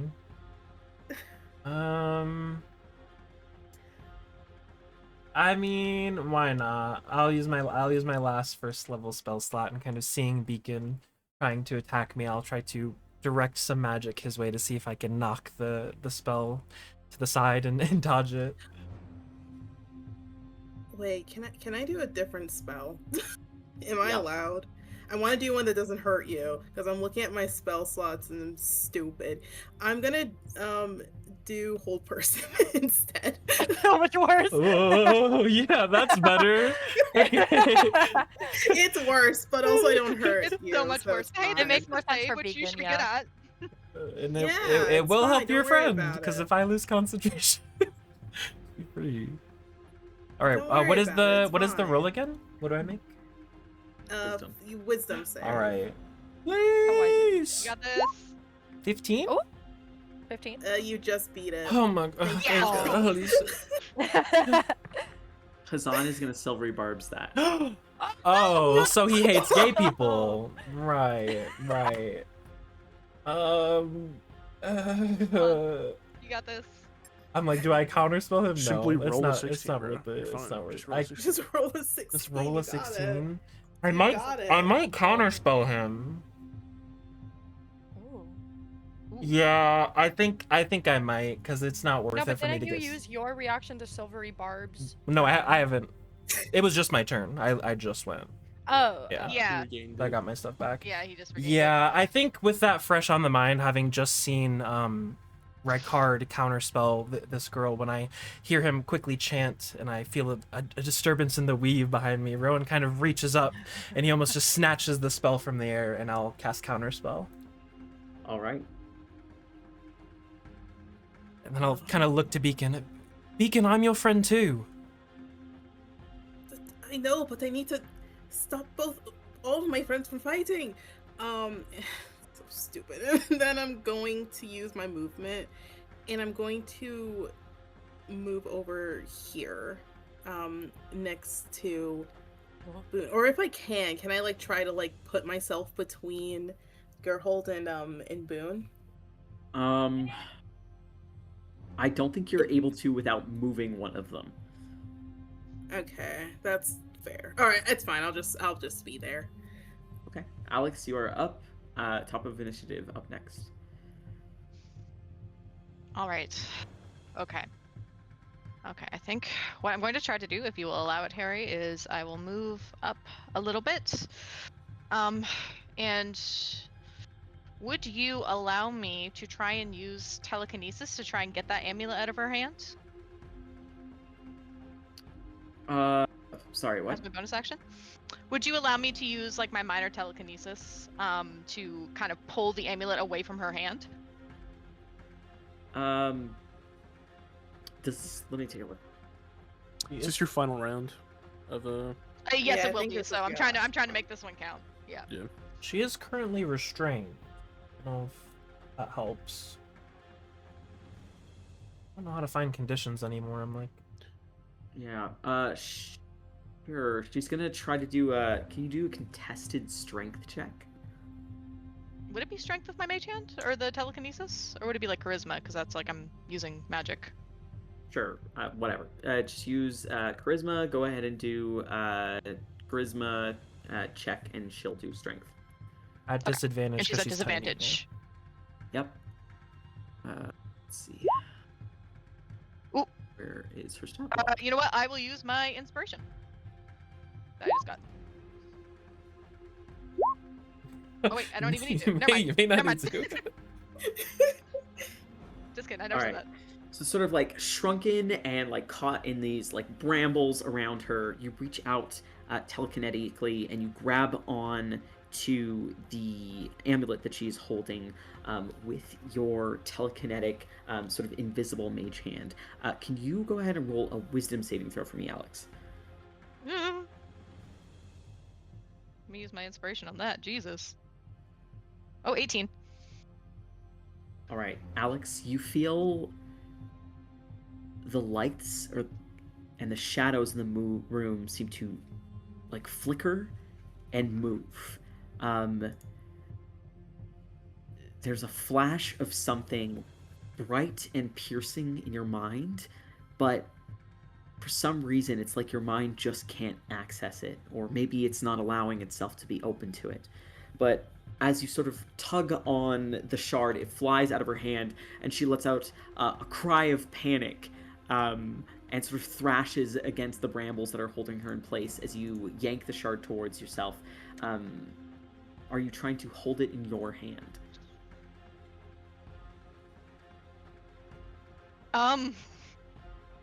See, that was the thing. Am I able to like pull it closer towards me, or would it like just like fall out of her hand and like next to Boone? With a nat 1, it would go wherever you want it to go, Alex. Oh. I kind of want to see what happens if if it comes flying towards me. All right. As it begins flying towards you and lands sort of flat in your palm, we'll turn to you in around here, Alex. Oh. Oh. I'm out. As it sort of lands in your palm, although your attention is drawn elsewhere, Alex, you can feel your eyes sort of like fill with an inky black darkness, and something sort of sounds and echoes throughout your mind. Before it lands in your palm, are there any other actions you want to take on your turn? Not do that. No, I'm kidding. I mean, I'm not sure what else I could do. Like, with that happening. Alright, in that case, back to the top of the initiative order here. Alright, as something thunderous begins to echo throughout Alex's mind, sort of where she is, Gertolt is going to look towards you, Boone, and with her eyes full of fury, and her strange, jagged, gemstone pulled away from her, she is going to turn her focus to the nearest figure, that being, again, you. Actually, who's the greatest rest of her? She's actually going to turn her attention towards Rowan, and with her eyes sort of rolling back in her head, a thunderous word sort of echoes out from her mouth. I need a wisdom save from you, Rowan. Okay. 20? Yeah, that saves. So you can feel some sort of like magic beginning to like fall over you, Rowan, but again, you're able to sort of shrug it off, and she sort of looks back to you, Boone, with like fury, and she sort of thrashes against the brambles, but not hard enough to break out of them. All right. Zan's turn. After him, it's you, Boone. He is going to...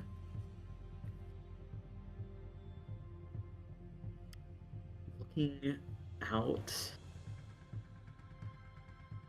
He's going to sort of point a hand towards you, Rowan. What is your armor class, Rowan? 16. Okay, he's going to make a ranged spell attack roll against you. Oh, also, I have to roll 1d6 for Miss Girl. At the start of her turn, she takes 3 piercing damage. Okay. An 8, I don't think is going to hit you, Rowan. I dodge. Alright, as he sends, launching towards you, there's like a beam of green energy. You're just like nimbly dodging out of the way. He is then going to rush over this way, towards Gertolt, and he's going to start like sort of putting his hands on the brambles and attempting to pull on them, somewhat weakly.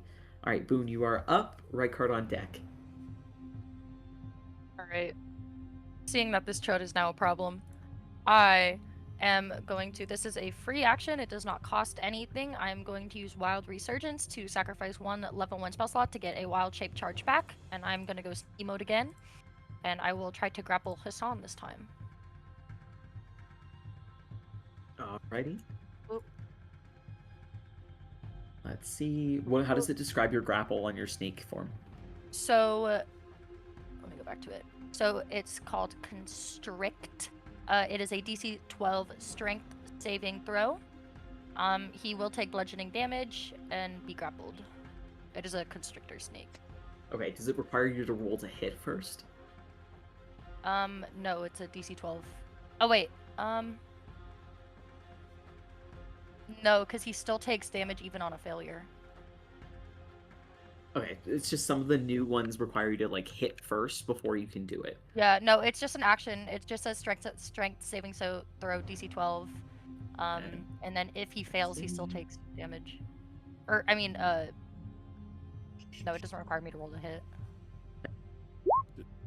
7. That does not succeed. And then he also takes 3d4 bludgeoning. Let me roll that. 7. Alrighty, 7 points of He is now bludgeoning. grappled by my big snaky body, and I am large again. Okay, let me make you big. And we go back up. Oh, I squish him. Oh no. That is my turn. Alrighty, after you, Rykard, you are up. You know, if I move, I could maybe blast her out of his form again. Not gonna do that. No. I'm going to double Eldritch Strike Hassan. Eldritch Strike, Eldritch Blast. Get him. I'm holding him still right for you. Yeah. Okay, go ahead and roll at advantage. Yeah, okay. And remember, there's no, if it's magic, you can't say non-lethal. Happens. Occupational hazard. Swear. It's just a casualty of the job. 20 and 21. Both hit. Go ahead and roll damage.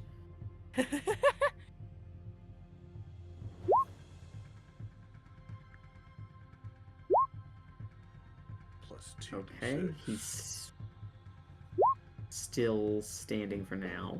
So If I squeeze 12 him plus 9. I can't think. 21 plus 2, 23 damage. How's he looking? He's still up. Alright. That's it for me. Alrighty. Okay, Rowan, you are up. Beacon on deck. Alex next. Is he bleeding? You're kind of far away from him. Is there like blood splatter anywhere from this? You can roll a medicine check. Alright, I'll do that. Where's medicine? Wisdom. Or intelligence, I can't remember. There it is. 6. You can't tell from this distance. It doesn't seem like he's, like, actively keeling over or bleeding. Okay. I hope we got something to track if they get out of here. Alright, That's Rowan, for you me. are up with Beacon on deck.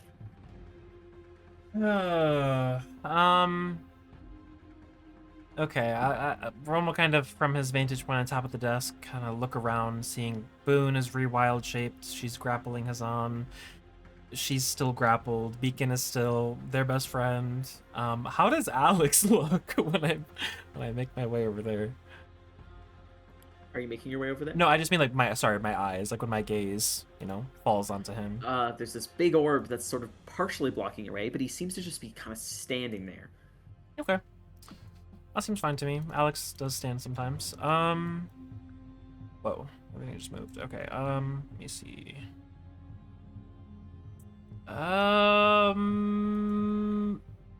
There's no way for us to break Beacon out of the charm unless they attack Beacon. We're not gonna do.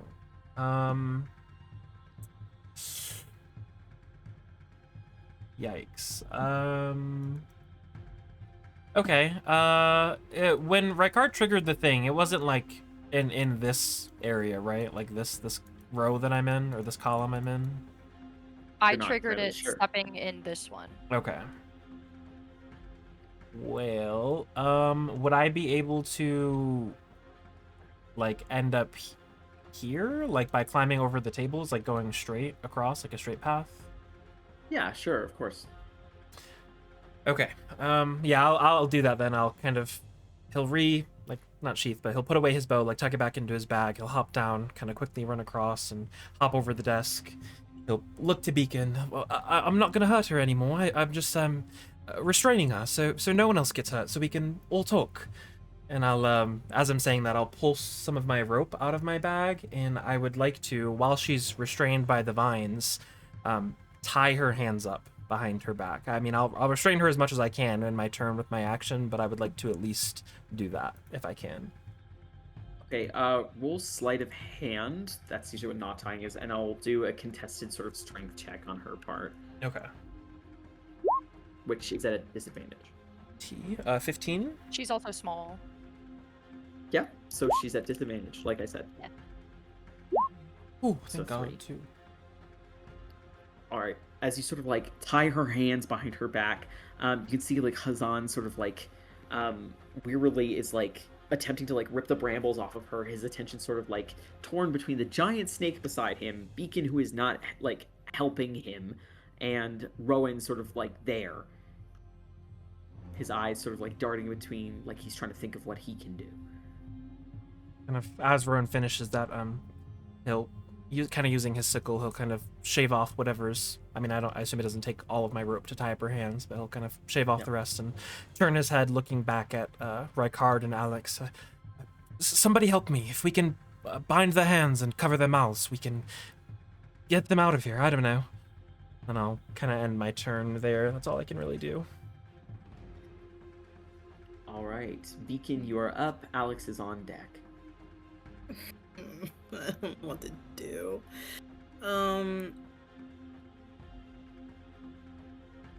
God, this sucks. I hate Charm Person so much. I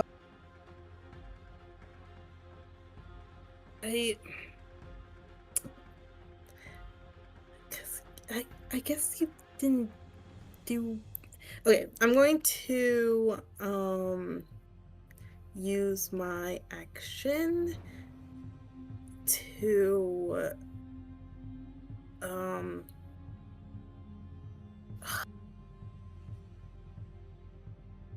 okay. I'm going to use my action. I'm going to come over closer to Hazan, and I'm going to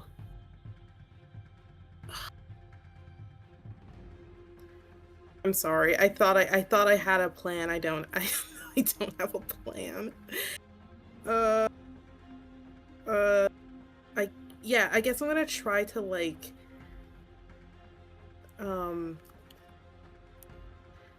if I can, Harry, if I can like move Hazan so I'm like kind of blocking him from Boone, I guess. I'm so on him. Like, she's I am around him. Unless I'm a you big want to snake. use your turn to pull free him from the grapple, which would be contested strength against Boone. Yeah, you know, we're being annoying. Yeah, I'll do that. All right, go ahead and roll. It'll say an athletics check against Boone. Boone, you can roll athletics as well. Is this the snake's strength or my strength? Yes, it would be the snake's strength. Strength, the snake's, okay. Okay.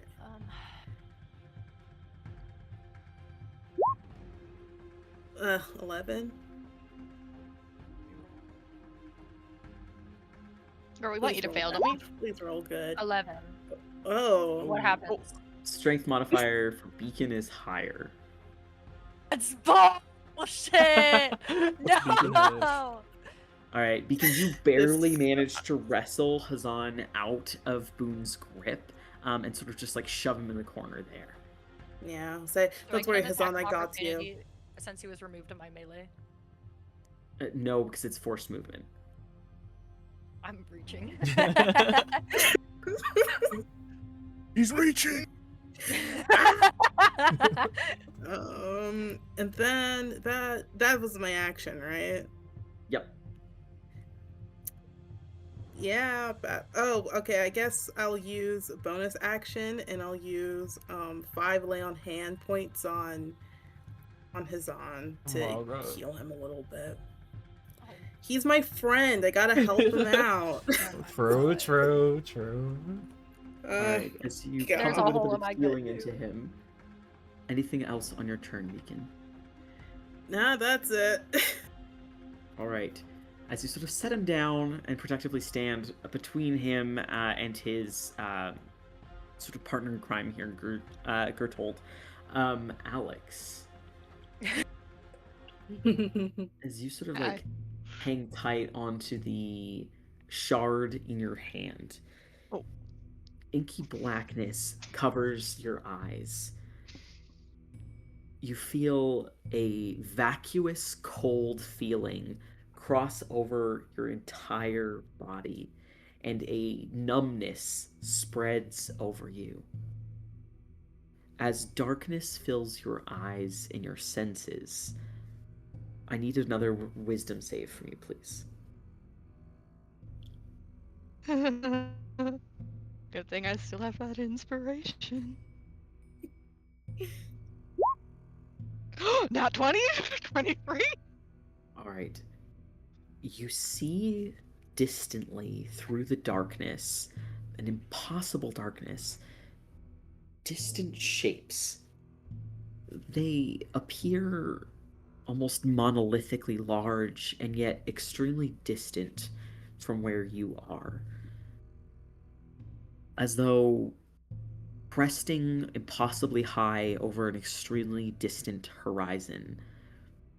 Underfoot, there's cold darkness, an inky blackness that seems to reach to your knees. You feel as though you are taking steps, as though you are walking towards some impossible something at the end of the horizon, and yet your steps feel as though you are moving through quicksand or molasses, and no motion is taking hold. There is no warmth of a distant sun. There are no moons overhead. It's simply dark. Dark and desolate and empty. You feel eyes. Hundreds of eyes looking at you. But you cannot turn your head, face them. You hear voices speaking. You cannot decipher a word that they are saying. They are behind you. Loud and soft, whispering, and jeering. There is cacophonous laughter, and yet you cannot turn to look. You cannot quite hear.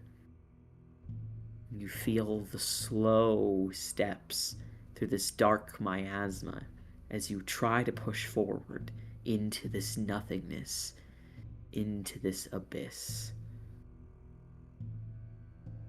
But worst of all, you feel something on you. The center of your back. Cold and wet and dark, like a grip at the back of your spine. Could I get one more wisdom save from you, please?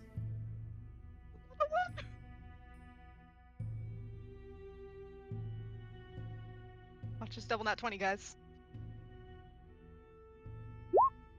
Okay, so not quite. Maybe I will use that inspiration. Sure, go ahead. Oh no. 9. All right.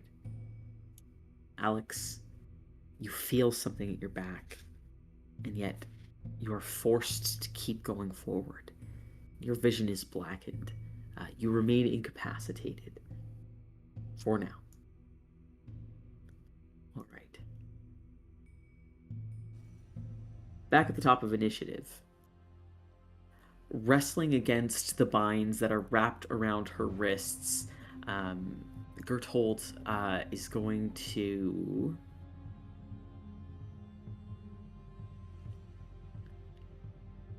sort of turn her eyes around. She's sort of looking around the space around her. She sort of is going to do her best to, like, as she's sort of glancing over her shoulder towards you, Rowan, she is going to say firmly, "Release me. Now." Make a wisdom saving throw, Rowan. Oh god, okay. Wow. Well, I don't have any special things for that, so. Because it's not a spell that's happening? What do you mean? It is a spell.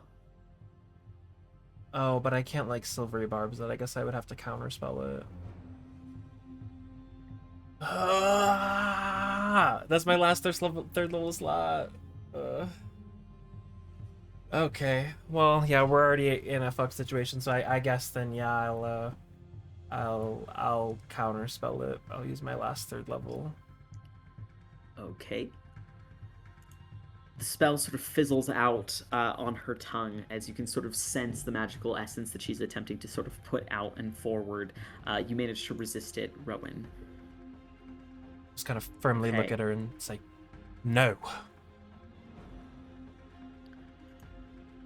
Hazan sort of partially shoved in the corner from where like Beacon has sort of shoved him, is going to sort of like look around, a bit of desperation in his eyes again. He is going to, as he sort of like looks about as best as he can,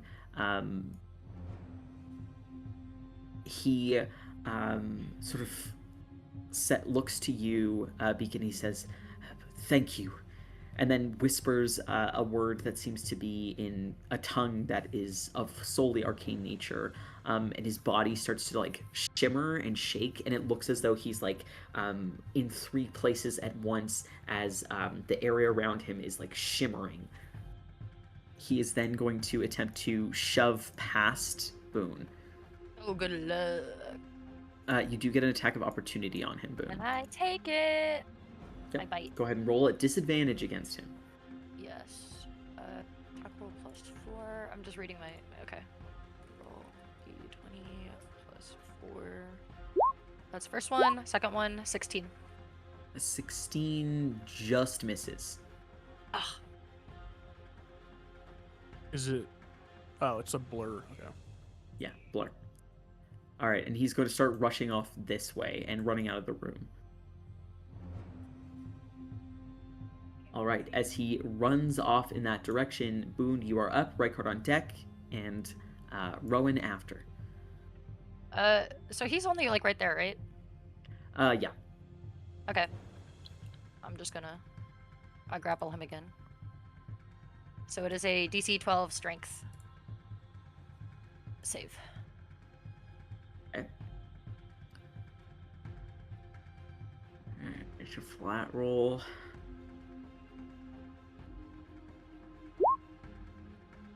Three. I got him good. So he also takes another 3d4 bludgeoning. Let me roll it. Oh, that's not. That was 34. 7. Bludgeoning damage. Okay. And I got him. That's my attack and everything else. Alrighty. Now him being sort of stuck there. Rykard, you are up. He'll say out loud, man, you guys are a persistent bunch. I give you that. You got spirit. but it's over. It's done with. So let's just sit down, talk this out. I want to give you the opportunity to explain yourselves.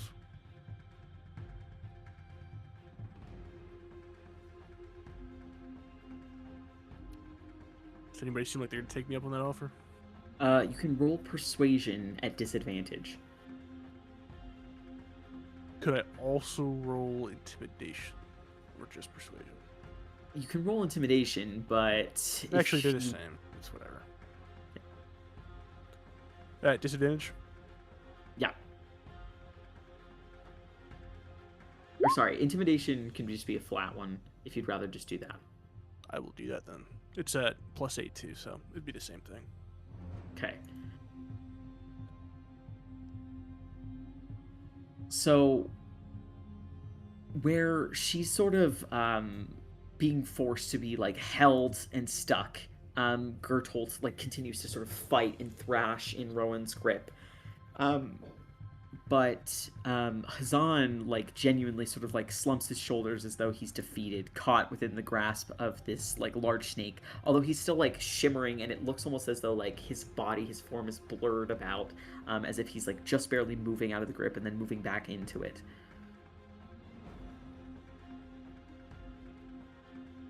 All right.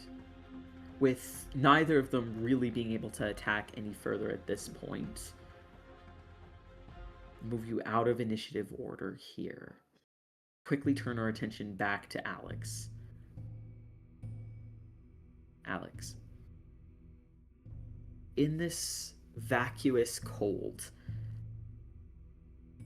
it feels as though time is passing and yet not a single second has gone by. Nothing changes. And a moment seems to stretch out for hours.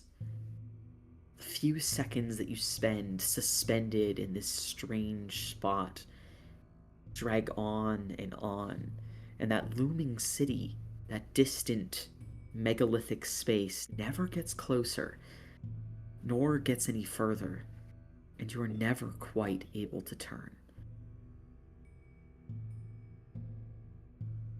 And that thing in your back, feel it under your skin. Something moving, cold and pulsating, searching, like a hand under your skin, pushing up against your back. Something up against your spine. Like it's trying to get its way out.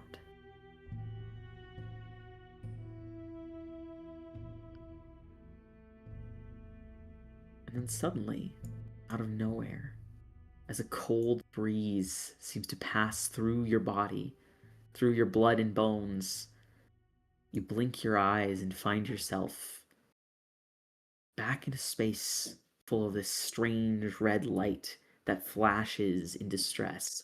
Your friends standing somewhat triumphant over what seems to be two incapacitated enemies. As Alex kind of snaps back out of that, I can't do it now because it's like really late here and I don't want to wake up my grandfather, but like he lets out this like blood curdling like scream, and like you see his like hands like begin to like start like going towards his back, and he just get it out, get it out, get out. What the? What's your problem, man? What's going on with you now? Kind of hearing this is going to run over to Alex. Yeah, go help him, man. Yeah, it's like, Alex, are you okay? What happened? Get what out? I'm gonna look at his back and see if I see anything. You sort of like pull back some of the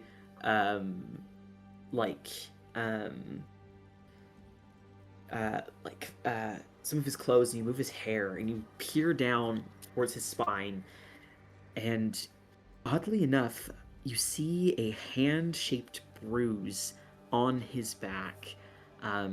It looks about the size of like a little larger than your palm would be. But oddly enough, you don't see like a bruise like if you had slapped him on the back extremely hard, but rather it looks like blood vessels that burst from down underneath his skin. So like you can see all the burst blood vessels, but they don't look like they're coming from the outside. The bruise itself is not yellowed or green or purple, but rather it just looks like injury beneath the skin in the shape of a perfect hand, as though it had been pushing out from his spine. Oh.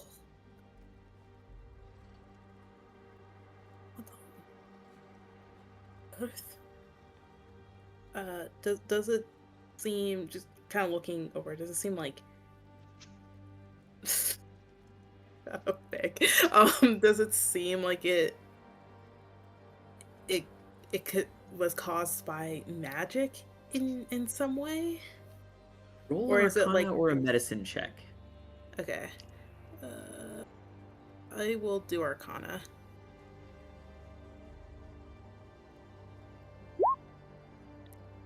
17.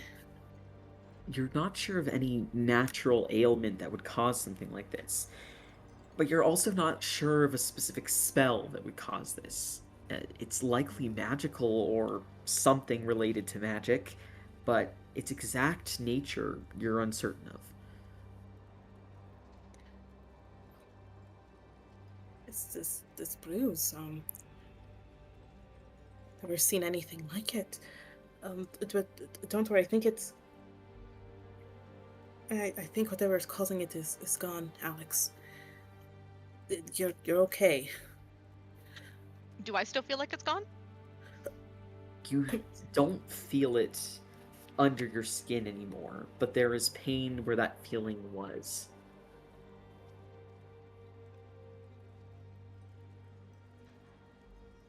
Are you still holding the amulet? Would I be? You can see that it is like abandoned on the floor at his feet. Okay. Yeah, and you see he's just kind of like kneeling down, like looking as though like he's kind of like almost like about to like kind of like retch and try to like expel it that way. Whatever this is. But like once the sensation like is over, like he just kind of like takes a few breaths and begins to stand up. Yeah, Beacon will help you to your feet. Maybe don't touch that again. Yeah, bad idea. Yeah. While that's happening, can I have been taking the rest of my rope? I would like to like tie it around her head, like with it in, like stuffing her mouth, you know, so she can't speak. I guess. Yeah. No verbal components. Gagging her. Yeah. Gag her with the rope. Effectively. Sure. As you're attempting to sort of blind her and gag her, you see that she sort of turns her head towards Alex, and then where she'd sort of been like speaking a little bit before, she sort of like narrows her eyes, and as you're sort of putting the gag in her mouth, she just says, "You've seen it."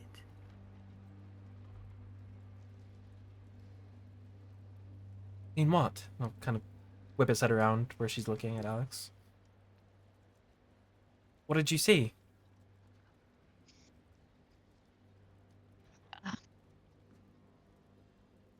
Alex just kind of rubs his head for a moment. Best I can assume, the memory that they stole.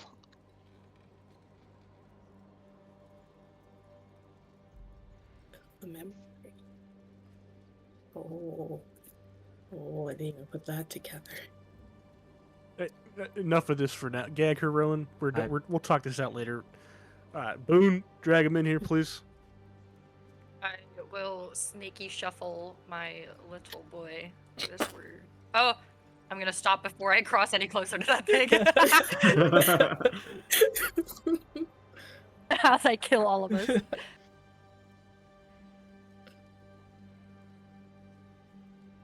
Thank you. Rowan, make sure he's secure. Rufus will snap his fingers and appear in his hand. Go find somebody to come bring down here. Get these guys.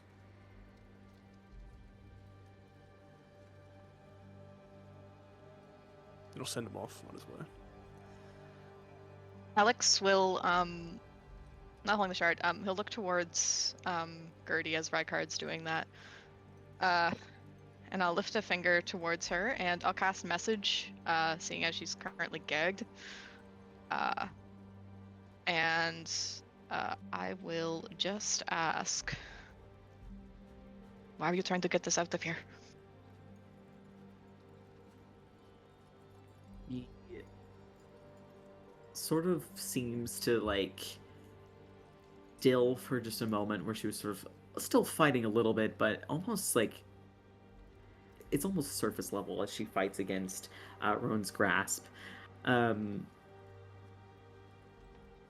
She sort of replies, in your mind, Alex,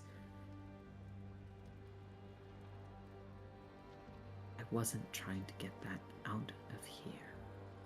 I keep it with me always. But now you can carry it.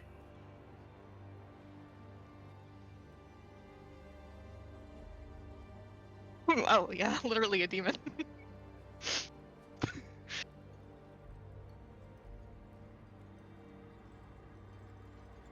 Alright, so not the memory then. And Alex will say that out loud to the rest of them. Why are you still talking? Stop. Cut it out. Enough. We're done. No, we still need to learn more. Okay, we'll learn it later. We're not in a position to do that right now. It's done. It's settled. See, Beacon, sometimes friends fight, and it's not always very pretty, alright? Of We're in the perfect position to do this right now. We are here together. What? I want to know what's going on. Why are you doing this? I do too. I'm sure that there's a good explanation that our friends have for everything that we've learned today. I would never typically vouch for this, but maybe under the right supervision with an adult present, we can have this conversation. Things have gone far enough.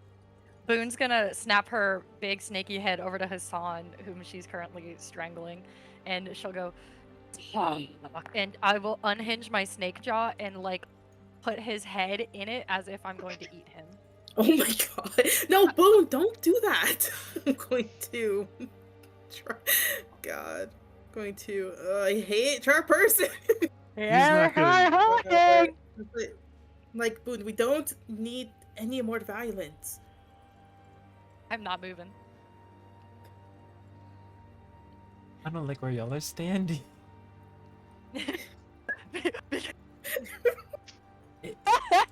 If you bring him over here, I can tie him up. Then we can get the captain in here or something.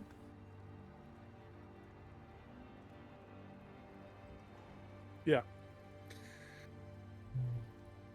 I will sigh a huge stink breath all over Hassan and bring my head up and snap my jaws and bring him over. I'll first try to like bind his wrists while he's still grappled, and then, as she releases him, I'll try to make the bindings a little bit more elaborate and gag him as well. Roll sleight of hand, Rowan, to see how thorough those bindings are. He looks to you, Beacon, and you can see like panic in his eyes. He says, "We need to get out of here."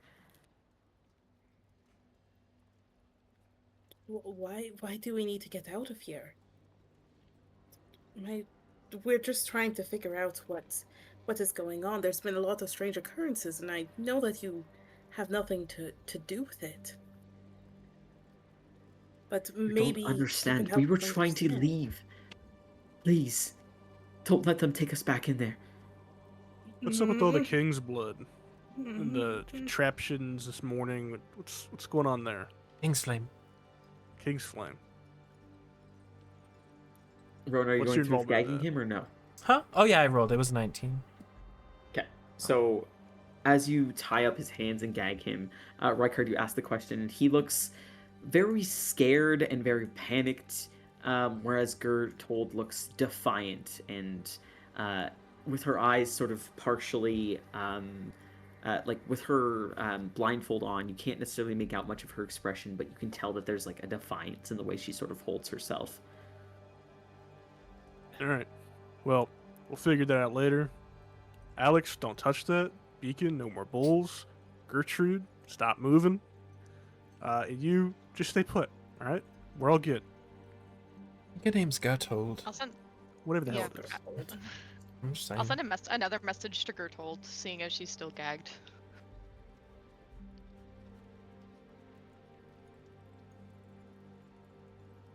And I'll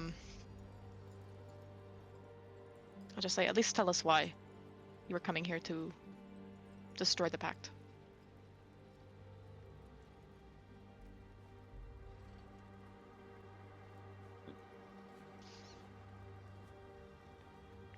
And I might consider giving this back to you.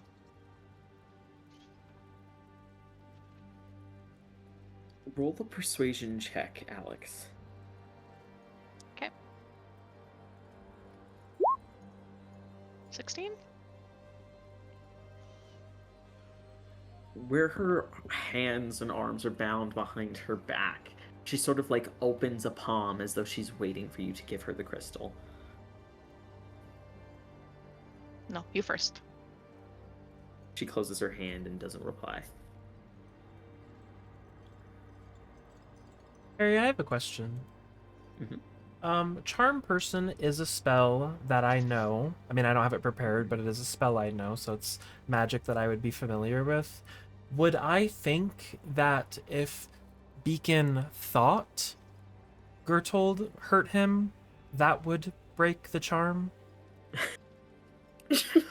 Emotional damage. No, like it, like we want our boy back. Like if if I looked like Gertold and I hurt him and he believed that I was Gertold, would that depends on that if is we something put him in an echo chamber, it's gonna wear and we- off in an hour anyway. Oh my God. We've mostly got the thing, and I'm What not if gonna we make bring Beacon do Gertrude anything over and stupid. we control her hand so it's hitting Beacon? So technically, Oh my God. All right, what do you guys want to do now? You have them both subdued for now. You appear to be in a strange room that they were clearly trying to get to. They caused a lot of chaos to get here. Alex has, for better or for worse, taken something from Gertold. Kind of peering back through that hall, do we think that we can make our way back out there, or is it still like the alarms are blaring and the giants are there? The flashing red lights are still happening. I'll kind of. I don't want to. Maybe I should investigate this room. I kind of want to, but I'm also like, Yeah. I don't Yeah. wanna I don't know. I know. I mean, we could just take a look Can I- around and see, like, Yeah, what there can I is. take a look around? Like, particularly, can I look at this thing over here? Yeah, want to look Like at what she was doing initially. Sure. Which one do you want to look at? This one, this guy. Okay.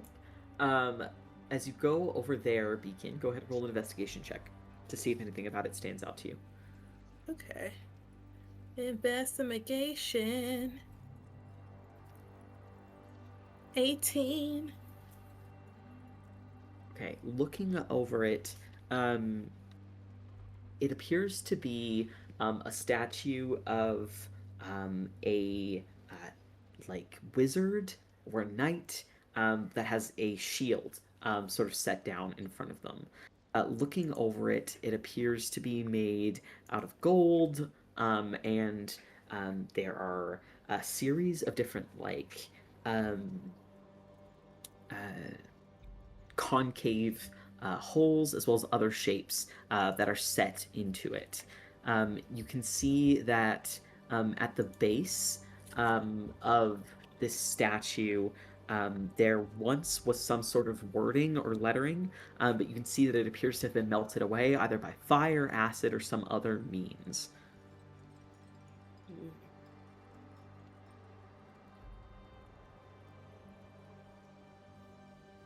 Interesting.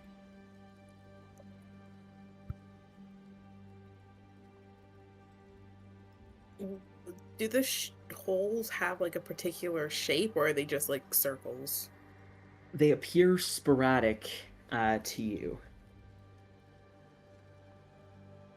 Okay. Can I also check out this one? Does it look the second one? Does it look exactly the same, or is it like?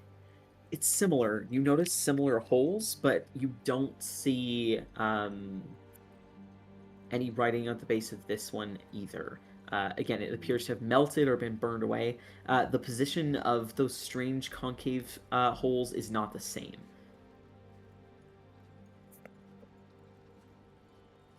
It's interesting. Would I be able to grab Hassan and just kind of move him over here by Boone? Sure. Keep them separated. Well, they don't have to be right next to each other, but yeah, just like so he's not in the path of the laser in case it goes off again. What a shame that would be.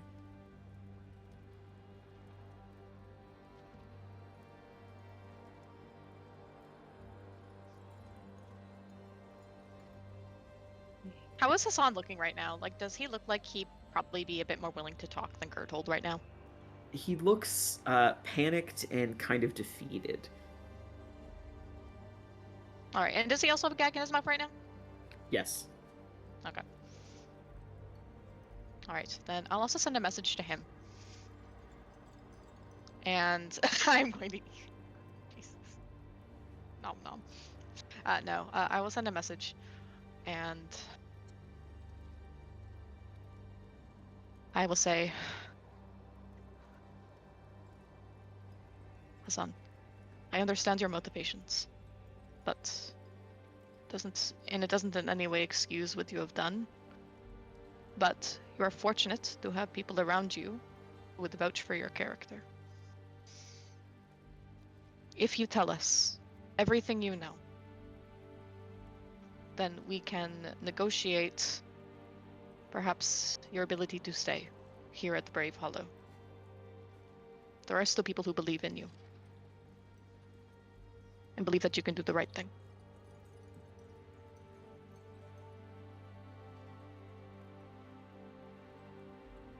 Roll a persuasion check. Just flat roll. Flat roll. Flat roll. Flat roll. 21.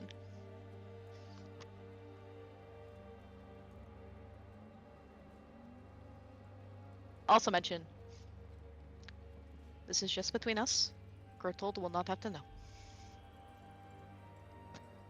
You can see that he immediately sort of looks towards her and seems to think.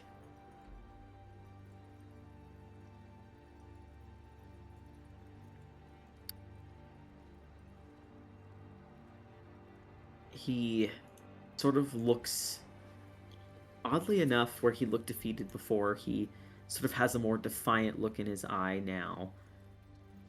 And he sort of says, like, it's like he's about to talk out loud, but then, like, seems to remember the gag is there. And in his mind replies to you and says,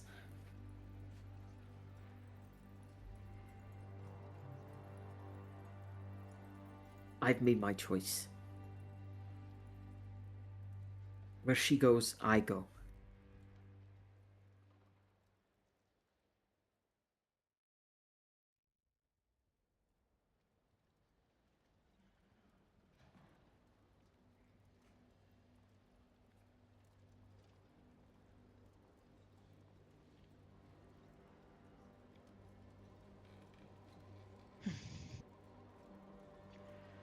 Alright, then Alex will just say out loud, that is very unfortunate for you.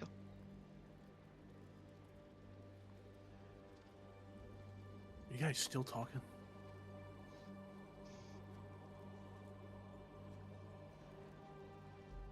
Oh, actually, wait. Sorry. As I say that, can I cast Detect Thoughts?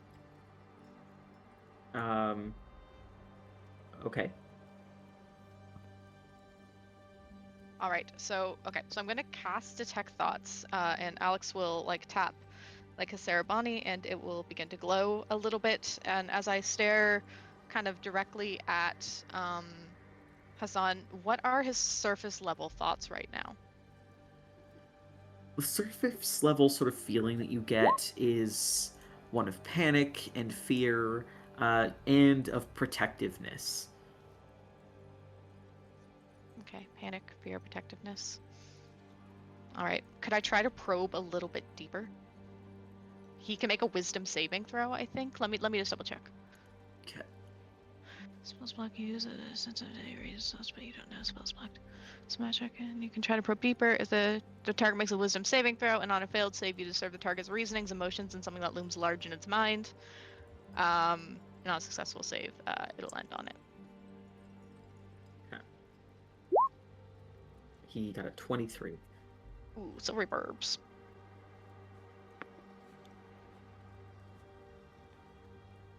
I'll give advantage to myself.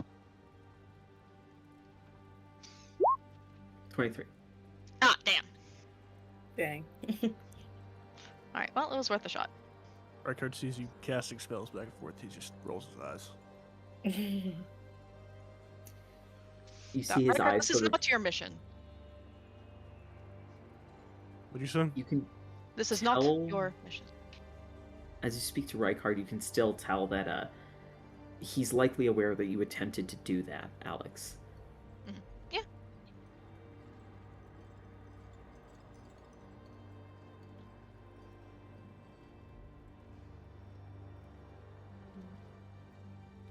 I'll kind of look up to Alex. If I could, like, get a message out of here to let someone know that we're here, would that help? Who should I talk to?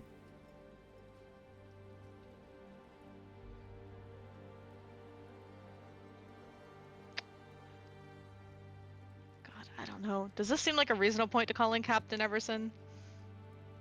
I don't know. That's your I would call. consider this reasonable. I'd say so. We have Yeah. hostages. Yeah. It's better we slime them, but it's up to you. I'm Team Slime 'em. Do you have any, like, update on Rufus? Do you know if he found people? I could. Got no idea. It would take me like 10 minutes. I sort of spent a little more energy than I was planning on, but I think I could get in touch with Captain Everson.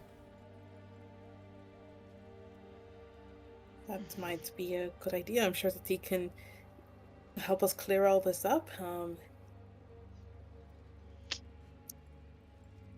Sounds good to Yes, me. I'm certain he would. Right. Give me a minute then. I'll kind of sit down and I will expend my last first level slot to do Wild Resurgence, to get back a wild shape, and then I will turn that wild shape slot into spell weaving charges, and I will use the Weave of Rites to start ritual casting Sending. So it'll take me 10 minutes. All right. As you begin to prepare Sending, is there anything anyone else wants to do? Keeping my eyes on the 2 hostages. Make sure they're not trying anything. By the way, this entire time, Rykard has not put his hand down. His hand's glowing like it's about to fire off something. He's not put his hand down the entire time. Beacon is keeping an eye on Rykard and Boone and making sure that they don't hurt his new friends. Go make sure Alex is okay. Same that would be. We got this under control. Yeah, I probably will check in on Alex too.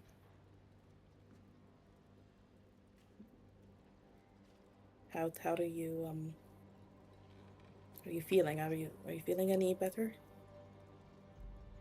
Am I feeling any better? Yeah. No. No. Oh no. Alex, you feel like you've been chilled to the bone, and the feeling won't go away.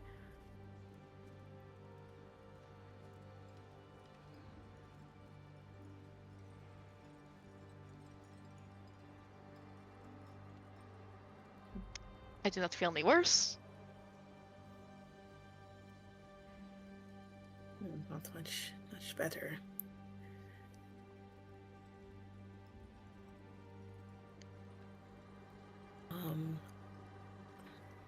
I am. It's not probably not going to be too much, but I'm going to use another 5 points of my my lay on hands and like kind of cover my hands over where the bruise is.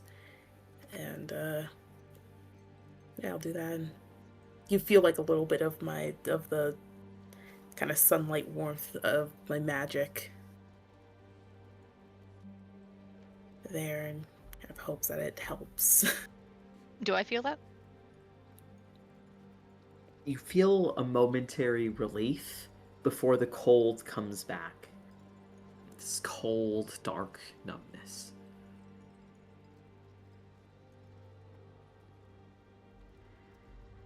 Alex will smile. Look at my beacon.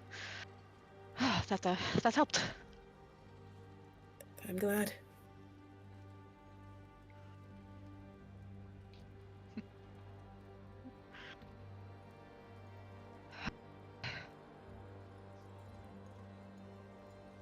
How are you feeling, Beacon? I'm feeling fine. I just would like us to be able to clear up this whole situation as fast as possible. So we can all continue being friends and being hollows. I don't want Gerthold and Hazan to remain in the ropes for too long, but I understand with everything we learned today, there was a whole mix-up in what's not, but I'm sure the faster we clear that up, the better.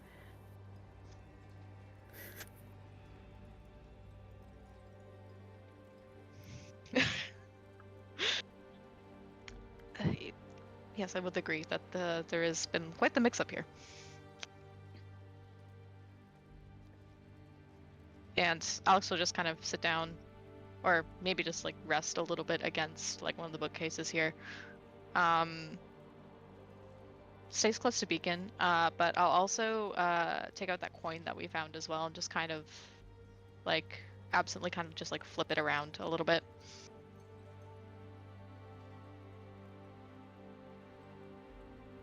You do that in view of Rykard? Yeah. Man, what is with you and the weird stuff, man? Just give it a break, man. One day. What weird stuff? That thing, you got the handprint on you, that coin you acted all weird about. Let's just take it easy. Alright? It's all good. Trust me, I will try my best. Please. I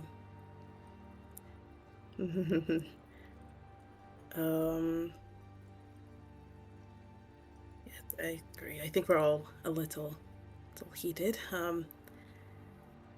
It's been quite the eventful day. I think I have an idea if I'm allowed to use some magic to help us all calm down. All out. Beacon, you could do it even if you did not allow it. Thank you. I'm gonna cast Calm Emotions on everybody. It's within 20-foot radius, but like kind of everyone around. Yes, get everyone in there. Let me put that up. I mainly casted that because it breaks Charm Person. Wanna stop being charmed? No, crap. Displaying VT. There we go.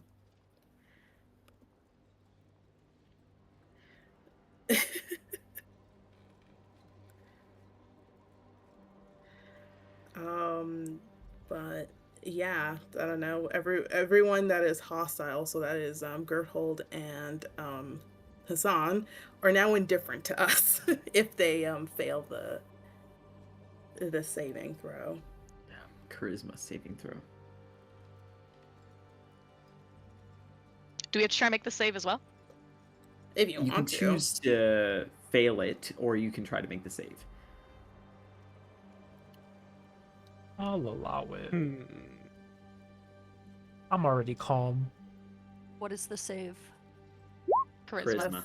Charisma.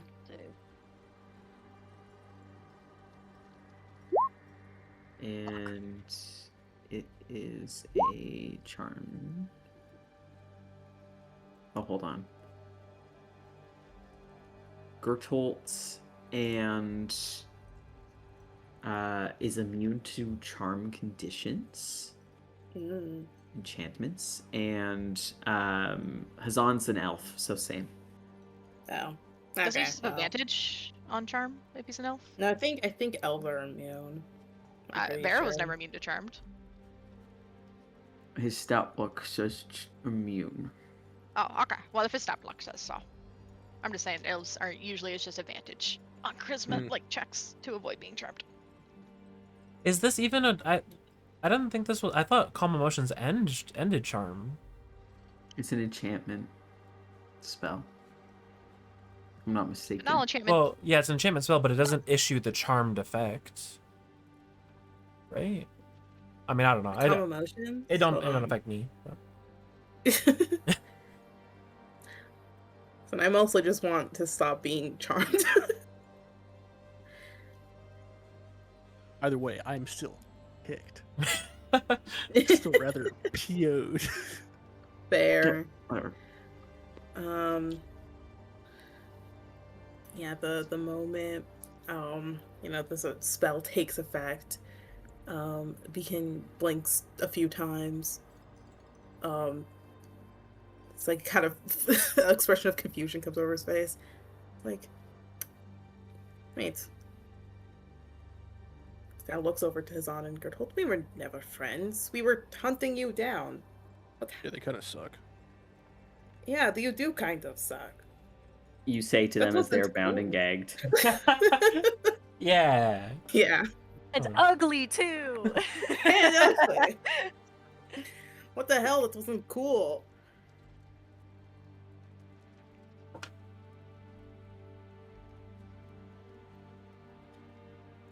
Yeah, that's all I wanted to do.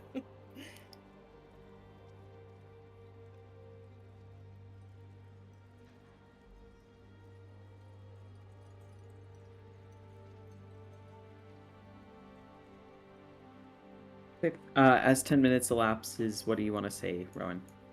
Oh, sweet. Yeah, kind of using his wand as a focus, he actually turns the wand over, kind of channeling these white and yellow threads, spirit and air magic, kind of into this copper wire that's wrapped around the base of his wand, holding this green gem embedded into it. And as he does, I will focus on Captain Everson as I've last seen him, and I will speak into it, kind of like a microphone, and I will say, hello, it's Rowan.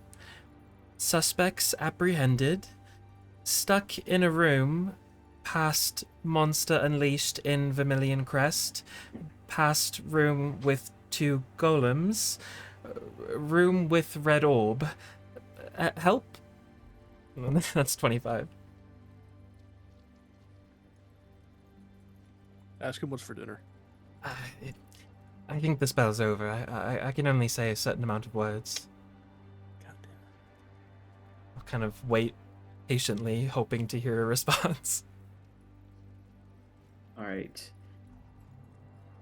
As you wait for a moment, you pause and hope for a response, but there's nothing but silence, Rowan.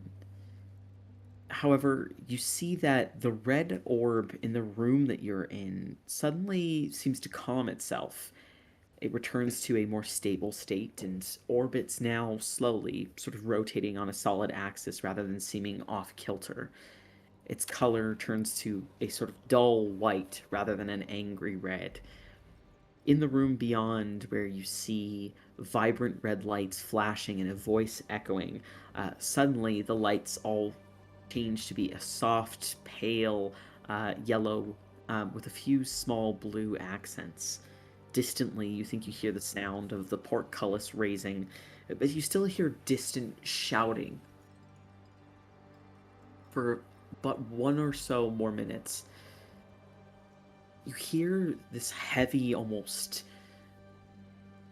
wub-like sound, like the screech or like low sound of like a bass, the like lowest possible note on a bass, and then you hear a shriek like a shrill sound of a violin. crackle of energy seems to come beyond the doorway. You think you hear two voices seemingly not arguing but speaking heatedly. Then, after another moment passes, striding into the room with sort of a slightly arched brow, hair sort of pushed back, and some of his longer hair sort of pulled back into a low sort of bun. Beside him, you see a sort of almost like graying at the temples, pushed back ginger hair that reaches around shoulder length. Two figures walk in, both looking frustrated as they pass through. The one with sort of silvering ginger hair and glasses that are sort of extremely thin and perched at the tip of his nose with a yellowish tint to them, seems to look around as though he's ascertaining how much damage was done to the space, while Captain Everson, who you clearly recognize from his sort of striking, almost extremely sharp features, walks in and seems to have, again, a quirked brow, but a slightly amused smile seems to break a little bit through the slight frustration that initially colored his features as he strides into the room.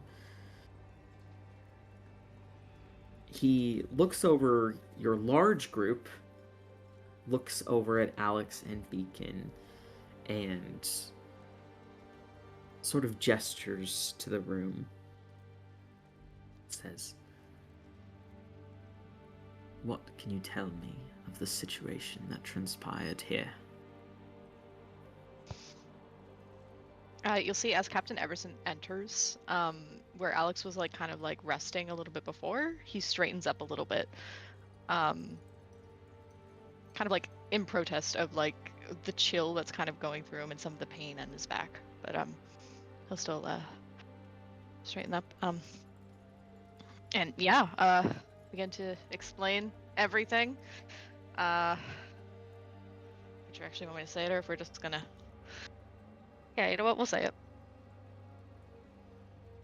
Well, let me just. Sorry, I'm just going through my notes again. Oh, yeah, no I gotta worries. remember As everything. you think and try to prepare what you're going to say in your own words to Captain Everson, let's end our session there for tonight. Oh my god. Oh, stressing. Oh. Thank you. Alex, you don't have to say anything. You have rights. You Yeah. have rights to a lawyer. You don't have to speak anything. What? I would tell him everything. What are you talking about?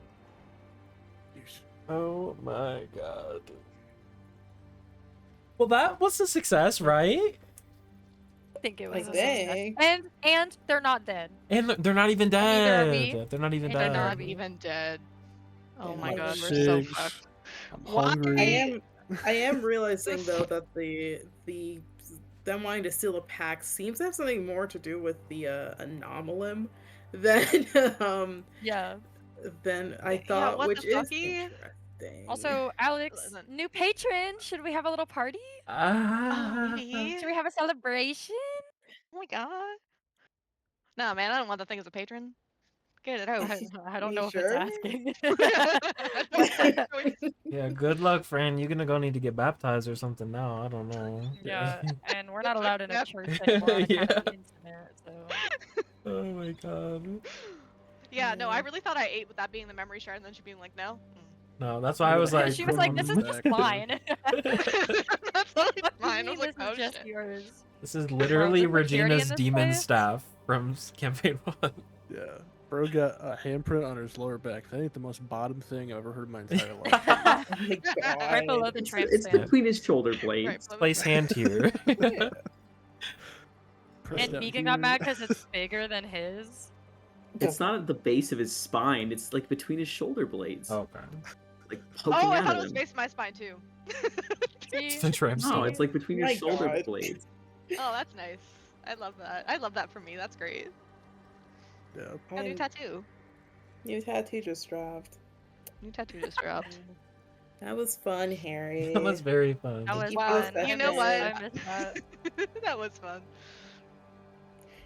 I want to apologize, everyone, to getting charmed the moment that we that wasn't your fault. That was all Gertie's fault. Yeah, that's not your fault. Yeah, fuck Gertie. Also, she was in my notes the whole time as Gertrude. I didn't know her name was Gertie. I had Gertrude Why? too. No, Gert's So I thought that was her name. Gert's That's Gertie. That's Gertie. That's Gertie from That's Spy Gertie. Kids. Yeah. Oh my Yeah, from goodness. Spy. Oh my god. If I had a nickel for every time I had to spend my downtime trying to figure out what to say to Captain Everson, I'd have 2 Ooh. nickels. Yeah, wait, why does It's weird that Rowan it happened have twice. the Captain Everson summon charm thing? What? Because he casts sending. Yeah, I can cast I can't cast sending. sending. Oh, Because you're Yeah, always you can touching communicate. bad shit. Yeah. You never just see something and just walk away. Well, hey, now we know. Listen, somebody had to do it first so we can all learn in character true, not to that's touch true. things. Yeah, exactly. Sure, because it would have 100% been me. Yeah. Now we know. Yeah. Hey, remember I what was happened to gonna say, Alex? Victor, you are not one to talk about touching things that you're It not would supposed have to. 100% been me. I fucking remember the incident in Ramsey before the apocalypse with that sword on the mantle. Don't think I ever forgot about Oh that my shit. god. Dude, what was that big dragon's name that we fought? Because I was like, Which let me one? test it then. The one in, no, the fucking, like, The We got amethyst one, the breath- purple one, no, Arlieth. the one that was, like, hiding in the darkness and shit, and then we, like, pinned it to the ground. We fucked Oh, yes. Yeah, the shadow one. it up. Yeah. Well, that was Oh, Arlieth. Hadir. wasn't it? Wait, no. Arlieth or Hadiri? Oh, Hadiri was the pretty one. Oh, yeah, the Arlieth was amethyst the one, shadow yeah. one. Oh, yeah, Yeah, he was Arlieth. stinky. I don't know. They all the same. I just remember 'Cause we they're all had the dead breath. as dragons hell. are the same. Dead as a... The ones that we God. kill are. Dragon racism. You know what they have in common? Being dead as hell, being Yeah. irrelevant. There he is. Oh, God. 3 for 3. 3 for 3. Dang. Okay, well, bye recording. Bye, Bye, recording. Out of here, recording. Out of here, Craig.